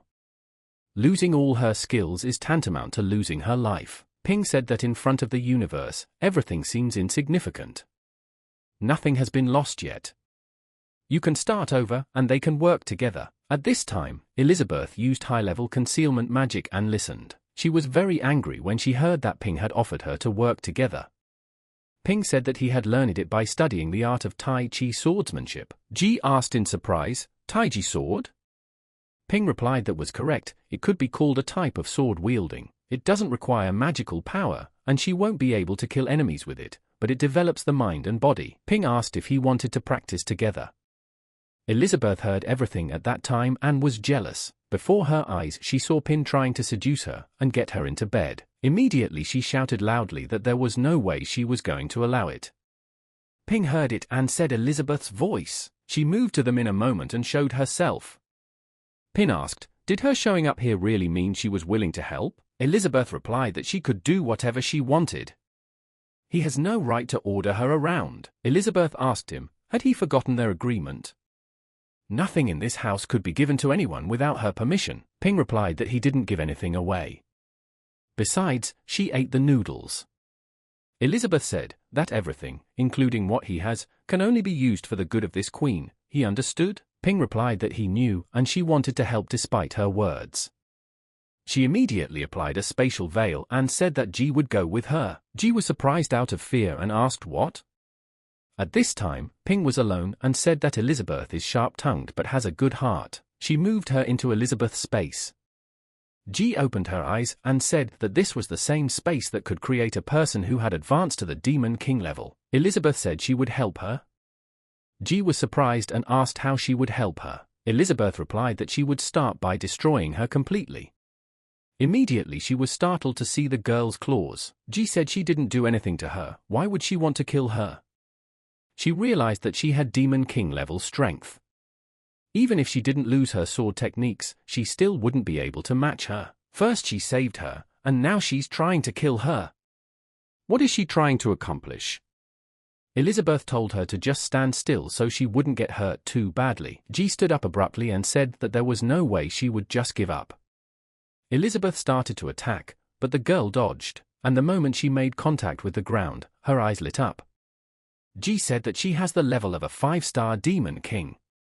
She won't just stand there and wait for her to kill her. Elizabeth said she didn't have time for this nonsense, and released her demonic charms. The enchantment in a moment gripped Ji from all sides and immobilized her. She asked what she wanted to do to her. Let her go. Elizabeth said her mind started to collapse. Ji had been begging all this time for her to let her go. Elizabeth decided to use her charms in a different way, and in a moment was instantly instilled into her body through her mouth. She was completely engulfed by Elizabeth's powers. Even from immobilized, she lost her shoes. Elizabeth asked her how did she end up in her space. She held up the worm that had possessed this girl. She asked what was his connection to the Dark Guild. The demon replied that if it wasn't for her. Elizabeth replied that she didn't care and it didn't matter, and then Ji said that it would live in her body and she could use it as a source of power that would help her reach the level of Demon King. But every time she shows weakness, she can take something from her. And if her body is destroyed, she will take advantage of her. She knew full well the terms of the contract. And Elizabeth is an unscrupulous person who broke a promise. Elizabeth replied that it seems like something like this has happened before. And it wasn't that long ago. 500 years ago, in the Demon Queen's cultivation dungeon, Elizabeth was training and gaining strength. She realized in order to go up against a hero, she must level up to Demon King, and then a voice asked her, did she want to get stronger? He could help her. Elizabeth asked, who is he? And how did he get into her cultivation dungeon? The voice replied that he was Azatum, Lord of the Sea of Darkness. It didn't matter how he had gotten here. All that mattered was that he could help her become stronger. Elizabeth asked if he could help get stronger. How? Azatum replied that it is simple. As long as she accepts his power and allows him to dwell in her body, his power would help her reach the level of Demon King, and she wouldn't have to fear this legendary hero. Elizabeth asked, accepting his power? Azatum showed the star in her eyes and replied that it was right, exactly accept. She immediately stopped him and asked who said she was afraid of a legendary hero? And he is a bug from another space. Azatum said she used him to spy on his sire.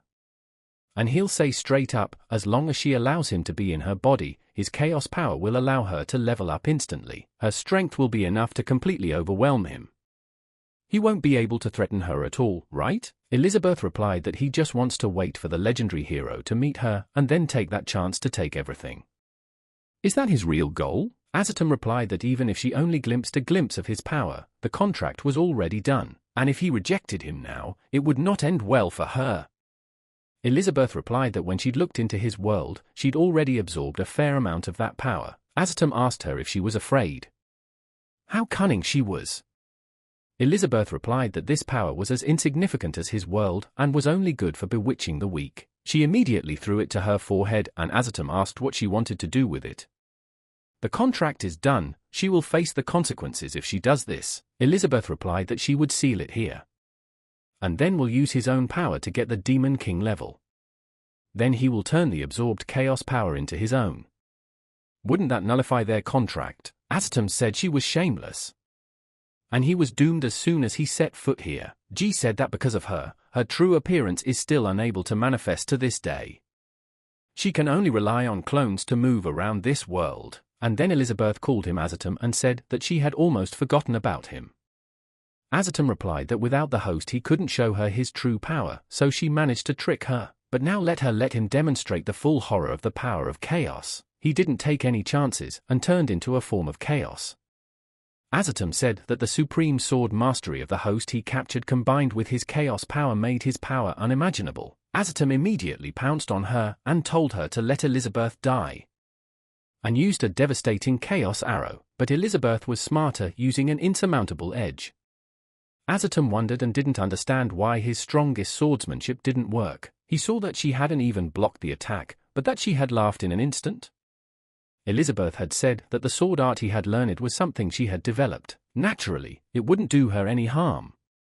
However, the title of the strongest swordsman was a thing of the past. Azatum said that it couldn't be. He thought that after mixing the power of this body with his chaos power, according to the laws of this world, he should have obtained the level of a 2-star demon king. Elizabeth said she was like a frog in a well. Can use everything he's got. Azatum immediately assumed an attack pose and said he would show her. He realized that it was better not to fight her now. He would run away until he removed the seal from his body, but Elizabeth decided not to let him go and grabbed him. Azatum screamed at that moment for her to let him go, and then he realized that she controlled this space. But what could she do to him? No magic will dispel it unless she wants to destroy it along with the owner of that body. Elizabeth immediately threw a noodle in his face and said that killing him is the easiest thing to do. She just doesn't want to lose to someone waiting outside. Let him eat the noodle soup. Azatum said, the mighty lord of the Sea of Darkness. Stinking woman, how dare he humiliate him? And then Azatum felt the energy emanating from this soup. It penetrated into his cells and stripped him of the power of chaos. He immediately started screaming in pain. Elizabeth said that after going through all of this, she still had to use something he made to solve the problem. She saw that in the end it went the way he wanted it to. She was too weak. At this time, Pin was waiting for them in the same place and walked in different directions. And then he saw the portal open and said she was back. Is everything okay now? Elizabeth replied, if he knows, why ask? Pin immediately closed his eyes and asked why she was in such a state. The next day the sword came to the house and the girl said it was that thing again. The dog said something just flew away. But the radar didn't pick up anything suspicious, and then he remembered and said it was because of that crazy woman. After she beat him up last time, the mistakes kept showing up. How he could get stronger again. Elizabeth immediately appeared in front of him and punched him from the elbow. She didn't even have time to react. The dog said that this crazy woman learned Tai Chi and master's technique and became stronger. Luckily, the master took out a spare body and activated the cleaning mode. No, the creation of the data cloud must be accelerated, otherwise one day she would destroy the chip. The girl flew in the body of the sword and said that it definitely flew in the other direction. Why is that thing there? She said the target is right on course. It's just that she'll move to avoid meeting him. It's not worth the risk, but she saw the dog again and wondered why he was here. She just decided to wind in circles and get closer to the house. An hour later, she wondered why he was all over the place. He'd actually discovered her a long time ago and was just playing with her, right? She immediately turned into a guy and said that it looked like if she didn't get rid of the watchdog, she wouldn't be able to see that shameless one. She immediately ran and said, he can kill her but not humiliate her.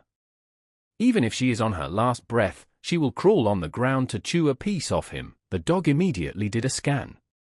While the girl was about to pounce on him, he scanned the girl and saw that she was on the white list. Immediately, he pulled out a flag and said, welcome home. She stopped in front of him and was surprised, for the dog had done nothing to him, and greeted him. The girl came to the house and crying said that she had finally returned to the place where she was born. She immediately remembered Pin working long hours and making all the tools they would need. Ping played with her like a child and shouted that it was gorgeous. And from now on, she would be called Da Zhuang. Zhuang was always running around the house and with her magic, she helped Ping with the housework. Every day, she grew and became more mature. One rainy day Pin was chopping wood and got caught in the rain. Zhuang watched him all the time and made sure he was not hurt. But one day, she stayed behind, for he had forgotten his axe. Zhuang was greatly frightened and shouted to her master. But the axe had been lying where Ping had left it all this time. 500 years passed and Zhuang decided to capitalize on the growing resentment. But no one found her. One day, a man was telling demons that they had gotten information about the Holy Sword Guild. How about helping him become stronger? Demons replied that it was the new Dark Guild potion. Let him drink it. The man asked, would he really be able to become stronger? If that spell writer hadn't told him about it, he wouldn't have believed it. He drank the potion without hesitation and began to transform. The man said he could feel a new power flowing into him, but at this moment, there was an axe in the ground beside them that was also transmitting evil energy, and in a moment everything disappeared, and before he knew it, one great and two ordinary apostles had been killed. Could it be the old guy? But upon seeing the object said that the axe did it. Zhuang immediately ordered him to fall on his knees. The man sat down on his knees and asked if he could find out who she was. Zhuang immediately appeared and introduced herself. She asked him, did he want to gain strength? And she could help him. Zhuang said that for 500 years, she had been holding a grudge. So why is the first thing she feels when she returns home nostalgic? And then the door opened and Pin said he would go chop wood to make food and let the two of them chat for now. And then seeing the sword he said he was back. Zhuang was greatly surprised and thought that he recognized her. Pin turned to Alpha and said that he had just taken off and disappeared. He was worried about how he would chop wood without him. Zhuang said, no wonder that guy's resentment was so similar to hers. He knew her place. He turned out to be a traitor. Would he rather use that broken sword than try to get her back? Ping raised his sword and said that if he continued to ignore him, he would just start. Zhuang immediately felt a very familiar feeling. Pin put up the firewood and asked Alpha why picking it up gave him that long-forgotten feeling. Zhuang replied that he was finishing his pretenses.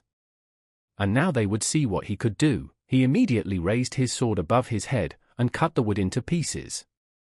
Zhuang cried at this moment and realized that he was a traitor. He would not lose. She immediately felt weak, for it had been 500 years and she still couldn't forget the joy of chopping wood with him. And then Pin asked Alpha, was he the one who just made a strange sound? But it didn't matter. They are more perfect for each other today than ever before. It's time to have fun. With each chopping, Zhuang felt weak and said that she liked chopping wood with her master the most. She asked the master to use Zhuang for as long as he wished. Ping said that he had created a few axes before, but he had never had that feeling when chopping wood. He could use it just like Zhuang once did. This is really very nice. Zhuang immediately told master that it turns out he never forgot her. Now it's all over. Ping said that if the barrier hadn't disappeared and the outside world hadn't changed so much, he would have gone to look for Zhuang. That was the last time he chopped wood for her. Zhuang realized that this body was gone, and he wouldn't be able to use her for this anymore. Until now her soul had been fueled by resentment, but seeing him again, she could no longer hate him. Now that she had no resentment left, it was time to disappear. She was lucky enough to be created by him. Zhuang is the happiest man in the world, and hopes the next axe will serve him better. Pin told Alpha not to get upset. Later, he would make a real axe. From now on, he will be able to fulfill his duties as a holy sword and go on adventures with it. He immediately left his sword in the log and taking the wood said he would now do the cooking. And then Alpha showed up and said, they're both fine, they've made up. What about him now? Elizabeth asked the girl how she knew about her art of sword wielding. The girl replied that it started over 100 years ago. At that time, the Dark Guild began to grow, capturing creatures of different races for their experiments. Those who had the power only defended themselves. No one dared to fight them. After establishing the Holy Sword Guild, she had no choice but to go to the demon realm on her own to gather information. But soon her whereabouts were revealed, and the Dark Guild sent a darkness of their apostles after her. At that time, she had only obtained the level of the demon sect.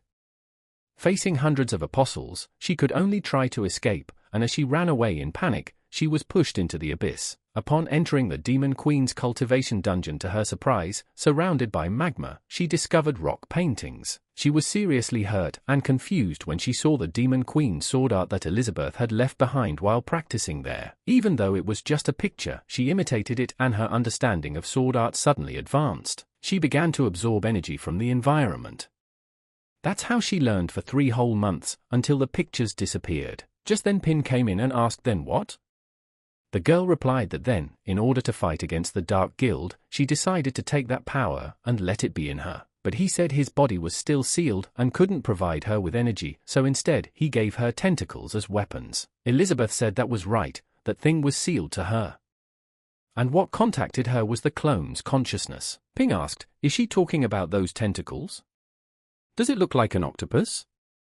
Come to think of it, he hadn't tasted it in this world yet. Elizabeth asked, "Is it good?"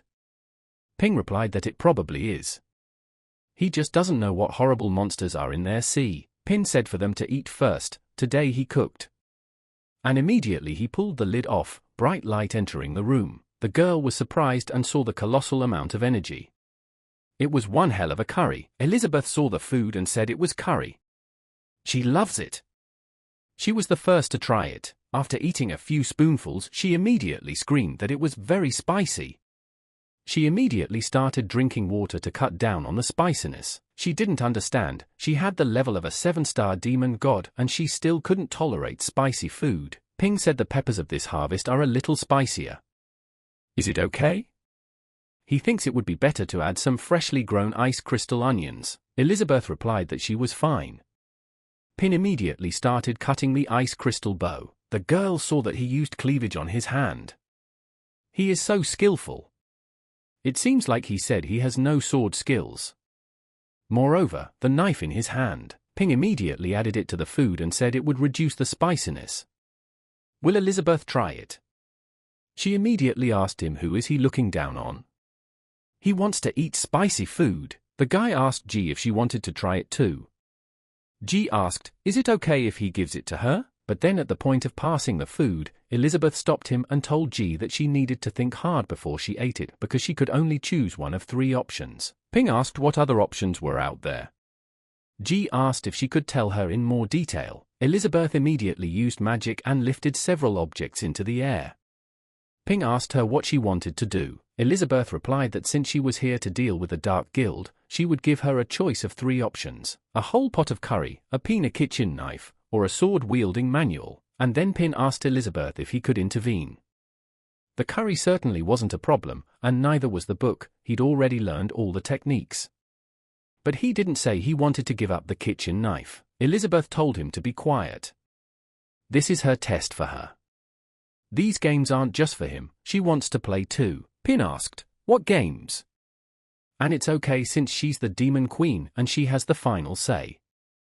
G immediately understood and said that's it. It is now being tested by 2 legendary figures, and the answer is hidden in their conversation.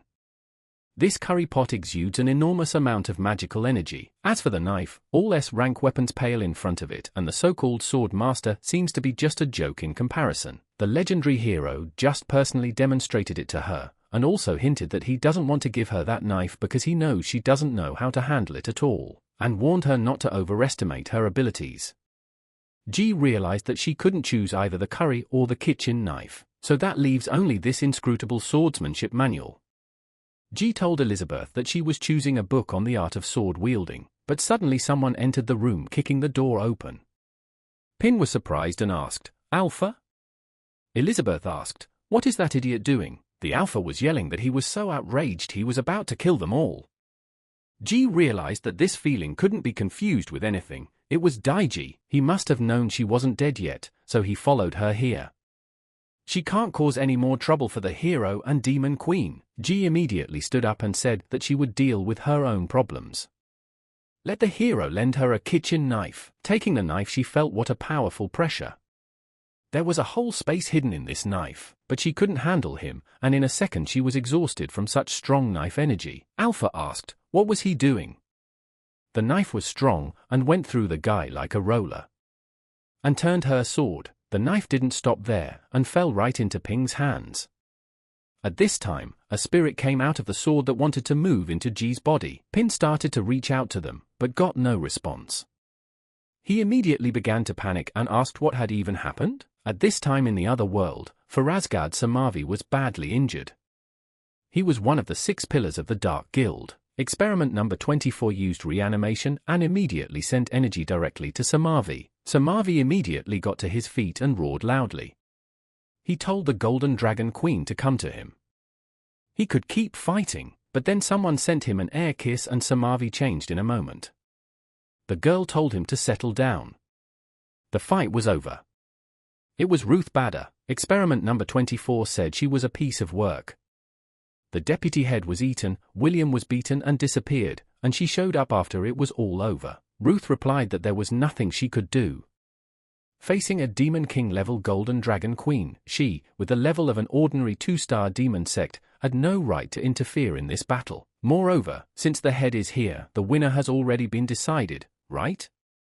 And at this moment, Malfoy said that he didn't expect Lady Amelia to have such a skill to save her life, and now no attack or magic could do anything to them. And at that moment, the demon turned into a mirror and said that he never meant to hurt Lady Amelia. This slime immediately took over the entire orb and slowly began to suck the energy out of her. Malfoy began to unhook himself from his equipment and said that the Demon King's level felt different. Just superior, a little more and the mistress would be resurrected in a short time. At this time, the demonic beings were asking how did the Dark Guild end up in such a deplorable state. The creature slowly began to take its form and said that Dago's connection to him had broken. Malfoy said he apologized. Dago sacrificed himself to protect the guild. Tagore said he had gotten younger, made a new breakthrough in his research. Malfoy replied that he hadn't. He'd just been lucky enough to gather the right materials. Why had he come to him? Tagore replied that the identity of this body had been revealed and it could no longer be used. He had originally wanted to ask him for a new one, but he hadn't expected it to be such a mess. Ruth asked number 24, who is this guy? Samavi replied that he was from the Sea of Darkness, just like the deputy head of Dago, and he was also the external agent of the head. After he became a demon pillar, he took over the guild. Number 24 said that Dago's deputy head is already dead, so it's no big deal to inform them now. Like Dago, he is one of the consciousness clones, and his name is Azat. As for the so-called Sea of Darkness, that place is not in their world, but in another universe. They have no fixed form and have to parasitize the bodies of the creature to survive in an world. Ruth asked, from another universe? She thought the Sea of Darkness was somewhere on the continent of Vaila. Although she doesn't quite understand yet, why does the head want to cooperate with him? What purpose does he have in mind? Number 24 replied that the dark robes on theirs were made by the head after studying his chaos power. As for the purpose he is pursuing, even he doesn't know that. Tagore said there are too many uncertain variables out there now, like the emergence of the Card Guild. Plans to take over the Dwarf Kingdom and the Aristotle Kingdom were temporarily put on hold. Malfoy replied that there was nothing they could do about it. The apostles he had trained here had also been destroyed. And it was better to lay low for a while. Malfoy researched creature experiments and decided to make Ms. Demon Queen. Number 24 congratulated the gentleman and said that the lady was finally coming back to life. But everything went wrong, and the body of the Lady Queen began to warp. Malfoy at that moment was screaming for this not to happen. He began to panic and asked why? What exactly is missing to create a steady supply of mana? But the moment he started bleeding and said that his body had almost reached its limit. If he couldn't get the level of Demon King, he would soon die of old age. He put his whole life into researching the resurrection of Mrs. Elizabeth. Why was he born a man whose life is so short? He's not happy about it at all. Number 24 asked that it was all because number 24 was useless. His unlimited electricity magic can't be used as a power source. And then the creature asked him, does he wish to become stronger? And with that he could help him once and for all. Malfoy asked who he was. And then the demon replied that his name was Azath, he was from the Sea of Darkness and let him cooperate with him. Azatum in the moment possessed the rat, and turned him into something horrible, like a demon rat. Malfoy said it worked. As long as he infuses the power of chaos into living things and develops it, he can create a magical environment suitable from the world. As long as he creates dark robes, the problem supplied by magic will be solved. Azatum said that they are well suited for each other. His power of chaos is limitless and he can give it to him constantly. And he can provide him with bodies. Azatum showed him all the bodies and told him that he had gone through tens of thousands of experiments. Why was he still unwilling to accept his chaos power? Malfoy replied that there was no need for that. He just wants to resurrect his mistress. He doesn't need the power, and he's not interested in ruling the world. Either way, the deal is done. he gives him the power of chaos, and he creates an environment by which he can use the power in this world. He won't ask what he wants to use it for, and he won't explain his next research either. Azotum said he agreed. He still needed to get away for a bit. He could sense that Malfoy was being wary of him. He couldn't rely on him completely. Azotum said that this was his second clone of Dago's creation. From now on, he would run the Dark Guild with him instead. Malfoy replied that he would definitely organize the apostle training. Azotum said he agreed and would leave it to him. Azotum asked, how long would it take to cultivate a Demon King level body for him? Malfoy replied that it would be difficult to do so. The place had turned into ruins and all the test subjects had been destroyed. He had to extract many powerful people from outside, including a sword master from the Holy Sword Guild. Azotum told him to stop pretending. He could reach the level of Demon King in a matter of minutes. Why not just give him the clone from the incubator? Malfoy replied that if he dared to insult her mistress again, he would kill him. So Movie felt some kind of terrifying lust for killing. He has the level of a Demon King, but he's actually suppressed to the point where he can't even stand. Ruth asked, is this the true power of the chapter? Azotum said it was just a joke. Why is he being so serious? He'll just find himself a new body. He realized that Malfoy was a time bomb. Sooner or later he would be completely out of his control. So information about Elizabeth should not be given to him for now. Azotum said that in any case, their cooperation continues. He will come to them if there is any news. Malfoy hugged the vessel with love and said that Mistress would soon be able to return to him and live with him. At this time in Boster City in neutral territory, Pin said that this time Elizabeth opened a portal and let him go alone. We need to scrutinize everything. He said it had only been a month or so since his last time in the outside world. Why is the whole city being rebuilt? He came to the church and said it was time to check Anya's psychological state. I wonder how she is doing now. When he opened the door he saw a pig lying there crying. And someone shouted for his brother to wipe it well. Pig asked, wasn't that enough for her? And then Pin was shocked and asked with wonder, what is he doing? He immediately kicked the door with his foot and told him to stop. Pig got turned around and said, what's that again? Ping replied that it was him again. And what about Anya? Pig replied that she is resting comfortably. Pig got angry and asked the guy what he just said he was fooling around with. Pin realized that he had forgotten that he was alone here and Elizabeth wasn't around. Pig got asked, does that mean he's good at it? Let him join in, he's already tired of OTOH. Pin shouted for Anya not to be afraid, he had come to save her. And then Anya woke up and asked Pin why he was here. Pig said to Anya, why doesn't she just rest in her room? Let her just leave it to them. He immediately asked her to have her check his work, especially those persistent stains on the floor she mentioned earlier. He personally cleaned them all up. Anya was surprised and said that, as expected, the whole church was just sparkling. And she thanked everyone for their hard work. Pin looked around and asked what they were cleaning up. Anya didn't understand what was going on and asked him what he meant. Pin and Anya sat down to drink tea and the guy said that she seemed to have grown up.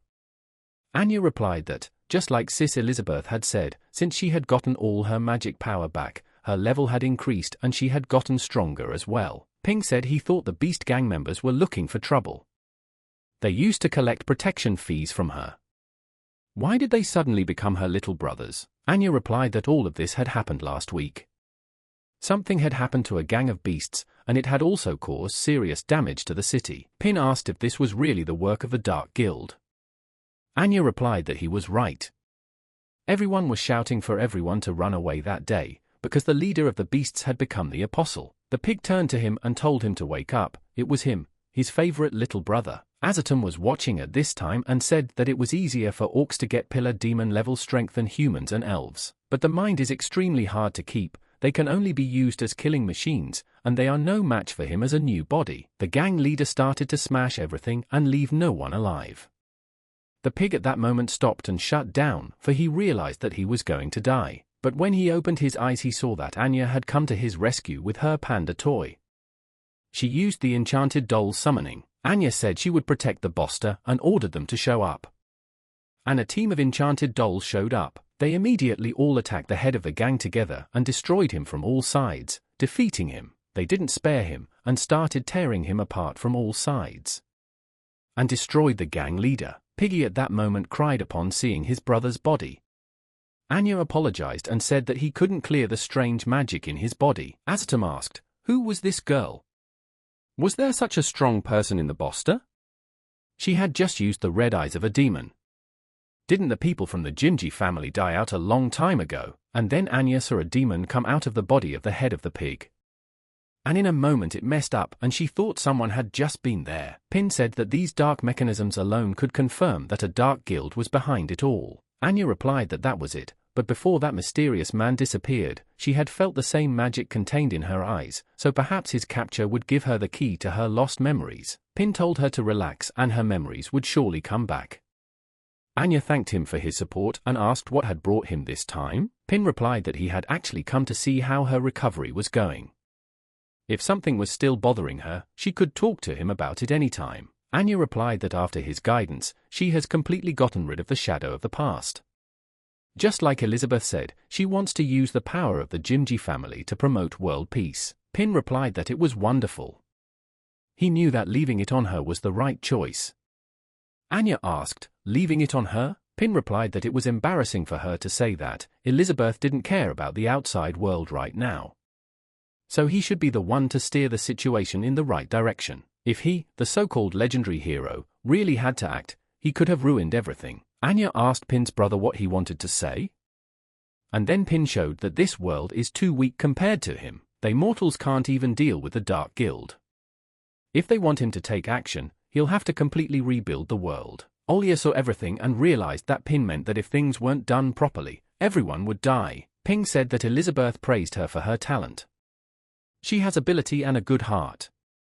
Therefore, they in the world on the continent of bravery should be taken care of by people like her, Anya. Anya said that she would try her best. And then before her eyes, she saw Pin saying that the power he gave her was more than enough to destroy the Dark Guild. And then Anya said she was sorry. Pin remembered something and put the bag down and said that he had brought her some fruit, as they had agreed last time, and he would send them regularly in the future, so she would have to work hard here. Anya was very happy when she saw all this. She thanked him and told him she would never betray his trust.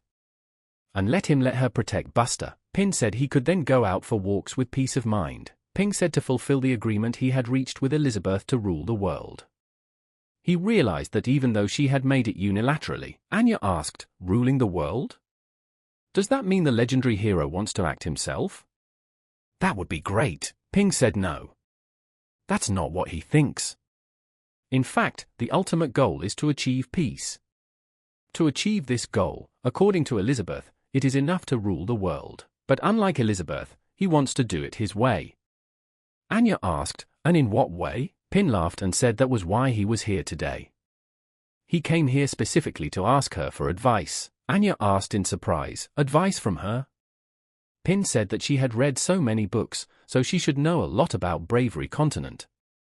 Would she not tell him about the current state of forces? Anya agreed and said that she would tell him everything she knows. She doesn't know much about the Dark Guild in the Demon Realm, but since Poisonous is an isolated area, and because of the mighty power of the Sword Master, all still maintained peaceful relations, but in fact the other two sides were happy to see the Dark Guild active. Pin said that as far as he understood, with the exception of the Holy Sword Guild, each side was just trying to deal with the problems they had encountered, allowing the Dark Guild to take advantage of the situation. Anya asked Pin how he was going to achieve peace in the continent of Valor.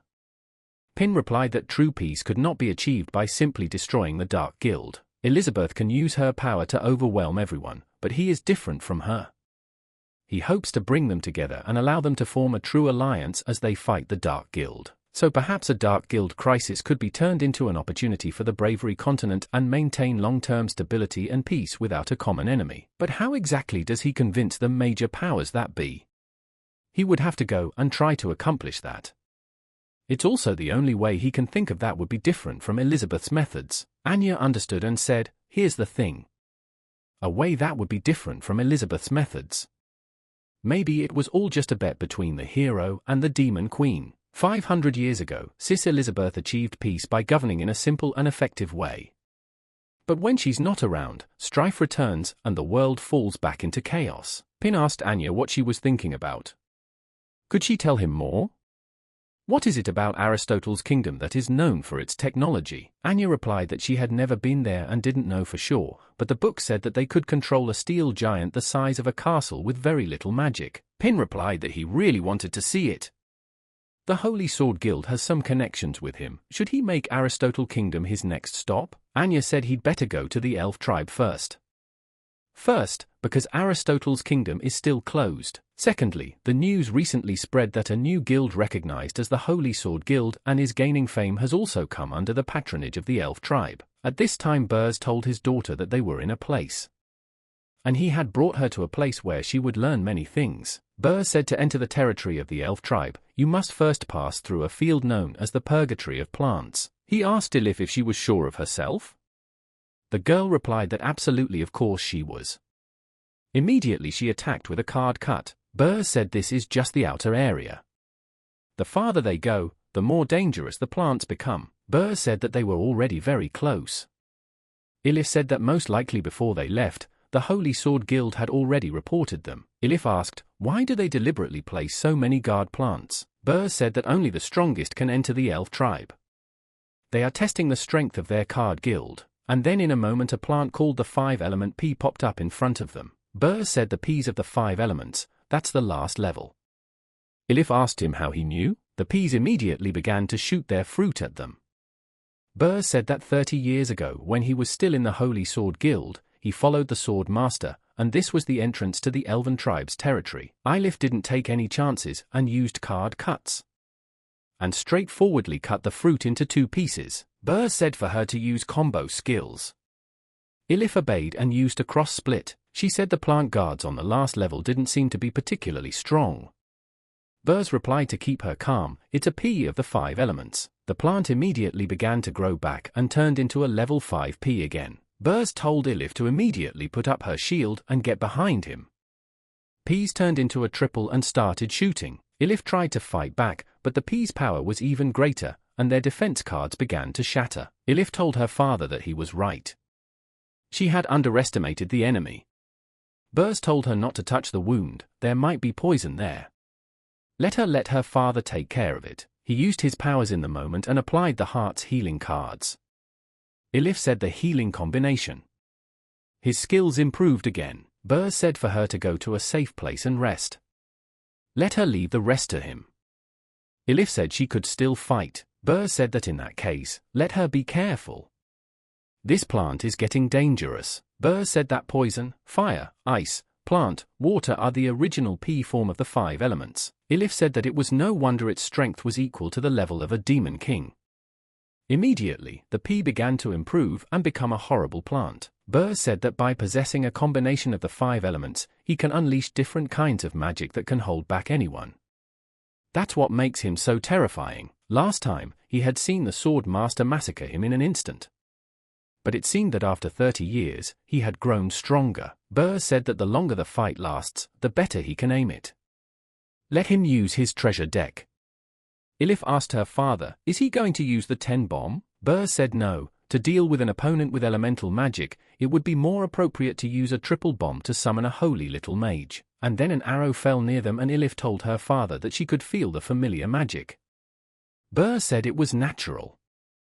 After all, she had elven blood in her veins. In a moment, a girl appeared in front of them and told them to come in. Burrs said that, as expected, they watched their fight. They were recognized after all. Elif told her father she had a question. If mother is here, why didn't she come out to meet them? Burrs replied that elves have a strict hierarchy and a complex structure of relationships. To protect them, her mom decided to return to the Holy Land. 16 years have passed since then. But he is sure a mom's love for her will never change. Burrs said, as for the truth, they must find out for themselves. Immediately the place of the tribe of elves opened before them. The elves who saw them said that it was a human and the hybrid next to him. The girl said that they were here on behalf of the Holy Sword Guild, right?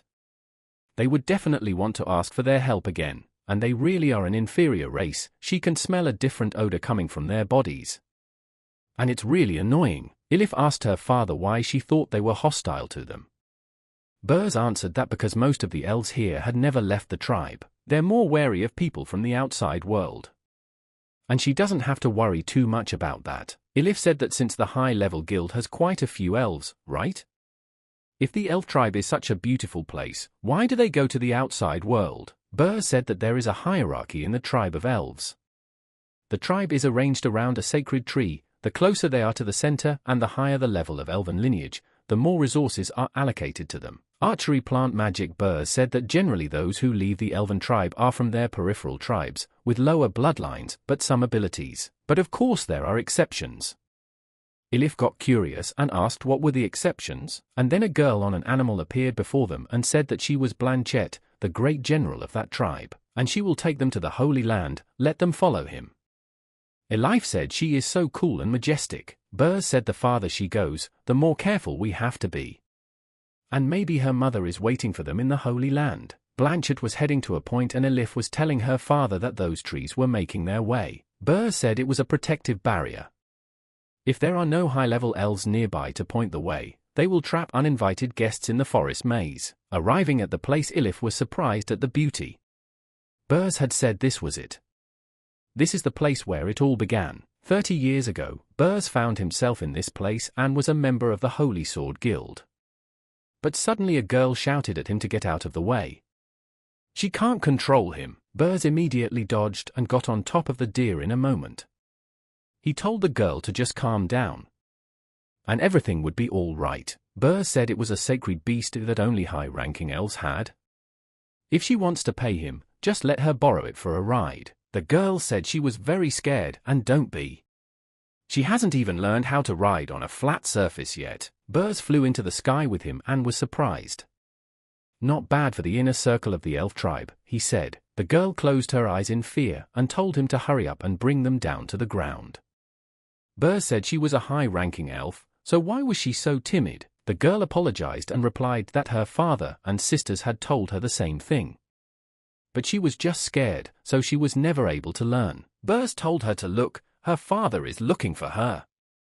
The girl replied that it was very bad and he should hide. After all, outsiders are not allowed to ride the sacred beast. If her father saw this, he would be punished even if he was a member of the Holy Sword Guild. Burr started laughing and said he was lying. The girl was surprised and asked how could he lie? Burr replied that she had opened her eyes, hadn't she? Let her see, isn't that beautiful? The girl was very surprised and said it was so beautiful here. No one had ever brought her here before. Burr said, then they would play more exciting games. The girl asked what kind of games? Burr replied that they could go higher. The girl was frightened and told him to slow down. Days, months passed and they rode together all the time. The girl was already able to control the animal herself, but one day they looked at each other blushing and dared to perform their first kiss. Burr said that the high-ranking elves have negotiations going on behind closed doors and they don't show up for 3-5 days. So don't let her worry about that. The girl replied to Burr that she envied him. The odor emanating from him is pure happiness, without a trace of anxiety. She wants to live as freely as he does, and she also wants to go outside the tribe and see the outside world. Burr asked, what's so hard about that? He would show her. He had just joined the Holy Sword Guild, but he had already become an outstanding newcomer known as a berser with an iron heart. The girl asked, really? He could take her to the outside world, right? Burr replied that of course, but he is a high-ranking elf. Her life in the tribe must be so much better than his, right? Why is she so anxious to get away from here? The girl replied that the so-called good life here is actually like a cage. The election for patriarch was due soon, and several uncles wanted to join forces to take her father's place. Burr hugged her and said that although he didn't know about the relationship between the elves, he knew that it was very much more for anyone to be trapped and lose their freedom. He'll get a teleportation scroll from the guild tomorrow and take her with him, but that means they'll insult both the Elven tribe and the Holy Sword Guild. Does she agree to that? The girl asked, a normal life? That's what he wants. She dreams of living like that. And then they kissed. In a moment of flight, they stopped, for they saw the elf disappear from their sight. Burr replied that it was a closed barrier and they should follow her too. He hadn't known that before. They ventured out and passing through the barrier they entered another world where indescribable creatures existed. The elf thanked the stag for her hard work, let her wait until he finished. She knelt down in front of the ones in charge and said mission accomplished. Elif asked her father who the elves were. Bers replied that these were the heads of the elf tribe. And let her be careful what she said. And it was time to approach them. She stopped abruptly and thought, why did she suddenly feel nauseous? Verton asked Blanchette if she could step aside. Avari smiled and told Bers that it had been a long time since they had seen each other. Bers was very confused and replied that they hadn't seen each other for a long time. He immediately bowed and said that he welcomed the heads of the elven tribe. Avari said that the last time she had seen him, he had been quite young. Verton asked, he's here on behalf of the Holy Sword Guild to ask them to join them, right? Bers replied that to be precise, his card guild and the Holy Sword Guild had made an agreement to form an alliance of heroes to defeat the Dark Guild. This time he came to ask the tribe of elves to join them. Avari laughed and said that the guild he founded and became suddenly famous, they too were well aware of the plight of the Holy Sword Guild. Verton said that the Sword Master had been missing for at least 3 months. Without such an important combat unit, is there any point in forming this alliance? Bers replied that that was why he had come to the tribe of elves. He also wanted to ask them to activate plant magic and let the trees and insects help him find the Swordmaster's tracks. The Swordmaster was 1 step away from getting the Demon King level. There was no way she would have fallen so easily. She and the Swordmaster are old friends, so they must be well aware of her power. Avari said to activate all the plants outside the elven tribe, they would have to pay a high price. What could he offer in return? And then Elif said that now was not the time to worry about personal gains and losses. If they didn't find the Sword Master as soon as possible, the power of the Dark Guild would come to their region sooner or later. Verton immediately called her a savage and said it should be based on equality between the 2 sides. She wants to be on the same side as them? She has to prove herself worthy first. She said that the P of the 5 elements was only at the lowest level of the Demon King in terms of strength. If it could withstand this attack, then they could talk about an alliance. Elif immediately turned to her father. Bers said it was all right. Let her father do it. The pea plant immediately used the cannon of light. The light was so bright that everything around it glowed. Bers said that the 5 bombs are divine defenders. They had indeed temporarily lost such an important unit as a Sword Master, but he also hopes that they will understand the situation even if they don't join. They in turn are confident that they can defeat the Dark Guild. Avari laughed and said that it was only a test, but he could withstand the desolation of light, which was equal in strength to a 3-star Demon King. And Bers had indeed grown stronger. Verton asked, so the card can summon divine magic? Elif replied, so they should stop. What kind of test is this? They attack them intending to kill them, is she right? She said that when the Dark Guild invades here, they'll be sorry. Bers told his daughter not to be rude. Elrond told Bers that it had been 16 years. Bers replied that it had. Elif turned to her father and told them to find her mom quickly and get out of here. They're just trying to make things difficult. Why should he be nice to them? Bers replied that because he was her grandfather. Elrond said that's such a coincidence. Nikita's daughter is also 16 years old. Elif was surprised and asked, "Grandfather?" Elrond raised his hand and asked her, "You didn't expect that, did you?" Avari said to the second one, "Here see," she told her not to mess with them. They were so scared. Verton replied that the angry look on Elif's face was so cute. She looked a bit like Nikita as a child. Bess asked the Patriarch Elrond, "What does that mean?" Elrond asked, still calling him Patriarch. He should, like Nikita, call him father. Bess asked, didn't he say he would never accept that? Where in the world is Nikita? Elrond replied for them to follow him. Elif asked her father what was going on. Bers replied that he didn't understand either. Maybe her mom and her grandfather's relationship had improved over the years. Elrond said that the huge sacred tree they saw outside was only a magical projection. The tree in front of them is the real sacred tree of the elves. The birth of the sacred tree occurred in the troubled times that were 500 years ago when the first matriarch, Lady Twyla, found it, used herself as a nutrient to activate the most powerful plant magic, the descending of the sacred tree, for the founding of the elven tribe. And thanks to the light of the sacred tree, all the tribesmen suddenly became enlightened and gained talents in plant magic and archery, which raised the power of the elves to a higher level. For many years, the elves relied on the protection of the sacred tree to become a force in the continent of Vaela, but the sacred tree gradually began to fade. And when the world became a little calmer, some tribesmen started running away again and getting involved with other tribes. This is certainly contrary to Lady Twyla's original intention, and that's why they strictly forbid marriages between members of noble bloodlines and members of other tribes, to ensure that the talents of their elven tribe are preserved. But what cannot be stopped is the depletion of the sacred tree's nutrient supply. The elven tribe will continue on and on. The elven tribe will soon fall into decline along with their tree, and that was why he was against their relationship with Nikita. Then he was going to show them the true side of the elven tribe that he had never shown even the sword master. Burs asked, "What does that mean?" Elrond immediately used Dispel Magic. Ilif clutched her mouth and realized she had that queasy feeling again. Elrond said it was the true form of the sacred tree. And true enough, Nikita became food for the sacred tree for the good of the tribe. Burs immediately grabbed him and said he had separated them for more than 10 years, forcing Nikita to return only to turn her into nutrients. He immediately called him a selfish demon. Let him bring Nikita back. Bring her back. Elrond turned to Werton and Avari that the time had come. The girls immediately hugged the two of them to the tree and began slowly sucking themselves inside it to be nourishment. Elrond asked Bursa, now he understood? They are not selfish at all. To become the food of the sacred tree and dedicate their lives to the tribe is the highest honor for them. Nikita must have thought so too. Burs said, "That's terrible." He immediately fell to his knee at such news and situations. Ilif immediately came over to support him. Elrond said that one young leaf could extend the light of the tree for another year. He realizes that it is difficult for outsiders to understand the nature of the elves' dedication, but their visit today changed his mind. Nikita might be resurrected. Burs was surprised and asked, "Really? She can be brought back to life?" Elrond replied that was correct. If he is willing to pay a price for it, Burs replied that no way. If he wanted Ilif, let him not blame him later for being rude. Elrond replied that no, he misunderstood him. He wants the card she has on her belt.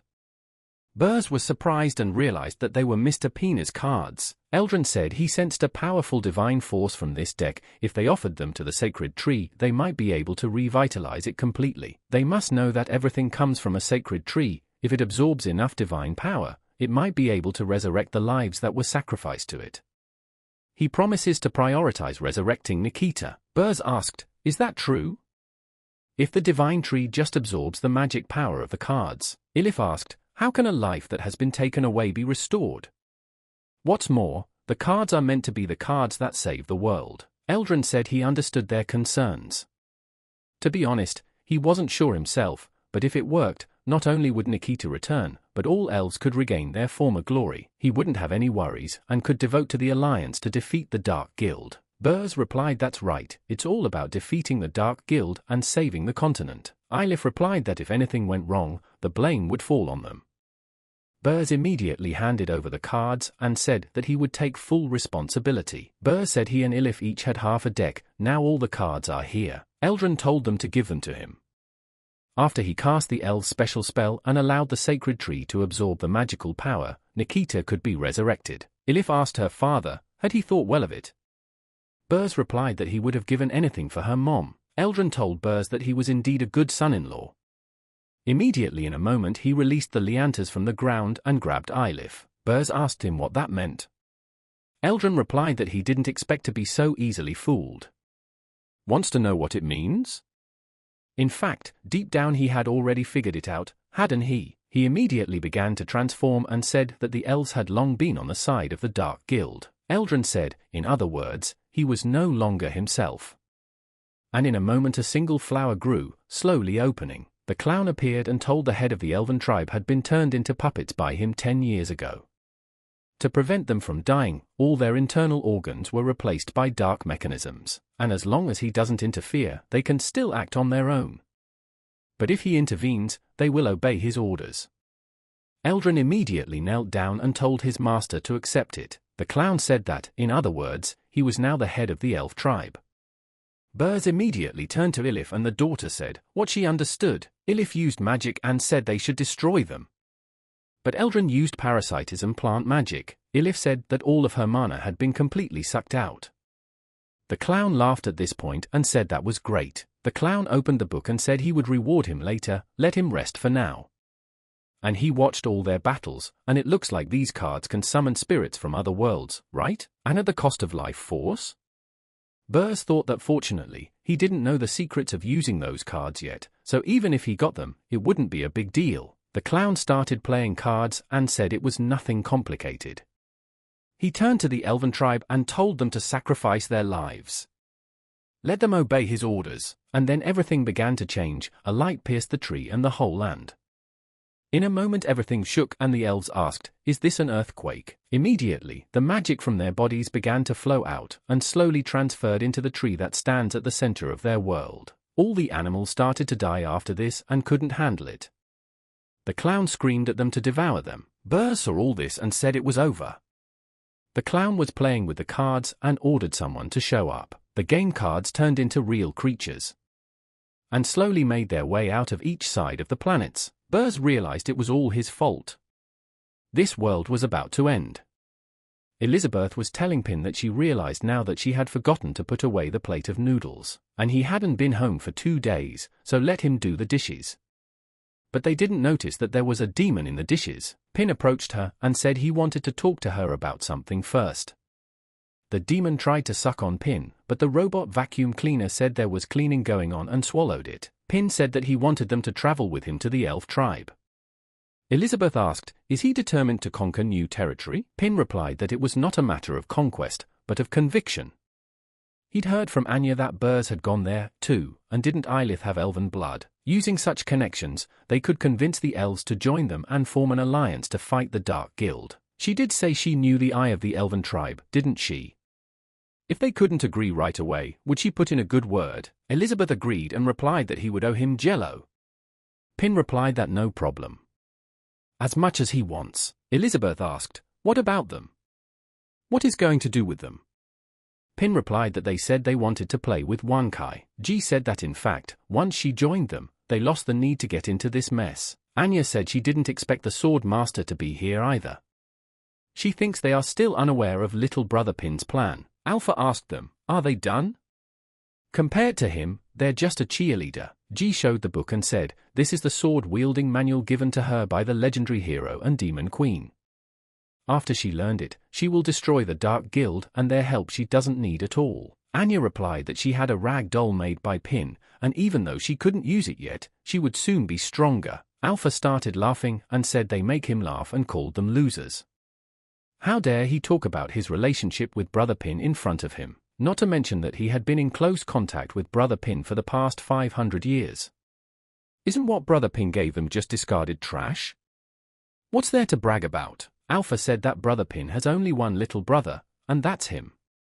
He's the hero's sword. They should get the hell out of here. Anna replied that if that's true, then there's really no one who can match him. After all, he is Brother Pin's exclusive weapon. G told the girl not to listen to him. Was the spirit of weapon so easy to offend? Moreover, she had seen many blades.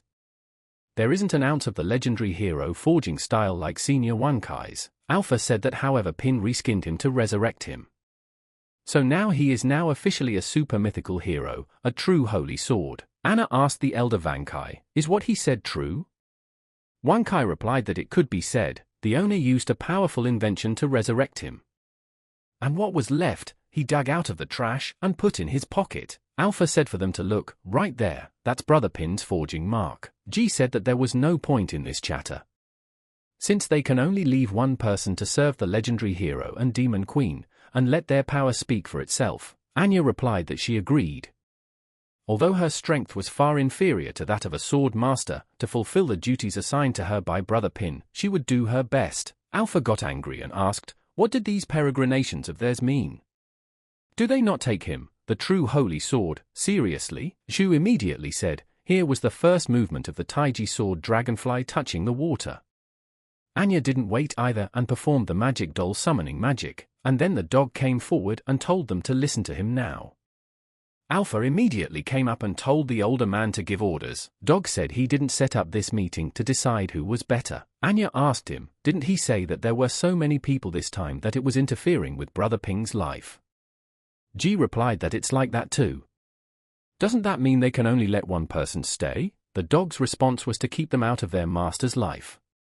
Indeed, the purpose was such when he called them to this meeting, but he just wanted to emphasize their individuality. But there, outside, he could control all the monsters he found, and have them drive away any uninvited guests that might disturb his master. But ever since that fierce woman showed up, Master has been going to the outside world. And that's not a place he can just go.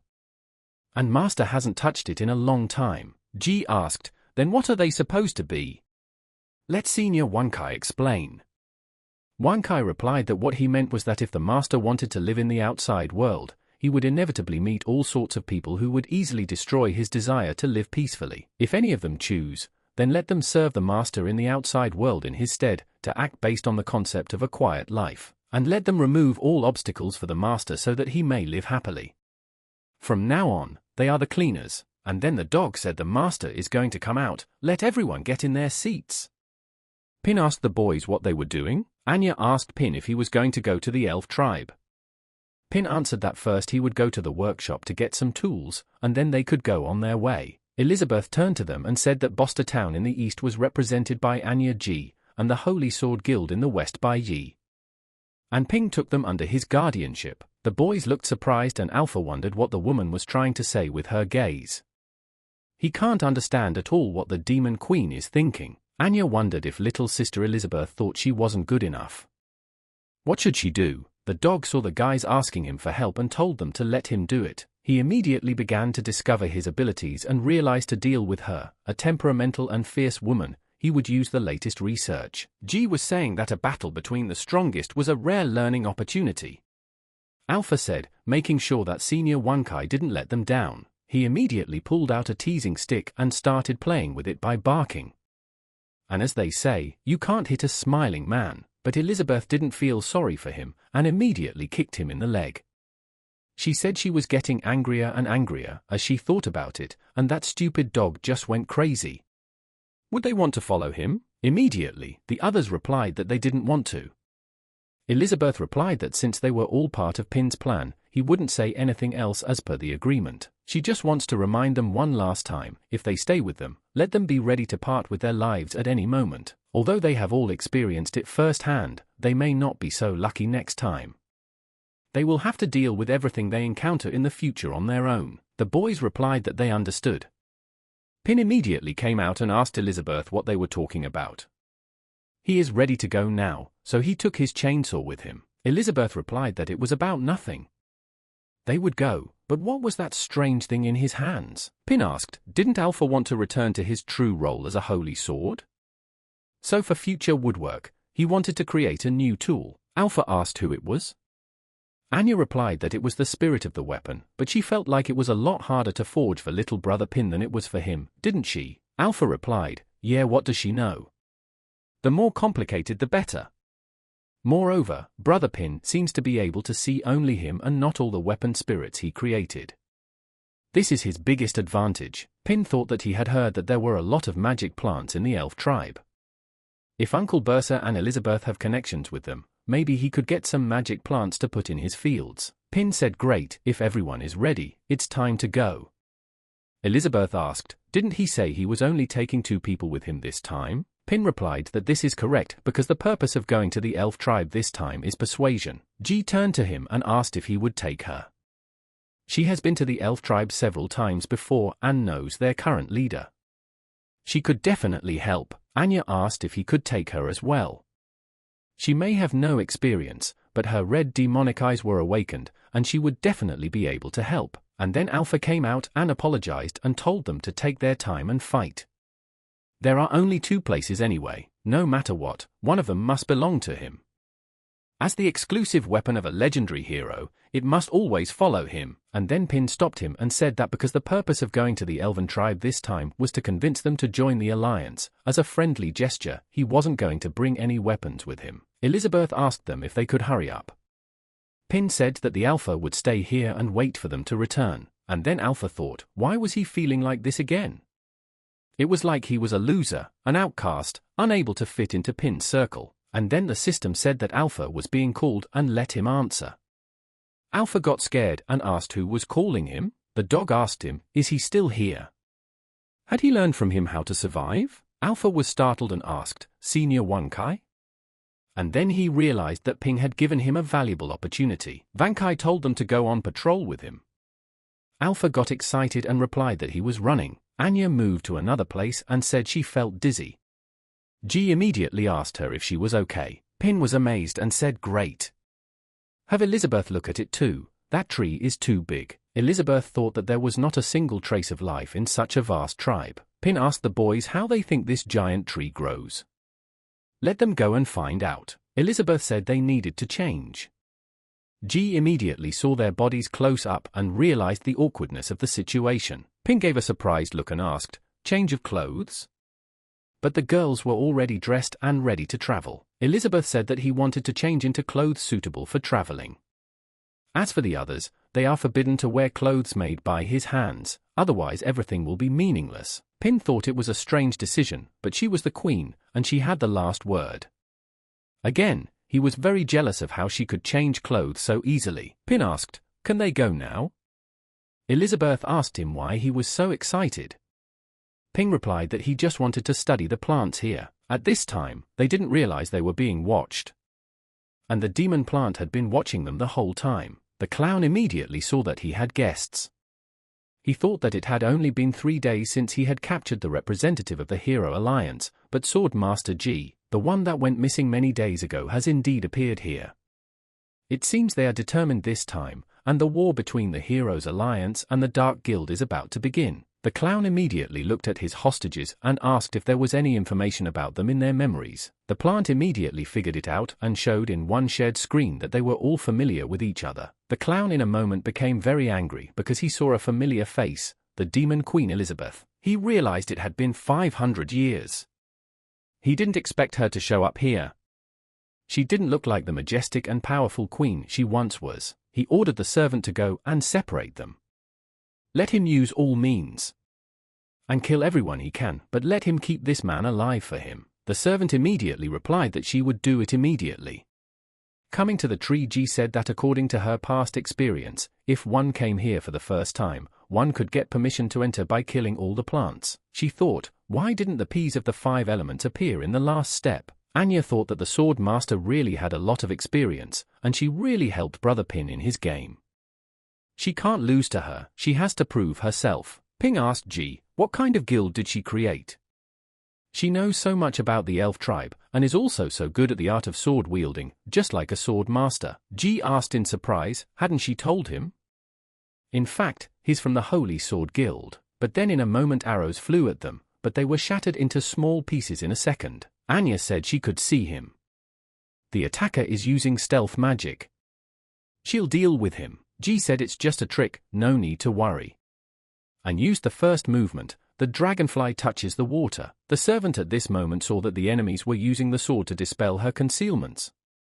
This is indeed the most powerful force of the human race. And pointed the seed arrows at them. And then Anya let Mishka out so she could protect them. Zhu said what should happen will still happen, but this time there are many more of them. Pin tells Elizabeth that she understands how he first went on an adventure with her months ago. Elizabeth replied that she understood. And why is he asking? And immediately the battle began. Pin replied that if he had been in the situation then as he is now, he would have thought he was going crazy. But now he felt that he was used to everything, and he no longer needed to pretend to be calm. Elizabeth laughed and said that there was nothing to brag about. In the past, it was purely for exploring the outside world, so she had to be weak in front of outsiders. Pin asked surprised, bragging? He's just glad he met her. And hopes they will stay together forever. And then he was abruptly silent, for the plant had gobbled him up and swallowed him. Elizabeth thought, did he really just confess his love to her? But in a moment, all the plant started to collapse and die. Anya said that Brother Pin was swallowed and disappeared. Just have him catch her and interrogate her. The elf saw this and was surprised that self-destruction had occurred. And capture the man alive mission accomplished. The elf said that although sacrificing 30 shoots to the 5 elements was too much, it was obviously better than dealing with a sword master. Anya immediately used the protector doll. She said she used up all her mana to prevent that explosion, and her bear and rabbit were seriously damaged. G said that even being at the level of a demon king, she might not be able to protect them. She didn't expect that Anna's guardian magic would be so powerful. The elf thought, the breath of life is gone. And the sword master and the girl are still alive. They are indeed the strongest members of the human race. She had to use all of her remaining seeds. She immediately turned to the ground and used 6 times self-destruction, but Ji used the shield and defended herself. But she saw that things were bad and there was an explosion. The elf thought, it's not easy to defeat the head of the Holy Sword Guild, but it's enough to drive her into the forest, which is home to creatures much stronger than the P's of the 5 elements. She realized and said she needed to go back and recover. But in the moment she felt she was not alone. Elizabeth immediately caught her and said that there seems to be a lot going on here that she doesn't know about. Let her come to her and explain everything. The elf was surprised and thought, hadn't she just been killed by a bomb? She asked her who she was. Elizabeth held out her hand and said she'd rather see for herself. And then the elf realized that her intuition was telling her that she must not fall into her hands. Otherwise an end worse than death would await her. She immediately pulled the bracelet from her hand and used a suicide arrow. Elizabeth replied that it was a wise choice. Elizabeth was thinking at this time, had Twyla also colluded with the Dark Guild? She said it's only been 500 years and no one respects her anymore, right? And this time she will instill terror in their minds. In a moment, the plant spit Pin out in another place he didn't realize where he was. Pin saw the plant and yelled at it to stay away from him. The plant immediately jumped on him and he asked Elizabeth to save him, but Pin, opening his eyes, was surprised and didn't understand what was going on. Why hadn't the plant touched him? And what was it eating? He looked in his pocket and saw that he had some organic fertilizer that he had brought here. He realized that this was the reunion gift he had originally planned to give to the elven tribe. Pin asked the plant if he liked it. He would give it everything, as long as he didn't eat it. Ping saw that they were starting to get worse and said that although fertilizers are beneficial, excessive consumption of them leads to an imbalance of nutrients in the body. Pin said that fortunately it was a plant-type monster, but what should he do next? And where would he go in this vast forest? Elizabeth would be more likely to find him, wouldn't she? And it's better to think about it while he's walking. The elf was telling Clown that the man had teleported, but his monster plant suddenly stopped halfway through. The clown asked, what happened? Have him locate it using the surveillance system. The elf apologized to the host and said that this guy had hidden his magic, no mana response, and the surveillance installations couldn't locate him. The clown laughed and said that just as he thought, it wasn't that easy. He would need to see more memories, then he could find out who he was. After looking through everything he realized that this guy is a legendary hero. He uses the cards he created to defeat him and prove to this woman that he's just as good. At this time, Anna's animals were defeated. Ji came down to the ground and felt very sick. She realized that when she used her past sword techniques combined with the sword art of a legendary hero, there was an unpleasant sensation of magical collision in her body. Anya asked her if she was okay. Ji replied that she needed some rest. And then Anya said that a powerful magic force was approaching. They didn't run away and started fighting. Anya said that the bear and the rabbit were completely destroyed. Is it elemental magic or the P of the 5 elements? Ji replied that no, this guy was much more dangerous than that plant. It was a trio of cartoonish little mags. Anya asked the sword master if she noticed. Ji replied that this guy has the aura of a legendary hero, but another evil power is also present. Ji swooped in to attack and used her second move, swallow catching insects, but then she saw that things were bad, her stick had broken. At that time, the magician used the protective cube. Ji asked in surprise, what is it? And then there was a jolt, from which she flew away and the bird caught her. Anya thought at this moment that she was using the demon's red eyes too much today if she couldn't control it. Ji thanked Anya and said, let her leave it to her. She immediately coughed up blood. She realized that magical power collided within her body, regardless of whether she was using her own techniques or Pina's sword art. Anya asked the sword master, could she fight? At this time, the magician gathered all the magical abilities. Anya saw that he could actually combine different elements. It's very dangerous. Even if she activated the demon's red eyes, it would be difficult for her to fight him in her current state, unless the sword master was injured. But the magician didn't stagnate and attacked with all the elements of nature on them. And called it an elemental bomb, but they were already happy that they had won. But Anya used a snake that grabbed that balloon. She used the awakening of the bloodline. Anya immediately told them not to be shy and to come over to her. She showed her hands and ordered the animals to attack. At this time, the enemies were using the defense cube. Anya said that these magic cubes had ultra-high levels of defense, but if they hit the target, the snake's body would probably be torn to pieces. However, her red eyes can see the trajectory of their fall in advance, so she can steer the snakes to dodge in time. She immediately decided to distract them and used wind magic. The eagle immediately began to perform a storm attack. The mage used his protective cube again. But the snake got very close to them and swallowed them. Ji said that she couldn't penetrate this cube even with the sword art of a legendary hero. What is Anya going to do? Anya replied that it was really hard to destroy this cube in one go, but she was sure she could destroy it gradually, step by step. Ji asked if gradual destruction would work. The snake immediately swallowed that cube. Anya said that the magic power that the snake would absorb and decompose would be absorbed and transferred to her body, so no matter how strong his magic was, she would be able to slowly absorb it. But with the moment Anya felt that the awakening of the bloodline was about to invade her mind, she must hold out until she succeeded. But in a moment, the snake cut into several pieces and Anya was thrown several meters backwards. Everything was happening so fast that energy passed by their side like a hurricane. Yi Ji used a microslit. Ji realized that the first time she experienced it was when she fell into the ruins of the Demon Queen's dungeon, and then again. That's when the power of the chaos in her body broke through and she was saved by the Demon Queen. And now it was back on her mind again, and she has a feeling called desperation. And then Cartoon General Jack showed up and said he'd take care of it. Elizabeth was walking in the forest at the time and said that magic was felt strongest in this place. But where is the source? And then the clown said that the big fish had finally arrived.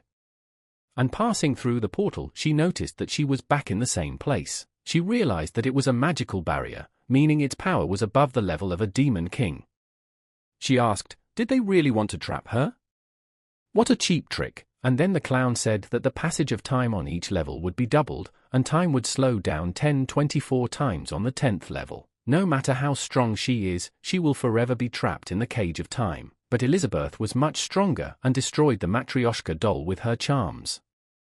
The clown was surprised and asked why it didn't work. Elizabeth broke it all down and said she lived inside the temporary barrier for a year. She confidently told them to go to hell. But then someone launched their weapon and impaled Elizabeth's body. Card 7 grabbed the Queen's soul and pulled it out of her body, unaware of what would happen next. But then a special skill was revealed, and it was said that when he captured a target, he could extract the soul of the enemy despite his level. Elizabeth found it not so easy and grabbing 7 by the neck said he was brave. And who ordered him to do it? She asked. Let him answer now. And then she would let him die quickly. But 7 sensed death approaching and vanished. The clown at this time said they were a piece of garbage. Out of fear, it reverted back to its original form. Couldn't even get her soul out. Elizabeth thought that even if she hadn't been told, she would have guessed it was Pin's aura herself. Did it really look like the elf tribe had been planned in advance? He wanted to test them, but why drag her into it too? And she'll find out and then he'll be in trouble.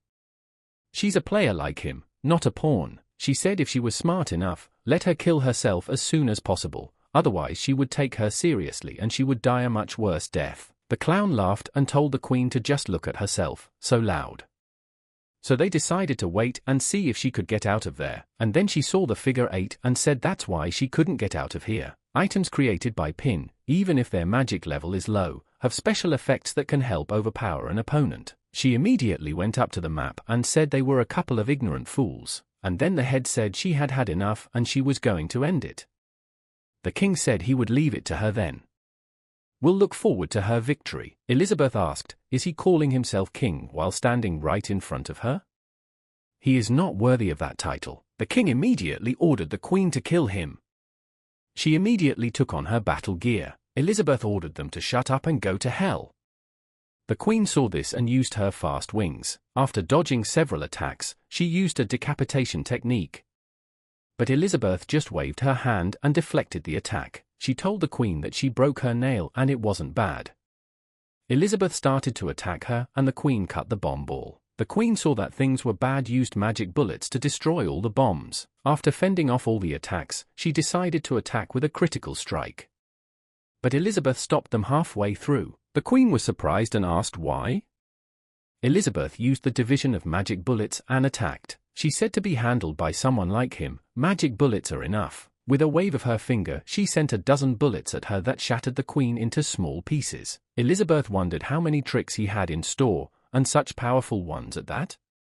But in the moment, the Queen appeared to be alive. Elizabeth realized that these were her last two cards, one special magic absorption skill and the other resurrection. The Queen asked her, does she think she can kill her with this? Let her get ready to reap the rewards of her actions, you arrogant upstart. She immediately used her beast and ordered a double kick attack.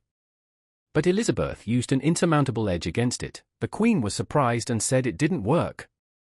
Elizabeth said that even if he amplified her skill 100 times, he wouldn't be able to hurt her. She didn't talk for long and used colossal pressure with her hands.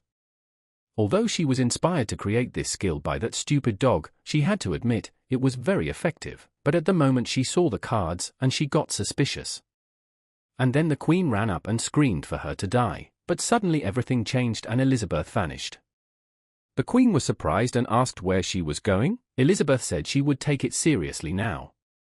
And she saw the plant in the jar that was next to it. She thought that once the main body was killed, the resurrection magic would activate automatically. Moreover, she can choose a resurrection point within a certain range. The Queen attacked again and screamed that she told her she couldn't kill her, but Elizabeth caught her and used absolute confinement.